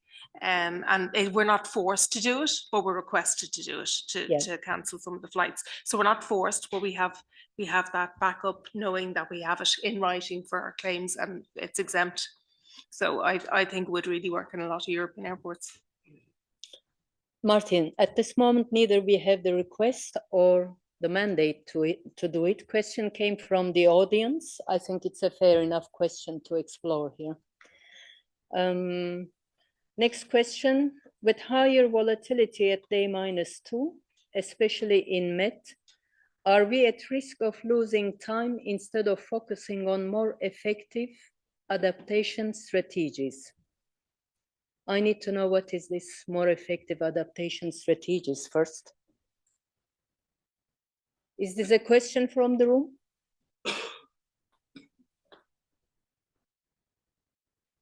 Maybe not. Anybody willing to take this question? It's not clear to me what is focusing on more effective adaptation strategies, to be honest. Yes, madam. Thank you, Fabio Lazzaro from Catania Airport Operations. As part of iFlow tool, I would like to know if EDI, Early Diversion Detection System, could be shared with the airports in order to enhance staff planning and resource allocation. Thank you. I'm not sure I entirely understood. iFlow or EDI? EDI should be part of iFlow.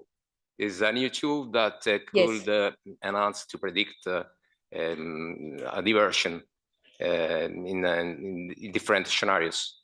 And so if we have this information, we could better plan our operations, staff planning, and the resource. True. This is a tool right now. It's been worked on to adapt to our operations, especially the pre-tactical phase. It is not ready at this moment. Okay. So basically, iFlow, Isobar, and EDI integration is now work ongoing. Once it's ready, I think we could share this with project team and see if this can be shared with externals or not. You want to come in? Yeah, just hi, it's Chris Peregrine here. Just to expand on what Monique was saying there. Yes, exactly that. It is under development at the moment, but I think if that's the sort of, if there is a demand for that sort of thing, and you would find that useful, then I think it is something that we need to look into. So I'm quite happy to follow that up, and we can then start to assess whether or not there is some real need for that. But it seems from what we're talking here, one of the sort of takeaways I've got is that there is, although there are difficulties, there is a need for and a desire for planning over the current horizon. And I think these are the sorts of tools that will enhance that. So thank you very much. Thank you. Thank you, Chris. Next question.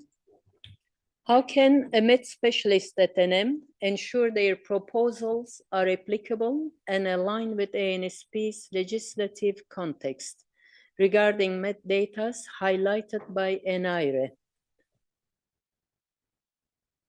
Is this a question from ENAIRE or no? Seeing your face is not. Okay. Fabrice? I was going to say, why are you asking it?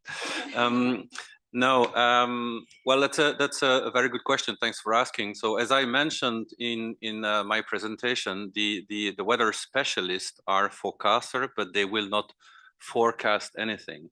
They will be there to assess the weather and be in contact with the local Met people to discuss about the weather situation at a specific ANSP in a specific airport. So legally speaking, we have no power to impose anything in terms of applying a regulation, because we see that I'm hoping that this is in this context, but about applying a regulation if we know that there's going to be bad weather. So it's all about coordination and getting into understanding each other and coming to a mutual agreement about what would be the action. Now, if it's about the scenario and the fact that we intend to move traffic flows, as it was explained by René, we will have this meeting on the 20th of February, where all the ANSPs will be presented with these measures. And then there will be a green light, in fact, for applying these measures, depending on the weather or not. So I'm hoping I've answered the question. If not, please clarify it. Thank you. Thank you, Fabrice. One of the participants asked a question second time. This is about an aircraft departing from airport during CTOT because NOP is down. I suggest we take this offline. So whoever is asking this question, please come to us, me, Fabrice, and René, to discuss your question. Next question on the list is, how will the new Met position at NMOC work with the airport function at NMOC?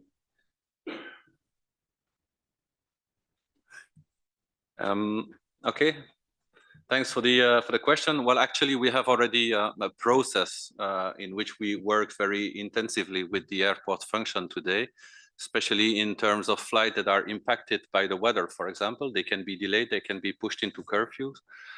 So we have already quite a very good coordination with our colleagues from the airport function. At they are sitting just next to the SNOC position, so next to René, for example. And there is already quite a lot of discussion ongoing when they use mirror and they see that the flight is delayed because of a regulation and pushed into a curfew. We already look at what can be done, in fact, to improve this flight. So I'm not expecting any big change, in fact, with the Met position, except when we have information coming from the airport corner, for example, about strong winds, for example, in Amsterdam, or snow forecast in Gardermoen, something like that, and then we could maybe go into local discussion with our Met specialist. Yeah, that's it. Thanks a lot. What is your definition of a hotspot? I think this question came when Darren was presenting, but feel free to take the question, any of you. I suppose for us, in terms of hotspots, there are various ways of looking at it, but it's perhaps when demand is above the declared capacity for a sector or traffic volume is the easiest way, or for an area or a group of sectors that may, again, exceed demand. I think just grin and nod. From our perspective, when we prepare the INP, we define hotspots where we expect some issues the following day, but there's not a regulation applied yet in pre-tactical phase. But this is just to highlight and to give the EOs a heads up that there might be something coming up in tactical. Can I add something there? Recently, I hear a new term used, cold spot. Can one of you explain to the audience what do we understand from cold spot? Yeah. Well, cold spot, what we mean by cold spot That means that we have a spare capacity in a specific area. For example, we know that mainly AOs plan above we know that mainly AOs plan always above 365, and we have a spare capacity below 315. So we declare 315 as a flight level below 315 as a cold spot. So we want to AOs, if possible, file in this flight level. Yeah, just to add on this cold spot, it's something that comes from a trial that we did 2 years ago, nearly in May, with Stefan and with some French FMPs about avoiding to regulate some sectors. So basically, the whole idea was to make sure that Reims, for example, in this case, Brest and Bordeaux, did not need to regulate, but we were looking at what is the spare capacity in maybe in some of the lower sector. And there was a lot of coordination that took place, in fact, between them, us, and the AOLO in contacting the airline, for example, as Stefan was explaining, sometimes in just refiling 2,000 or 3,000 feet below. And this would just by moving a few flights avoid to have the regulation. So this is where this whole idea of the hot spot and cold spot is coming from. So this cold spot is about available spare capacity somewhere. So Stefan, question, when you have a cold spot, does it mean René and his colleagues can push traffic into that area from a hot spot? Yeah, definitely, yeah. Perfect, thank you. Next question, what is the plan with the weather improvement network? Will space be closed during the TS or you will divert traffic in flight? I think this is addressing two phases. One is planning. One is the ATC, so maybe we can take the first step. What is the plan with the weather improvement network? It's not very clear to me. Well, not very clear to me either, but I'm just hoping that that person can maybe clarify if it's in the audience. It is? Is it? Is it? Somebody from the audience? No? No?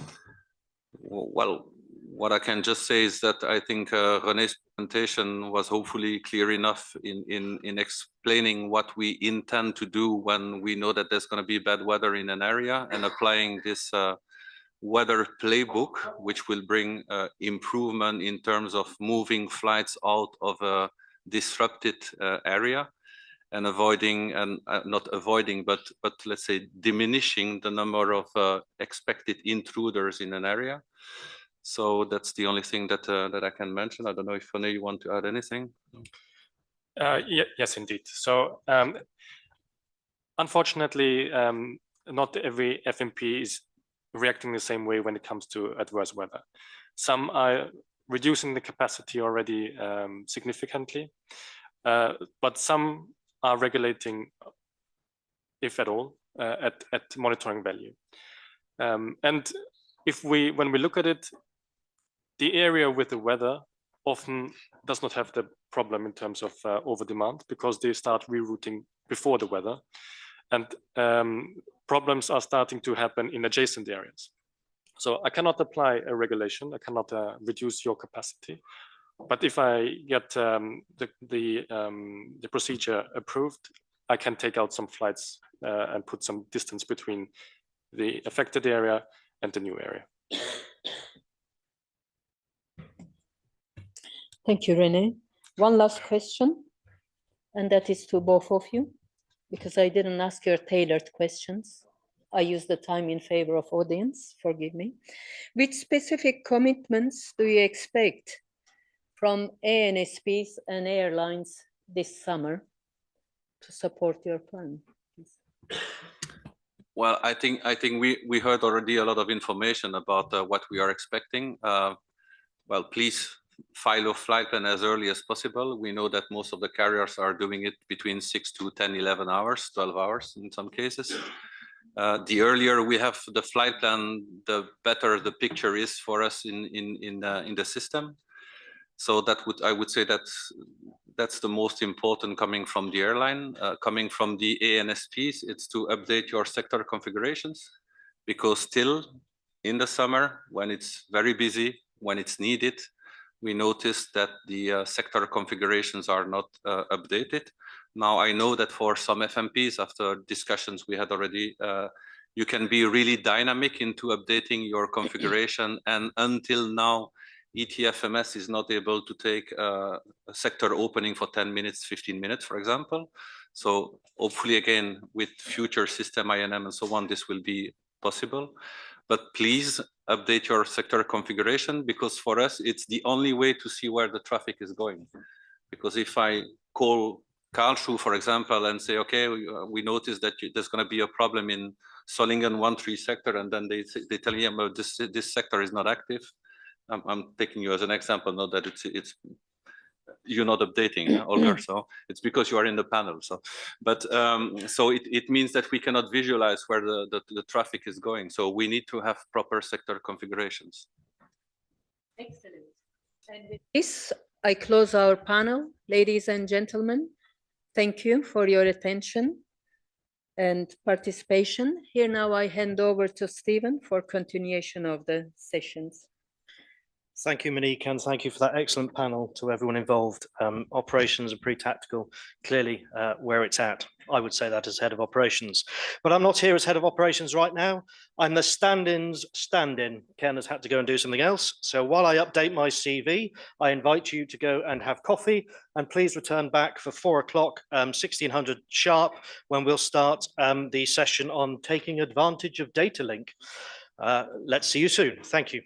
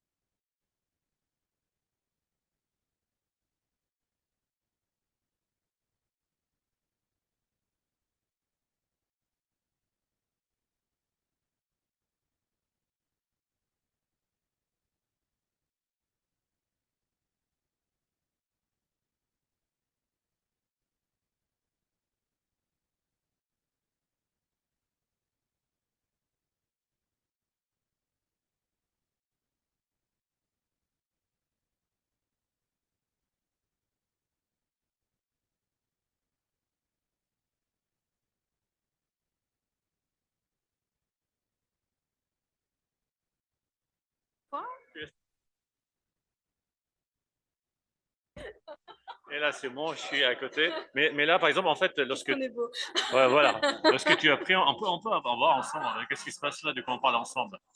Et si tu as pris à côté Victor, par exemple, essaie d'appuyer Victor pour voir. Ah oui, en fait. Alors, c'est mieux ça. En tout cas, une fois on parle.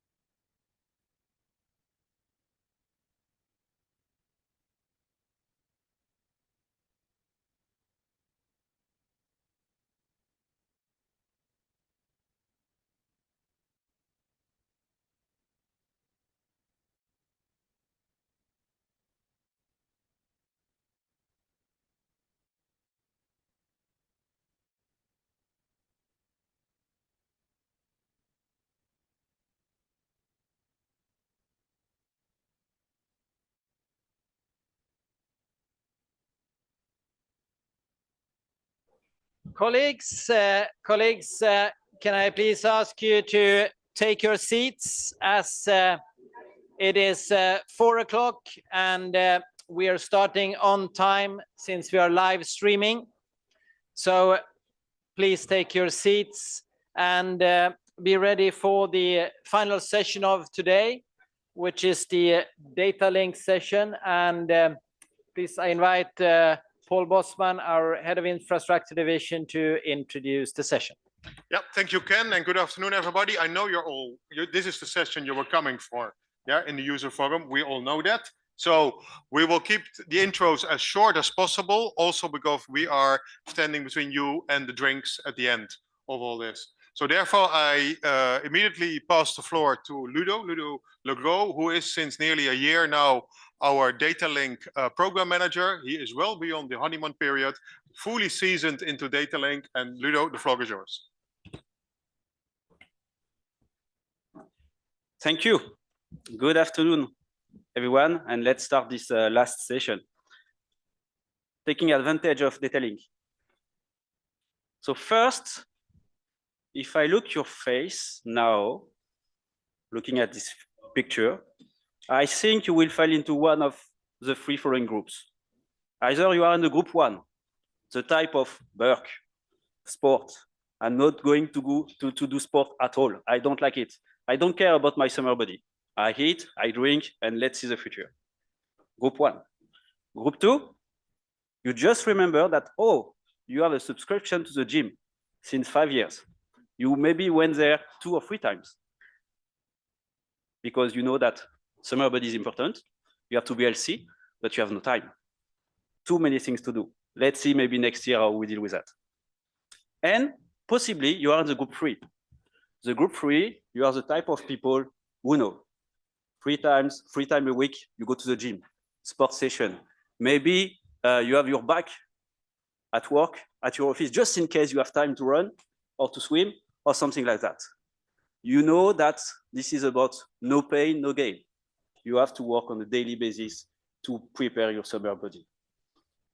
I'm pretty sure you are in one of these groups. In the Datalink ecosystem, we had to make a similar choice. In which group do we want to belong? Because if you want to make the Datalink better for the next summer, it's not only about willingness, it's about being engaged, it's about commitment, it's about daily work. And this is the session that we will start now, about this. What is our approach, the plan, the people who are dealing with this approach, this work to make the Datalink better for the summer 25.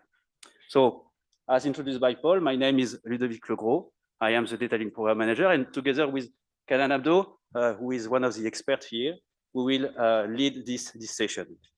Welcome on board. So first, very shortly, because either you are a Datalink geek or you know nothing about Datalink, so I'm not going to spend too many time on this one, but just to explain that when we speak about Datalink, this is basically about the exchange of text messages between the pilots and the controllers. All the pipelines, all the applications, all the systems that are needed to support this exchange of information in very short. Something that is very important to note as well, and these are the 2 figures that you see here. If you look at the European airspace, 95% of this airspace is covered by Datalink services. It means almost everywhere. Only one country is still to jump in. 83% of the flights are equipped. It means that almost all the flights are equipped. In short, this is very positive because we need 75% at least of the flight equipped to take the benefits of the Datalink. And we see that we have Datalink almost everywhere. So, our session today. We will have a mix of presentation and discussion. So we are going to play with the speakers, ask questions, and discuss between us. Short presentations, discussion. We'll start by highlighting the benefits. What can we take as a positive benefit from the Datalink? What does the Datalink bring to us as ANSPs, as pilots? You will see that. Then we'll have to be a bit realistic as well, because we have to take lessons from the past. What are the pain points? What are the lessons that we can take from the summer 24 as an example? We will discuss about this. And finally, we will highlight the plan for the summer 25 and put the spotlight on some actions, some organizations, some people who play a role in that preparation. Speaking about the people, these are our guests for today, and I will nicely invite them to shortly introduce them. Clearly, this is a hashtag no pain, no gain in the Datalink. The people who are engaged and are willing to change the system and to make the system evolve. We'll start with Anne, please. Hello, everybody. My name is Anne Pereira. I'm a first officer with Air Portugal, flying A330 currently. I am a technical advisor and part of the member of the OFG group here with Victor. It's a focus group about Datalink. Good afternoon, everyone. My name is Victor Jagaset. I'm an air traffic controller at EUROCONTRol Maastricht UAC. And on the 50% side, I'm also the systems monitoring and revision team coordinator, which is a team connecting operations with engineering. And I'm trying to make sure Datalink works for all the controllers. Indeed, besides, we work together with Anne and another about 58 people at the operational focus group, which is tasked with harmonizing, but we'll talk about that later. Thank you. Hello, good afternoon. I'm Sabine Tayarda. I'm heading the portfolio of communication, aircraft communication in CETA for aircraft. And this portfolio managing both communications for the airline and for the ANSPs around the world. So good afternoon. My name is Davide Corinaldesi. I'm working for ENAV. I am head of the Data Service Provision and Transition Department. Kenan? Yes, Kenan Abdo, NM, EUROCONTRol Brussels, CNS, Datalink. Amazing. So as I said, we'll have short presentations, so they are not punished. I will just give them the floor and they will make their presentation from their scenes, and we have more time to discuss all together. If at any time you have a question, you have the QR code in front of in the screen, or if you are in the room, feel free to raise the hand and we see how to exchange. And we'll start now with the first presentation from Davide about the experience and feedback on Datalink.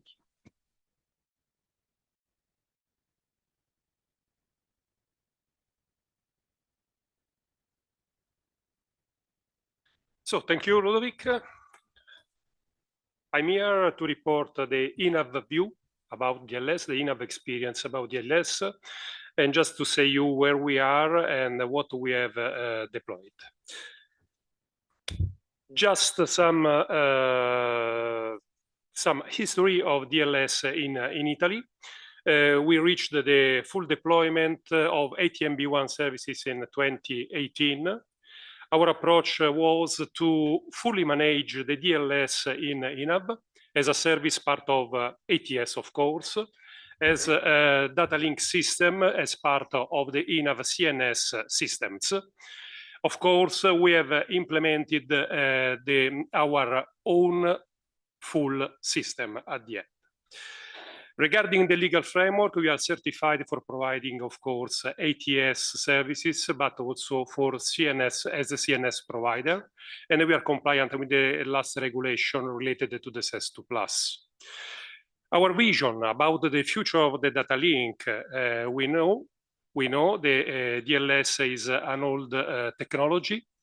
So we are part of the ACDLS governance, and we are supporting the establishment of the European Datalink service provider. Together with that, we are fully support the DLS innovation, because I said before, we need to complement, to replace the old VDMO2 at the end. We need to start now in order to reach on time the real need at the end. Having said that, just to reassure you, I will not go in the details of this picture. This picture is just to pass two messages. The first one is related to the complexity of the Datalink system. If compared with the analog traditional voice, let me say, a Datalink system is very complex. There are all the three main elements of DLS in this picture. I'm speaking about the application services in the ACC and the tower. There are the ATN, so protocols in this picture, and finally also the technologies. So the multi-mode ground station, we called it multi-mode ground station with the VDM-Mode2. So the first message is this complexity of this system. The second message is that the ENAV system is complete. We have all layers deployed. But what is very relevant, in our opinion, is the way to manage the DLS. Having deployed a system, having in operation the services, it's clear that it's very, very relevant to spend some words related to the management of the service.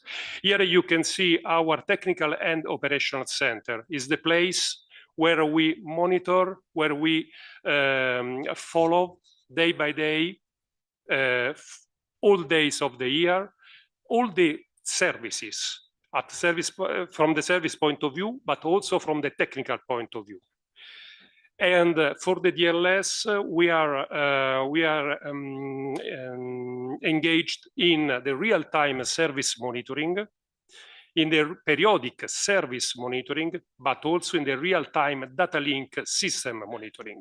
So we have two ways for monitoring the services, and one way in order to monitor also the Datalink system.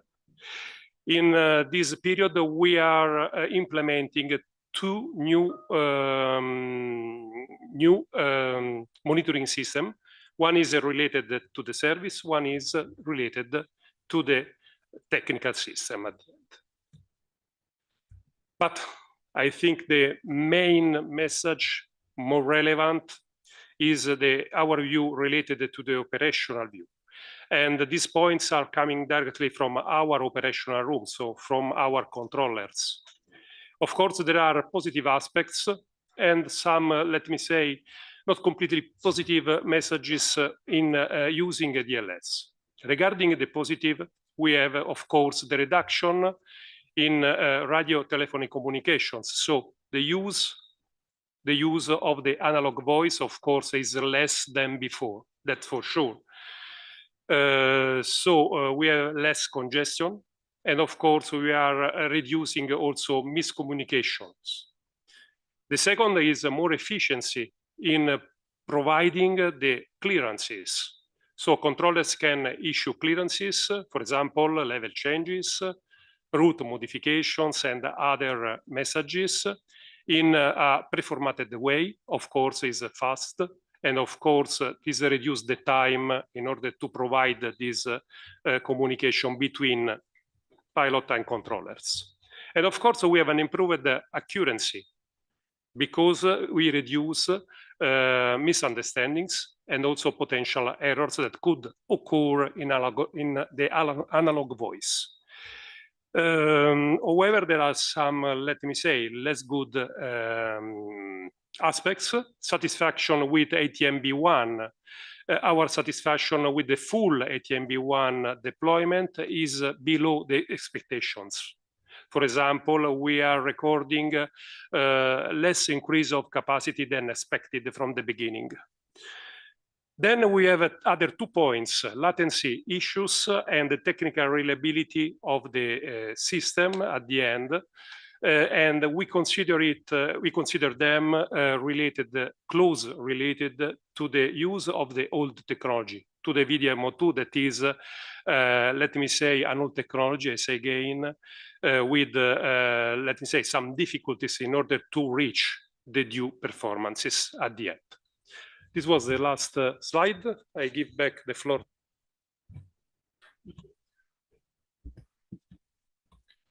Thank you, Davide, for your presentation. I have 2 key takeaways from your presentation. The first one, so data link or digital communication allow to save time spent on voice communication. And behind this, give time to controller to go out, bring sandwiches, etc. So that's the first point. The second point is related to the misunderstanding that could happen between pilot and controller and avoid, in this case, or prevent dispute or conflict between them, right? Can we say it like this? Of course, they stay in front of to the monitor. Yes. Second, yes, you are right. The reduction of the misunderstanding is because you read, so it's better than understand. Of course, also because the traditional voice is analog. So I don't want to enter in the technical details, but it's clear that it's possible to have some difficulties in understanding because due to the nature of the analog voice at the end.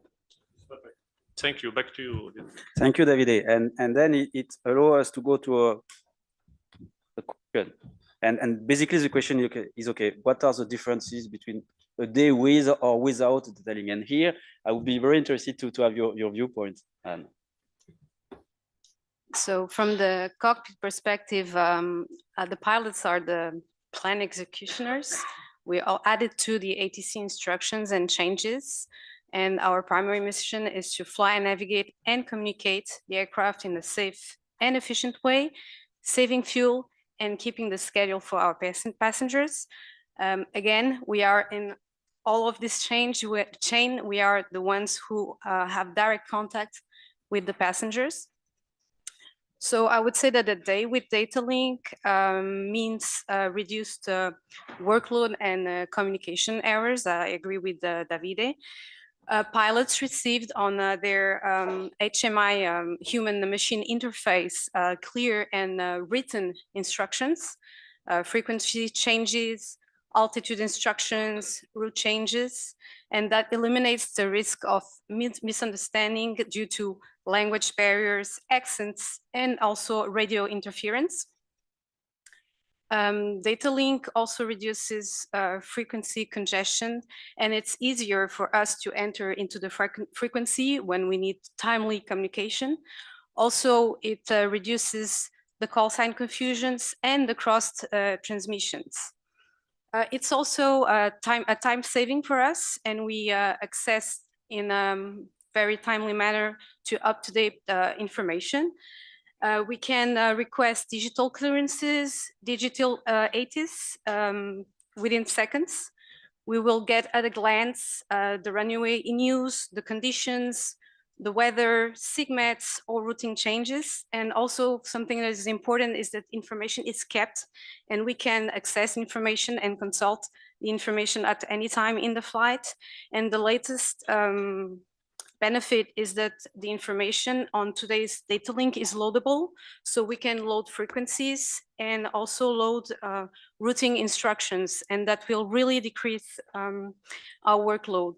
Decreasing workload for pilots will provide us with a better situational awareness, and it leaves times for us to tactical and strategic decision making, and again, that goes into increasing safety, operational efficiency, we manage better energy, we save fuel, and we achieve a better sustainability for the company and for aviation. Thank you very much, Anne, for this valuable information about pilot perspective. Let's explore the same idea with controller perspective. So with Maastricht, we know that Maastricht implements the latest updated version or new version of the CPDLC. Can you please, Victor, describe us what is the difference between controlling an aircraft using voice communication and controlling an aircraft using digital CPDLC communications? Yes, of course. So controlling aircraft with CPDLC communication is much faster and much more efficient. How does it become reality? Well, the controller, first of all, doesn't have to give the clearance via voice, as Anne mentioned. With Datalink, we take out the part of the communication loop, the receipt. You don't have to listen to the frequency. You don't have to speak on the frequency, which introduces a lot of errors.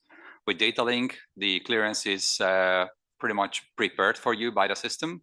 So we don't start typing the clearance. It's all prepared. All we do is click on the level, click on the heading, click on the direct, which means that within 5 seconds, I can give 6 clearances plus speak on the voice. We just had a meeting with one of the major airlines last week, and there the pilot feedback was, it's so cool when I hear that you're talking to me, but no, when I see that you're sending me a message on Datalink, then I hear that you're talking to somebody else. That really increases my my awareness that yes, you are really pushing us to the best direction. Also, why is it important for the airlines? Because I can assure you that if the controller can be less loaded with having to listen to the frequency, having to listen to the readbacks, they can provide a better service. And we already quantified this. In last May, we had a short outage of complete Datalink for 3 hours, and analyzing the trajectories in Maastricht airspace in those 3 hours, we could see that the average direct given by the controller was 3.5 miles less. So everybody was on average filing 3.5 miles more because controllers were busy handling the traffic, separating, climbing, descending, talking on the voice, listening to the readbacks instead of optimizing trajectories. So that is the big difference also from the airline perspective, that yes, you will get better service if the controller can give you better service, because we are actually dealing with how can we optimize your trajectories. With the B2 technology, as Kanan mentioned, indeed, Maastricht has already implemented many years ago the ATS B2 technology, which allows us to send more complex route clearances, also receive direct information from the aircraft's FMS through the ADS-C downlink, which is, as you know, coming in the new EPP mandate in 2028.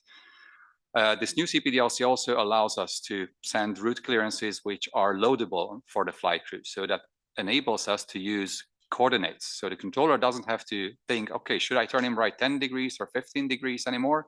You can just click on the screen, I want the aircraft to go here. And then the system composes the message with lat-long coordinates. It goes up to the cockpit. They have a load button. Everybody is happy. The airline keeps on flying on the managed trajectory, which is apparently the most efficient. And it also reduces the workload, because you don't have to remember as a controller anymore that you have to turn that aircraft back to the route anymore.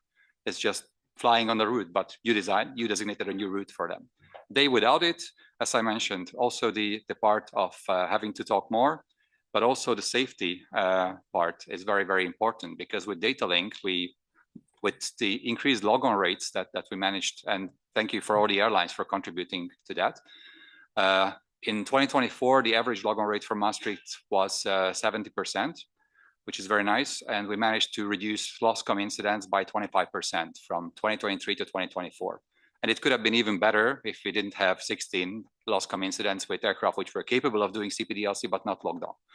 So it does contribute to safety as well. If you can reach a flight crew which stopped responding on the radio for whatever reason, and they're flying into a military area and you can still reach them via Datalink that you need to turn now, it's a direct safety benefit of Datalink. Thank you. Thank you, Victor. Very interesting to see the impact of the Datalink on the safety and the other aspect. Now, if we try to look about the impact of the Datalink on the capacity, if I hear Davide said, okay, for our implementation, we don't see that much, let's say, impact on the capacity. What is your opinion on this? Knowing that from the presentations that we got this morning, for example, from ENAIRE, about 70% are related to the ATC for en route to the ATC capacity, the delay, etc. So what do you think about the impact of Datalink and how you can convince your neighboring about to implement ATSB2 and implement the latest technologies? Well, in Maastricht, we're in a kind of privileged position because we have all our engineers in-house, which enables us to develop a system to suit the best benefits of our controllers. So first of all, if you have a good human-machine interface, which means that controllers have easy access to the CPDLC functions, that will encourage them to use it as much as possible. And in turn, they will use less and less frequency, so they have more thinking time. And the process, how it went with us, at least on the capacity side, was that we kept on pushing the same amount of traffic through the airspace, and controllers started to complaining that I don't have enough airplanes. So we started to increase capacity slowly. And we just got to a point where we said, okay, now we're comfortable again. But in fact, we're handling much more traffic than previously. Of course, it's never only CPDLC. It's always a combination because you never stop developing other tools. But the fact is that we are handling, and we're happily handling more aircraft, much more aircraft. And I can say from my own experience that I had sessions last year where I had 33 aircraft on the frequency, nobody saying a word. Everybody logged on to CPDLC, and that was well 25% above the declared TMV values, and it was not feeling busy. That was the strangest thing, that everything can work, but you need the commitment of the people to use CPDLC, a good HMI that supports it, and also the will of the controller. And that, I think that is the toughest part, to convince the controller, as Davide said as well, that once you burn yourself one way or the other, then you don't want to use it anymore. So it's very important to keep it reliable and working all the time. Thank you very much, Victor. Maybe, do you want to take a question from the public? Yeah, I see that there is a question from the audience. Again, feel free at any time to raise your hand if you are inside. The question is about the risks of CPDLC messages to be corrupted with the introduction of some technologies such as quantum computing. So if I reformulate a bit, how far this CPDLC messages and the technology behind is safe, at risk? Is there a risk of corruption? Is there somebody who wants to react on this one? Maybe I can jump in. Today, the CPDLC messages are not encrypted, so it's clear that we have a checksum for the authenticity, and this checksum can be broken very easily. So today, we don't have this impact, let's say, of security of the quantum computing on the CPDLC. Maybe in the future run, we'll establish full security, but for the moment, it's not required. So this is briefly the answer. Thank you. I propose to, there's a question here. Yeah. Bonjour, Jean-Denis Larère, traffic controller in Bordeaux ATC, and representing at TCUC, a traffic controller trade union. So in my daily life as a controller, I use CPDLC a lot. And I can assume an increase of capacity of 15% by the usage of CPDLC. So it's something, it's a huge improvement. But the problem with this huge improvement, you have to rely on this. So when you have a failure of CPDLC, how do you do? Because the flow managers, they assume it works. So they assume you will be able to have this amount of traffic. Yeah, thank you for this feedback and for the concern that you share just with it. And I think it's perfectly aligned with the rest of the discussion we'll have. As I said at the start, we'll discuss as well about the pain points. And really here is how we can rely on this technology that brings a lot of benefits. So let's move to the next part. Before I move, a last question, and feel free to record it in the toolbar. Please go. Thank you very much, Žarko Sivčev. I used to attend large end-up teleconferences when I was working at EUROCONTROL. And I remember that there are some KPIs which are being presented, things like provider abort rate, log-on rate, etc., etc. What Victor said is extremely powerful. 3.5 miles longer flights, for 3 hours. That's something which everybody understands, and it's very important in the age where we talk about Green Deal and flight efficiency, etc. Do you have any other indicators which are similar, so understandable by general public, by professionals like that? Thank you.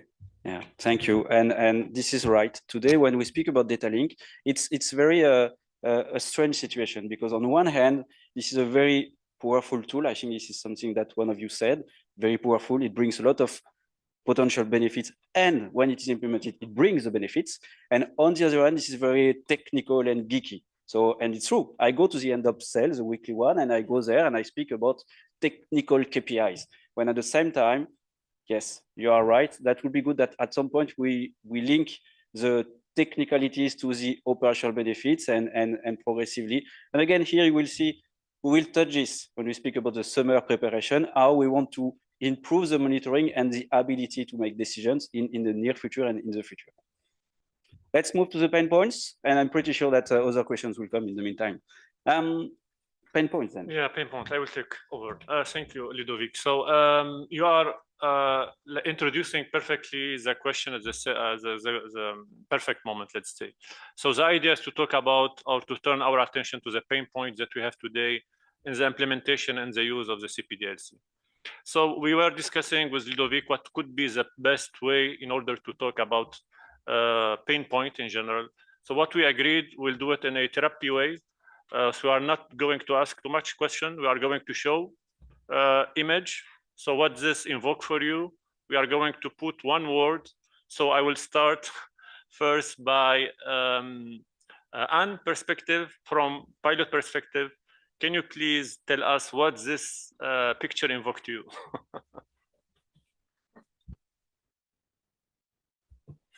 Well, resilience for me evokes that it evokes that the communication is broken. I have mentioned the benefits of Datalink previously. In fact, it has a lot of benefits, but it cannot replace voice communication. So delays, time critical messages and emergency, we still need to rely on voice messages. Thank you, Anne. So this was the pilot perspective. Let's move now maybe to the controller perspective with Victor. What do you think, or what invokes this image to you? Thank you. Well, to me, the most important thing is that the message or instruction that I send to an airplane, to a pilot, is delivered. It's delivered quickly, so I can be sure that the airplane is doing what I expect them to do. Whenever these messages are delayed or don't get delivered too late, then the controller either has to reissue them or has to go on voice and tell the pilot what they meant to say. This is the first problem if one single instruction gets delayed or gets rejected because it's delayed. The second problem, looking at the picture, if the connection is broken, as was already cited, a provider abort, then it's a bigger problem, because then for 6 minutes, we don't have the possibility at least to talk to that pilot via Datalink. And we might not even know that. We just see it after every 2 minutes that the messages don't get through. And then we also need to ask the pilot eventually to relog on. So that's really exponentially increasing the nuisance of the problem. Thank you, Victor. So we have with us Sabine from CETA. So CETA is a CSP communication service provider today in Europe and worldwide, providing infrastructure, air-ground data link communication, in addition to the different router, etc. So do you think, Sabine, we have to believe these stories from Anne and Victor? Oh, completely. And this is because we are interacting with a lot of our customers, whether it is on the airline side or in ANSP side. So we are completely aware of the operational impact that Datalink has when it works, but also when it doesn't work. And unfortunately, it does happen that indeed we can have these, maybe not this picture particularly, but at least a link issue and something making data link less efficient or actually not working at all. We had, to be completely transparent, we had a single point of failure in one of our, in our data center in Montreal. And it has happened in 24 that we had a lack of data link connectivity because there was an issue in the data center or in our main connectivity partner that is actually providing connectivity to our data center. It was issues that you unfortunately can't plan. There was typically a huge hurricane in Canada, Hurricane Debbie, in early August that created flooding issue in the data center of our connectivity partner. So this cannot be planned on the other side, and it has a huge impact on the data link and on ATN, I mean data link in Europe specifically. We have for that another data center that is up and running, that is in Amsterdam, and this is used to be the backup solution, or actually both working in parallel, so that if there is a big issue happening in one data center, then the other one can take the relay. And it is very important that actually the ANSPs are connected to those both data centers, so that if there is such an issue in one of them, then the second one can take over and Datalink can continue working. Okay, thank you, Sabine. I guess from the moment we know where are the issue, maybe we have part of the solution. Maybe we can move to the next, Ludovic. Yeah, thank you. So the second picture is about delay of the delivery. And here, more precisely, I'm talking about CPDLC message that could be delayed once sent from the pilot, from the controller to the pilot. I don't know what could be the impact from a pilot perspective, Anne. That's what we previously said with Victor, is that any doubt or delay will result in voice reverting. So we must, for safety purposes, revert to voice whenever we have any doubt or any delay. That increases dramatically our workload, but that's what it is, you know. Thank you, Anne. Victor, I guess we are aligned on this, or do you want to add something? Yeah, we're aligned in terms of the impact, although for the controller, it's somewhat different, because if it only affects one aircraft, okay, fine. But when it's 2 or 3 or 4 after the other, you start not trusting your system anymore. And when you have 20 aircraft on the frequency and you send 5 clearances in the last minute, and out of 5, the 4 delayed and rejected by the aircraft, because this is one of the properties of B1 CPDLC, that if the message arrives more than 40 seconds after it was sent, the aircraft rejects it. So if you have like 4 of these rejections out of the 5, you say, okay, maybe this is not working. Maybe I should just stick to voice and stop trying to send CPDLC messages. And that will have a much larger impact, because suddenly the controller is talking more, suddenly there is less capacity to do anything else. And that controller might not try to use CPDLC that day anymore, because it says, yeah, okay, it didn't work in the morning. And I'm not going to try again, because maybe my messages are just not getting through, or maybe it's the aircraft, I don't care, but I'll just stick to voice. Okay, thank you very much, Victor. We saw the resilience. We saw the CPDLC delays. What do you think, Sabine? Is there a link between, or it's they are disconnected in terms of issues? Sorry. The resiliency is again a matter of being redundant, or making sure that the network is working properly. In terms of messages delays, it's more related to the usage and to obviously the high, the more the zone is high in density in number of aircraft going across. Obviously, there is a possibility of having latency in the messages. That is clear. Okay, clear. Thank you. Ludovic, you moved the slide. You are right. You have to move forward. Okay, so we have the lack of harmonization. So here we can imagine in this picture that we have different FIR. We have a flight going through this FIR. Is that very seamless today in Europe? So let's ask this question to a pilot, to Anne. So harmonization of systems and procedures is pretty much important from the cockpit perspective as we perform and comply with procedures for our tasks and for the benefit of safety. Actually, we feel that there is a lack of harmonization still, even though there's a great work that is being done in that sense. When we transition between ATC units, there are different procedures. Sometimes there is no automatic change, or it fails, or we try to log on and it doesn't work. So that creates for the pilots a great increase of workload, really. We need to open our Lido route manual for the ones who use Lido, confirm the Datalink identifier to make sure that we didn't make any error. Then we would consult NOTAMs to understand if there is a planned outage. We start to troubleshoot our equipment on board. We also revert to voice. Sometimes the ATC units ask us to try to reconnect. We also have to report to our flight operations report. And when we are finally resolving the situation, then we are already in the next ATC unit. So that's something that we would like really. This is a big theme in the operational focus group. We work a lot between operators and ANSPs in that sense.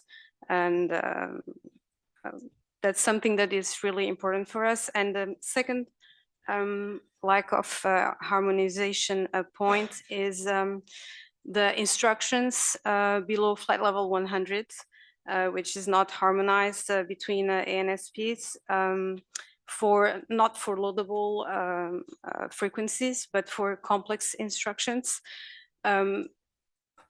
Interacting with CPDLC messages involves 4 procedures, head-down tasks for both pilots. So it's not one pilot that is looking at the instruction.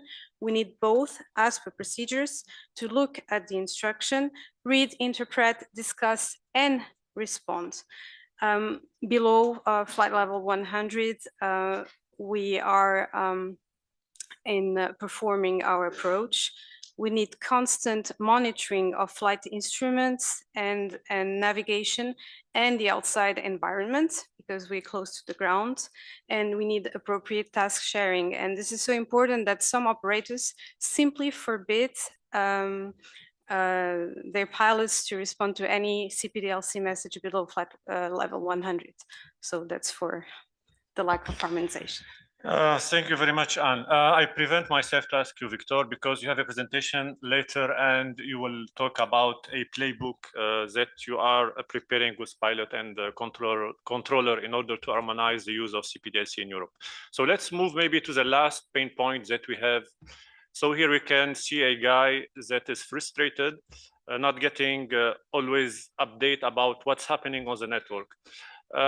May I ask you, Victor, about was this invoked for you, and then we can conclude with Sabine later. Indeed, thank you. So as many of you probably know, last year we have seen a couple of Datalink outages, some of them local in Europe, some of them global, depending on different factors. Sabine already mentioned a couple of reasons. Insufficient information sharing for us was the biggest issue is that pilots don't know. We don't know what's happening. We don't know for how long it will last. And then in turn, also pilots don't know what is happening and for how long it will last. So you can imagine you're working the traffic and then suddenly CPDLC goes away. Every aircraft is disconnected. Some of them try to reconnect, but nothing is happening. A minute or 2 minutes later, you get a call from your supervisor or systems controller saying, yeah, we don't see the link alive anymore to the data center. So for sure it is down. They start phoning. The answer, of course, from the other side is, well, we don't know for how long because we just detected this problem and we try to fix it, but we don't know if it's going to take half an hour or 2 hours or 5 hours or 6 hours. So in that case, as we increase capacities already in Maastricht based on data link usage, we start reducing the capacities. And that is with a very proactive measure saying that, okay, for quite a few hours, because we don't know for how long. So we start generating delays. If the traffic amount is above a certain level, of course. So if there's no traffic, we don't start they don't make reductions. At the same time, the pilots are coming into the FIR, and since 2017, it's in every Maastricht AIP, and it's also an ICAO and now a SERA requirement that if you have data link on board, then you have to log on. Log on is mandatory. And there's also been a reporting started since last year, January. Non-compliance with this published ATM procedure is reported to the NSA as a breach of ATM procedure. So pilots know. And when it doesn't work, they start their problem solving on board. And then they come on the frequency and say, well, we tried to log on 3 times. It doesn't work. Is it our aircraft? Is it you? Is it something else? So it's not only that you cannot issue clearances anymore, but it's also the pilots asking. Just imagine 70, 80 pilots an hour asking what's going on with Datalink. So the impact is really, really huge on the voice. And it would be very desirable if at least the pilots would know that Datalink is not working, and they would be informed and they would stop asking on the frequency, but that's not a problem to tackle. Sabine, maybe a few words on this? Well, I have to say that I understand the concern, and again, we are completely aware of the operational issues that it creates for you, and it's true that the investigation can take time on our side, especially when this is something related to a third party or to external usage of the network. So investigation can take time. Where we can definitely invest, and this is also something that we will be discussing afterwards, but is on how we can proactively detect issues. How can we also quicker inform or advise the customers on the situation? And what I hear is also that potentially, we are in contact with technical people at the end, and it is true that the first people that would notice the incident would be the pilot, would be the ATCO. Would there be a way of facilitating a channel here? Potentially it would have to be discussed and structured, because it would be massive, but maybe there is something around here, because definitely the ATCO is the first that would be suffering from those events. Thank you. So I'm checking around if there are any questions or any reaction on this. I see one hand here. Yes, please. So I have a most practical question that happened now in 5 months, some months ago before. We have some flights on the Baltic Sea. The GPS was shut down from the Russian military. You have no more control to this avion. What is your procedure in this situation? What is your network management operational center is doing there? What's the step you have in this, in your network management, and what for direction or directive or services take part to this situation? How you solve it? So First, yes, I recognize this is a key question. I know tomorrow there is a session on the resilience where that will be tackled. Just a few words at this stage, speaking about CPDLC and Datalink. So we are aware of such type of situation. That's why now since a year we give to our operational stakeholders a map to show where the GNSS interferences are located on a weekly basis. So that's the first action. On the CPDLC and Datalink side, what we did is to look for some workaround solutions and how to tackle such a situation with the manufacturers, and we provided guidance to the pilots, to the ADCOs as well, to tell them how to proceed in such a situation from the CPDLC perspective. So how to basically switch off, switch on the system to be sure that the impact of such interferences will not put the CPDLC service provision at default. So that's what we have, and we continue, and this is part of the summer 25 preparation and beyond, to look for solutions again from the Datalink perspective. Now tomorrow there is a session on the resilience, and I'm pretty sure that will be addressed in more details. I'm checking if there is another question, just to mention the fact that why we came with this list of issues, and to show this like a kind of a therapist session, to say, okay, these are the problems, this is because of me, this is because of you. No, it's just to remind, to state that we, as a community, the Datalink community, we are aware there are issues, and if we want to make the system better, we have to acknowledge the issues, and we have to look for solutions. What can we do together to make the system better? And this is really the approach that we took, and that we start with the summer 25 preparation. So from now and here, maybe just to summarize briefly what has been said in this session about the pain points. You see here the keywords, the descriptions, the delays, the troubleshooting, and so far and so on. So these are the issues, these are the starting points, the lessons that we can take from the past, from the summer 24 and the other period. So that's one aspect. That means that we have to work on three aspects: the performance, the resilience, and the harmonizations. You understood that when they were sharing their experiences from their perspective.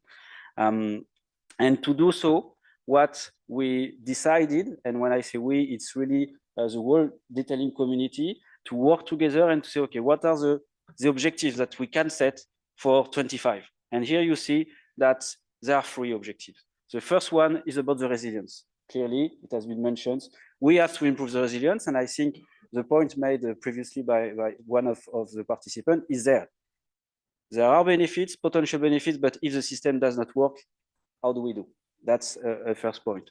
The second point, it's about, again, it was a remark previously, okay, good, we see the benefits, but from my perspective as an operational people, it's difficult to read it. So can you provide me with something that will allow me to make better decisions? So that's another aspect. This is what we name the monitoring. And finally, and this is something that we discussed together, it's okay, we need to continue to improve the harmonization in the usage of the CPDLC. So that's are the three key objectives that we set for the summer 25. And to even go a step further, and no worries, the text is small, the idea is not too deep into the details. We agreed that, okay, you know what? Let's stop to discuss about high-level objectives. Let's target tangible outcomes. What can we deliver? Pieces of work, something that we can observe between now and the start of the next summer. What are the tangible outcomes that we can target together? And you saw the different perspectives, depending on whether you are a CSP, a pilot, or a controller, you may see the scene in a different way. What are these deliverables that we can put on the table before the next summer? And here you have the 6 families. Some are related to the technical practices from the ANSP perspective. Others are clearly about network resilience, how to standardize the operational practices, the monitoring, how to better monitor and share the outcome of the monitoring. AOC ATM is one topic, and we have this notion of one-stop shop for Datalink. So these are the 6, I would say, strategic actions projects that we have, and for each of them, these are the bullets. We have tangible outcomes that we target to deliver, and that will be the job of the community, not only EUROCONTROL NM, but the people that you have in front of you. They contribute to this work. And now I will give the floor to them to tell you how they contribute to this plan for the summer 25 preparation. And we'll start with Davide and ENAV.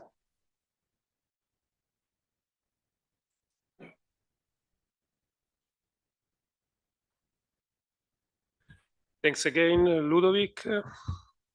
And I would like just to give you some information in which way ENAV would like to contribute to this network manager plan. Simply injecting what we already are doing in order to improve the performances and also to improve the resilience of the system. As I said before, we started in full operation in 2018, but the deployment of the system started years before, simply because we followed a stepwise approach in deploying the system. So it's clear that some components are becoming old, so we need to change. And in these activities, we can mention the maintenance improvement, the innovation of some communication components. These are the short-term activities. Then we are improving also the ATN chain. For example, we are implementing new access routers in the ACCS. We are updating the AGR, GGR interconnection in terms of protocol and also in terms of IP link. Then we are implementing new test tools in order to ATN test tools in order to have the full, the full possibility to test the system when it will be needed in all ACCS. Then we have also another very relevant update, the AIR servers. AIR server is like the heart of the Datalink. And this will solve some major issues that today we have, because this component is old again. So we need to change this software. And the first one has been done yesterday. Then we have some updates after the AIR server update, because the AIR server update is let me say, a precondition. In order to do this, we will solve some already identified issues, like, for example, the repetitive uplink message issue. After the summer 25, of course, we would like to coordinate with the DSP that we will have in Europe, and of course with the network manager, with EUROCONTROL. We need to discuss what we would like to do, what we would like to improve in the VDMO2, because for sure VDMO2 will stay with us for other 20 years or more, but we have in the meantime to introduce something else. Having said that, here you can find just some points that we are working on, and they will be part of this plan. This is the concrete actions that we would like to put as support of this network manager plan. The first batch that we would like to solve by summer 2025 at the end. I don't want to enter into the details, but just to give you the information that we have concrete actions, and these actions are ongoing, and they will contribute to this plan for summer. Thank you for the attention. Thank you, Davide. And here it's true that, okay, we don't go into the details, but it is very important to highlight the fact that, as I said previously, in that specific context, ENAV is really reactive, accepting the issues that have been observed on the topic that are known, and doing their best to solve them before the summer 25. And as you say, that will continue over the summer 26, 27. This is the first batch, and we'll see how to make the system better thanks to your contribution. So thank you for this. I think you can press the button if you want. You will see. Yes, thank you, Davide. Just to check that if there is a question to Davide in the room. Anyway, we'll be able to come back on this just after the next presentation by you, Sabine. Yep. Great. So I'm not going to focus on the challenges to overcome, which I think have been mentioned, and it's a set of those that are put in that slide. What I want to focus on is on the actions that we are putting forward for the summer 25. And it's important to, I mean, I really want to stress that this is on our roadmap, and this is already something that we are working on, all the elements that I'm presenting here, so that we ensure that we can be ready for the summer 25. So one of the first elements in there is the extension of the VDL frequency. So I agree that VDL is I mean, a long-lasting network. I wouldn't say that it's old legacy, because I think this is still what is going to work for the next years and decades. So yes, indeed, it is not the newest technology, but it is working, and we are investing in it. So we ensure that we can still work and ensure performance on this VDL mode 2. And actually, in the last couple of years, CETA has done a lot on the VDL management and on the way that we manage our frequency and the balancing of the frequency, so that we can ensure that the traffic is well managed. We have also adjusted the rules that we apply in our central system, in our CVMEs, and that already shows a lot of improvement along the way. And we have also progressed on the acquisition, on the ability to deploy the what we call the third alternate frequency that we will be deploying in Europe. So we have drafted the plan, we have presented that to the community, and it's now in action. And we will be deploying the first station with the third alternate frequency in the next weeks. And the intention is that we actually have between 5 and 10 new stations with this third alternate frequency before summer 25. I mean, obviously, it will also depend on, do we have the right license, the local licenses, do we have the right access to the airport premises, which is something that we're working on, but this is why I can't say a precise number, but this is between 5 and 10 that is targeted. The second element is on the CSP coordination, and I'm happy that I'm here with David. The cooperation with the CSP is also key, obviously, and we have conversation ongoing with ENAV on especially on the interoperability of in the cross-border areas, and we have actually a meeting that is planned in February, so that we can discuss that together and that we can secure a plan so that we can also ensure that this is as efficient as possible.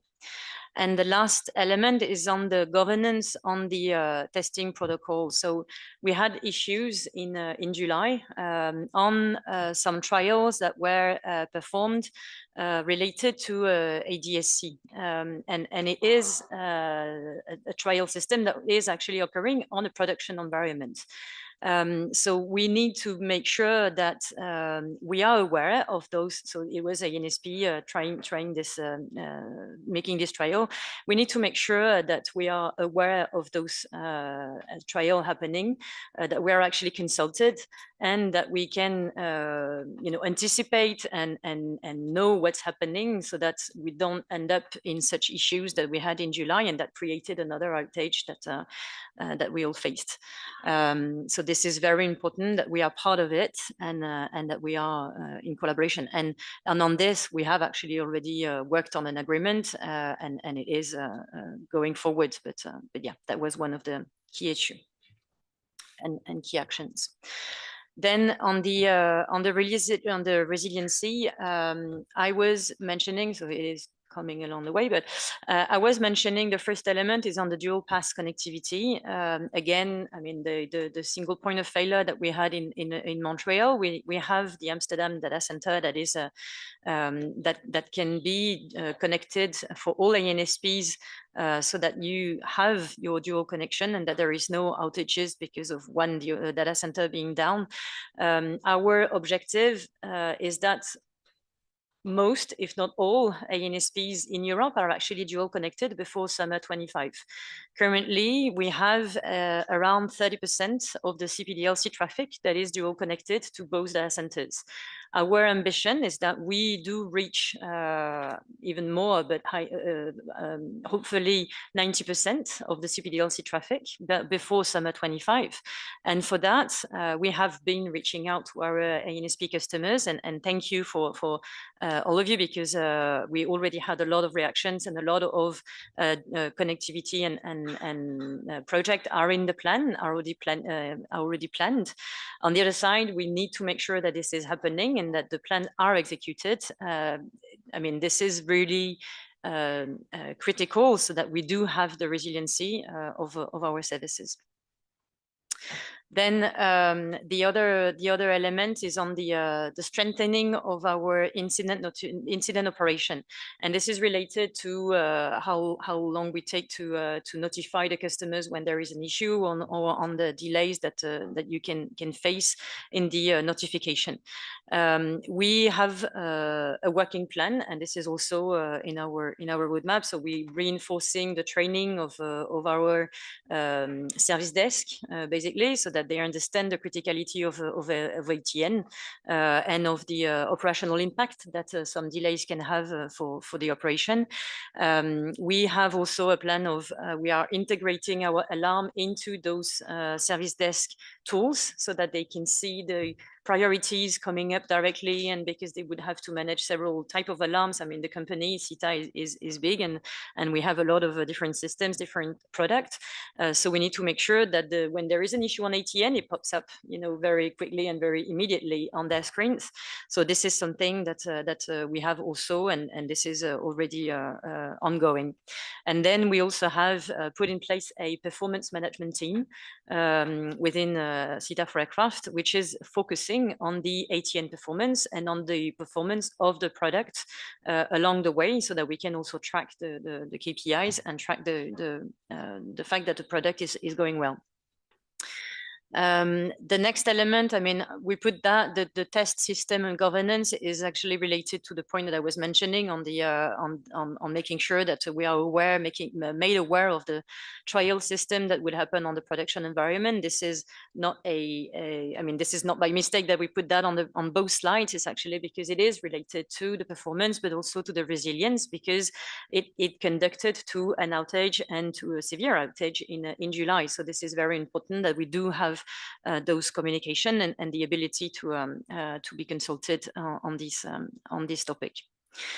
And then the last element on the roadmap that we have is the proactive monitoring, and this is also one of the critical items that we have, making sure that we can have some rules that can alarm us or alert us when there is a service degradation happening, or where there is a trend on the service degradation that is happening, and that we can, on our side, react and actually at least advise the customer quicker.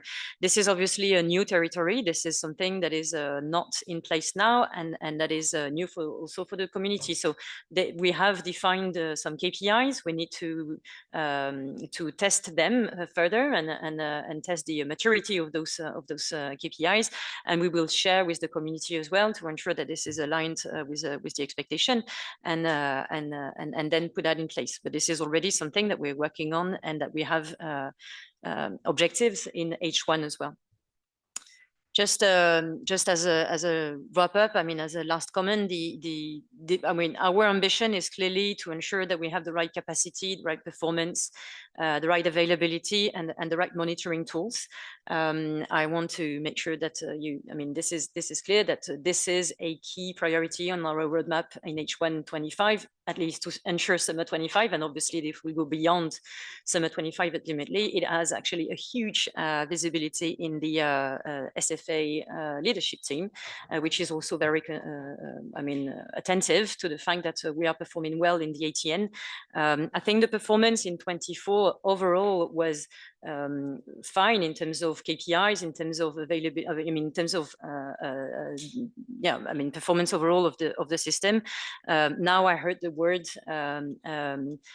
safety, I heard the word efficiency, I heard the word operational impact. So obviously we need to continue investing, SFA as a CSP and the industry, if we want to indeed have Datalink and CPDLC considered as a safety critical service for the ANSPs in Europe.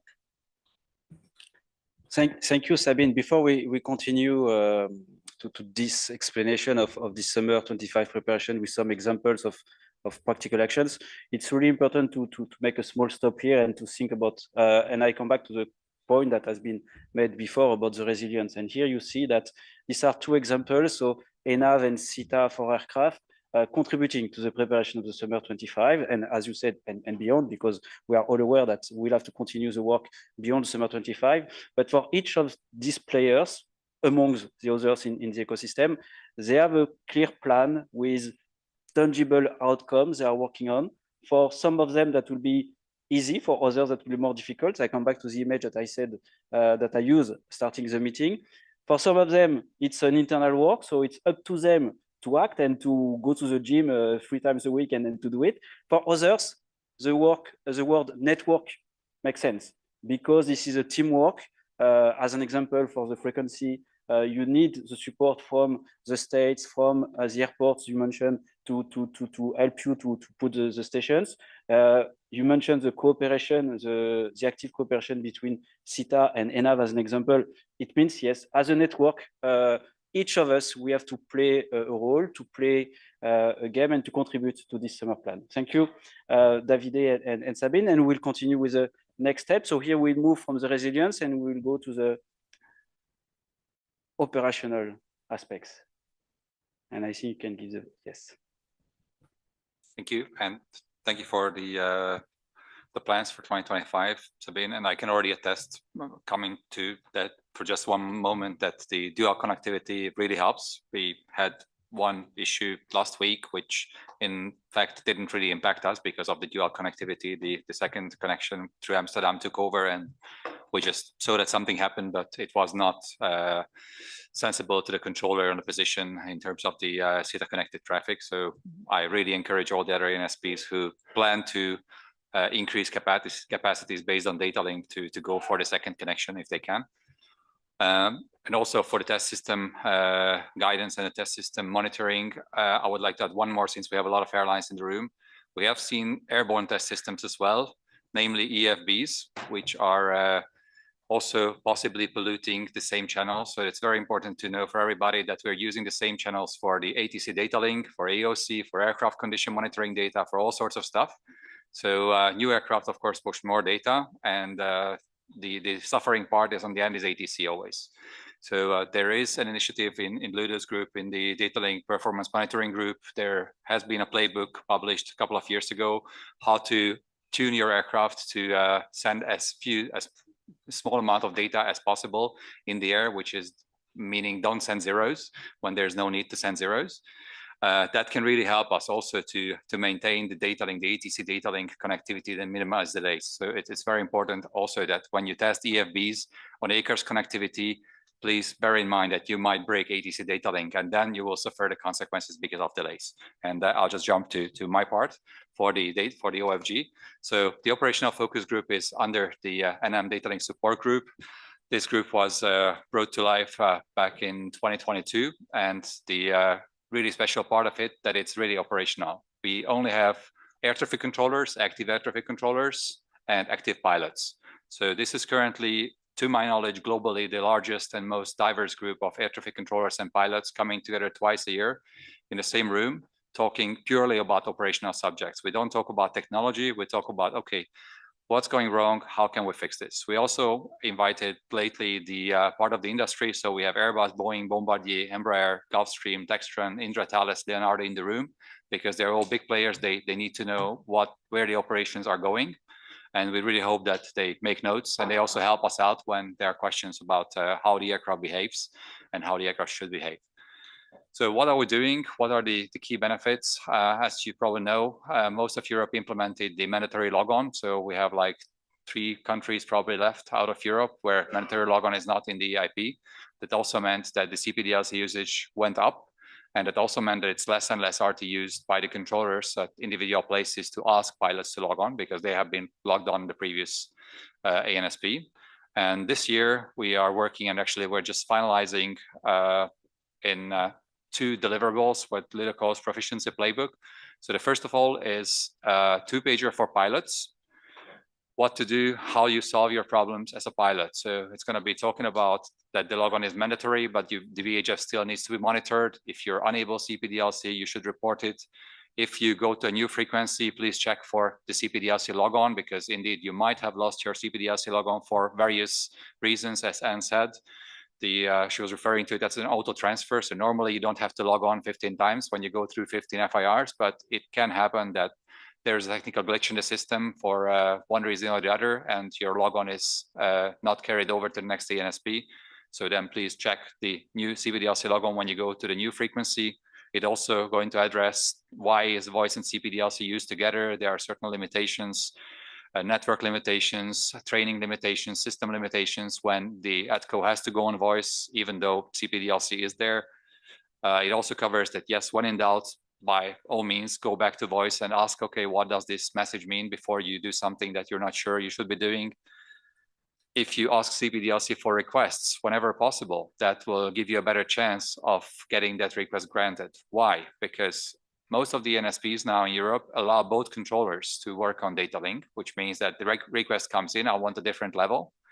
The planning controller reads it. He starts coordination with the FMP. In our case, in Maastricht, it's just a click. Can I climb this guy from 3.5 to 3.7? Our colleagues on the FMP pick up the request as a pop-up. They coordinate with the downstream sectors. They send us an electronic message back, approved, and then off the aircraft goes without the executive controller having to say a word on the frequency. And this all goes, in a good case, within a minute.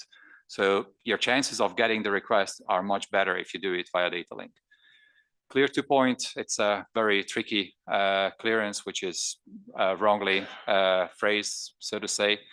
It's not very straightforward, but it is also something that is mentioned in the paper. And also we ask for people not to disconnect from Datalink. And we also have not a playbook, but a harmonized controller procedure Europe-wide that is getting accepted by all the NSPs. So that will mean that controllers will work along the same principles. We base this procedure book on the Maastricht procedures. We went through this whole about 10-page document with 23 NSPs in the room, and the other 5 are reviewing it now.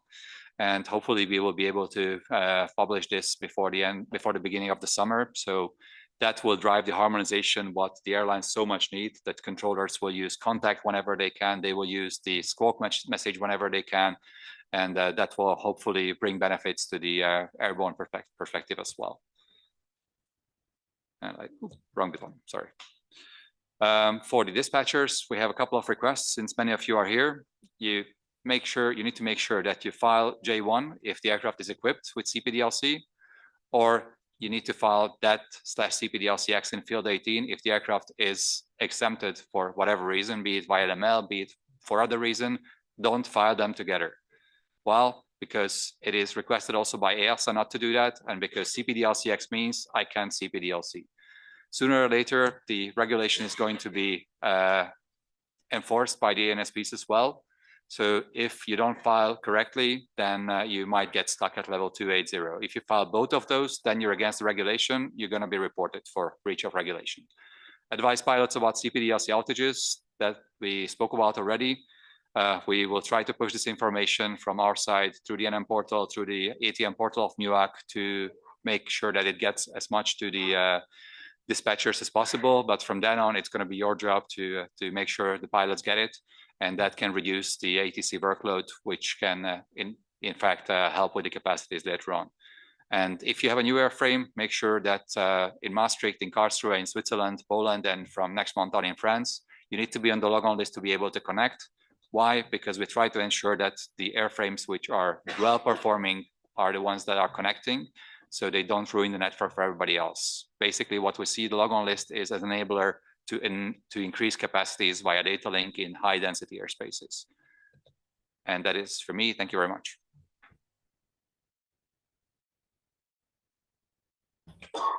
Thank you, Victor. And here again, you see that harmonization, there is a huge work done at the level of the OFG with all these pilots and controllers working together to really build this artifact, and before the summer start to really give this guidance to the controllers and to the pilots. And again, here it goes together to the network team, because as a network player, we have to take this playbook to implement it and to use it and to train the controller, to train the pilots, and to disseminate the information properly. But that's really a huge step forward, and one example of the outcome that we target for the summer 25. Let's continue this session. We still have 15 minutes in front of us. Before we go to the conclusion and other possible questions from you, I would like to make a small stop and recap what we have in front of us. So first, we have the no pain, no gain team player. So they are here in front of you. You saw that they came in an open way, showing the issues that they face, accepting that they, in a way or another, they have a role to play in the resolution and really engage in this action. So that's a first point. And I want to thank you for your participation today and for this active contribution, because after the session, we have to remember that we have to go 3 to 5 times to the gym before the next summer. So that's one point. The second point, we discuss the benefits. And I really like the reaction from some participants. Say, oh, yes, I confirm there are a lot of possible benefits. When it works, it's highly valuable. I don't remember the figure, but did you say 50? 15. So it's already good, you know. But at the same time, we have to work on the resolution of the issue. But a lot of benefits are there. And when I observe the discussions, when I see the pain points, you mentioned the old technology. I agree, Sabine, this is not an old one. This is a technology that works and that is there for a long period of time. And we have to continue to invest and to make it work. So that's really something that we have to do. And we know what is to be done. So that's a positive aspect when we build a plan for the summer 25 to work on this. And that's why we have these 3 objectives. We have this plan for the summer 25 that we started to discuss. It will go beyond the summer 25. So there are 3 objectives for 25. Again, the monitoring, the harmonization, and the resilience, the performance. We want to put in place this dynamic to prepare the future summers for the summer 25, 26, 27. And there will be, we already know that there will be a 4th objective to consider together with the SDM to support the CP1 AF6 implementation in the near future. That's something that will drive our actions. Meaning that here today, we briefly touch some of the so-called strategic actions that we agreed as a community. So we have a set of actions that we agreed to work on. You can see here some of them, we discussed them today. The resilience is one of them, the monitoring, the operational practices. In the future, we will continue, and we spoke briefly about B2 and this type of technology, the path towards the multilinks. That will be part of the future summer preparation. But today, we are focused on the summer 25 because we must improve the system. We must be able to say, okay, let's have 15 thanks to a system that works and that is resilient and performant enough to allow us to be confident. And that will be key for the future, because behind this, and this is something that has been mentioned this morning in the keynotes, there is a short term and there is the long term, the strategy beyond the summer 25. And here we can mention TBO as a pillar for the future, and Datalink is clearly an enabler for that. So we have to, as I said, for the gym, we have to go to the gym. We have to say, okay, it's a daily routine. It's not only okay, I want to make it, and after I forget, I will see next year. It's a daily routine that each of us has to embark and to engage in to be sure that we can improve the system for the next summer and the future summer. So just to close my part, and after we will open the floor to additional questions. This is a family pictures, I would say, for the summer 25. These are all the key results, as we name them, all the outcome. The playbook that has been introduced by Victor is one of them. The dual connectivity that has been introduced by Sabine is one of them. The first batch of ENAV cross-border issues is one of them. So we have, with that pattern, 27 key results that we target for the summer 25, thanks to people like the one that we have in front of you today. So now we still have 10 minutes. We can play with them to answer to any additional questions. I saw that there are some questions online, maybe in the room. If there is any question or reaction, feel free to raise the hand and we will reply. Otherwise, we'll look for the ones that are online. Okay, maybe you have multiple questions out of the box. So let's take the first one. Are ANSP rebalancing their investment in communication from voice to data link? Well, that's a tough question. Rebalancing, from the Maastricht perspective, we've been always, for the past 20 years, more than 20 years, 23 years, in fact, we've been putting a lot of effort into data link. So it's not one or the other. The two has to run together since we need both of them to efficiently handle traffic. VHF is still a requirement. It's a primary means of communication. And CPDLC is a capacity enabler. So since half of Europe, or probably a whole of Europe, needs more capacity, data link is, even though still considered as a secondary means of communication, it is becoming either I can increase my capacities or not. So in that term, I cannot say which one is more important. If you can maintain VHF, it's a no-go. If you can maintain data link, then you cannot cope with the capacity demand that is coming to you year by year, as we heard in the morning already. So I couldn't really prioritize. Data link needs to be there. Voice has to be there. Thank you, Victor. David, you want to add something on this? Just to complement with the ENAV point of view, I fully support what said before Victor. Just from the technical point of view, I'm an engineer. So the analog voice has some characteristics that we cannot miss at the end for, let me say, for safety reasons. So we can increase for sure the capacity.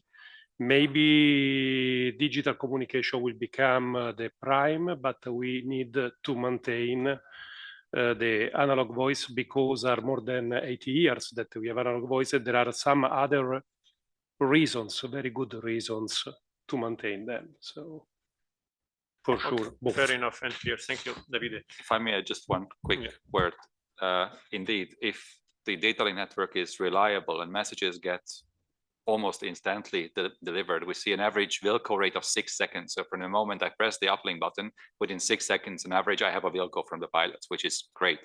So if I think of a clearance, if the network and the aircraft and everything plays ball, then actually CPDLC is faster than voice. By the time I would say KLM 123, descent flight level 280, B level 65 miles before RT, and get a readback, that would take 25 seconds. With data link, it takes 6. So if everything works well, then it is actually faster than voice. Okay, thank you, Victor. So let's come back to the resilience aspect that we discussed earlier. Sabine, you want to add something? Yeah, sorry, I would just say, I mean, I don't want to, it's not, in my point of view, I mean, in my answer, it's not a data link over voice, because I'm a data link provider, so that would be biased.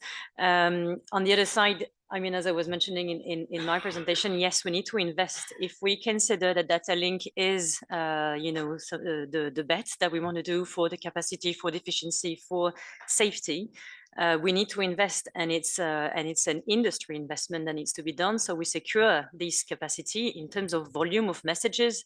I mean, I want to indeed, I mean, Victor, you mentioned it, but indeed the structure is used also for the AOC messages, which will also increase in terms of volume, with the number of aircraft increasing, with new gen aircraft increasing and sending even more messages than before. So and ATC using it even more than before. So the investment in the infrastructure is, and so to reach the performance level that we want to reach and that are suggested by ESA typically would also need to inquire some investment in this technology, and I think it's an industry investment.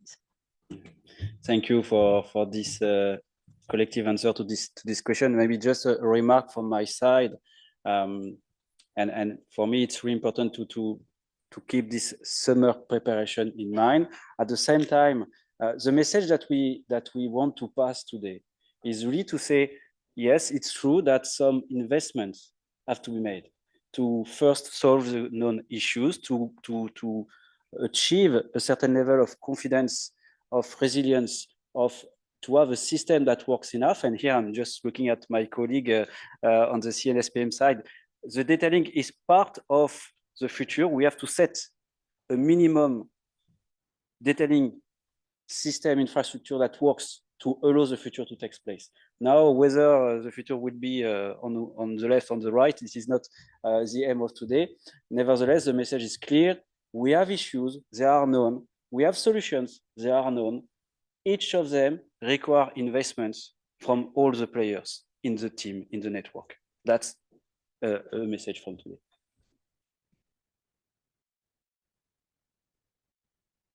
Yeah, good afternoon again to all. I'm sorry to bring it back to our summer 2025 preparation aspects. We've seen an interesting part of the presentation for Maastricht on how they are counting on Datalink to further increase the capacity. You might be many of you aware that every Monday in the end of teleconference we are presenting a slide where we are showing the percentage of flights that are operating in each ACC and that are actually logging on. It is interesting to see in those slides that in a high number of air traffic control centers in Europe, some of them being the critical ones that we were talking this morning, we have a log-on rate that is 75, 80% and above, even reaching 90%.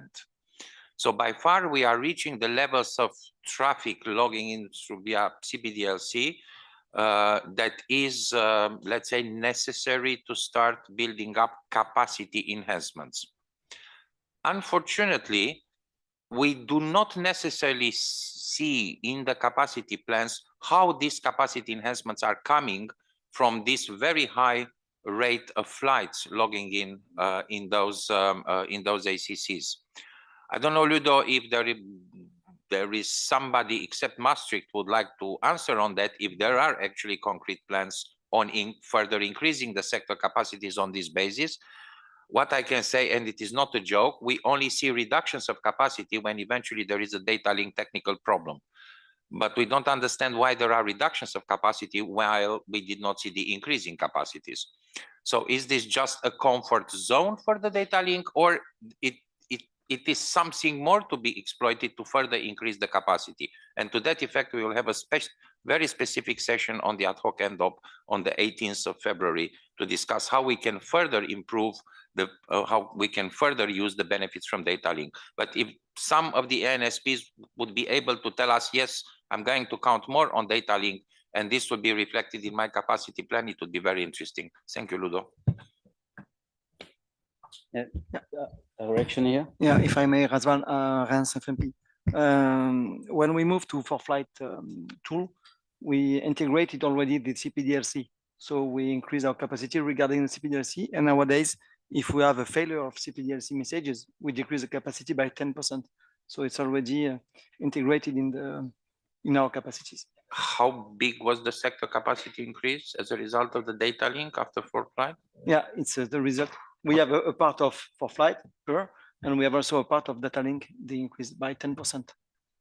It's an average. Okay, we will have a more detailed look. Yes, thank you, Razvan, for this point. And this is true that today, when we observe the situation, we have a lot of complaints like, okay, the data link does not work, we have to reduce the capacity, as that has been stated. And this is why we have this yellow box here, the standardized operational practices. It's true that today we highlighted the work done by the OFG with the playbook. There is an action on our side that we did not really tease today, but I think thanks to the presentation that I observed since this morning, we will have a nice discussion on the 18th of February, where we want to select what we name a hotspot to work with the players in a specific area to see how we can improve the usage of Datalink and to have the benefits. And I think here we are going to the end. That will be the last word. Thank you all. Thank you very much for that, Rudolf. Thank you, everyone. I'm sorry to cut here, but we reached 17:30, and that means that the NMOC visits are starting at 17:30. You have your personal time slots on your event badge. You who have 17:30, you need to go out there. But just before you do, remember shuttle buses 1800, 1900. Remember also to bring your badges for tomorrow again. And I'm looking forward to see you tomorrow morning at, looking very clearly here, at 9. We start at 9 o'clock. So 9 o'clock we start. So please be here at least 8:45, because 9 o'clock we start. Thank you very much and enjoy your drinks. There are networking drinks out there now.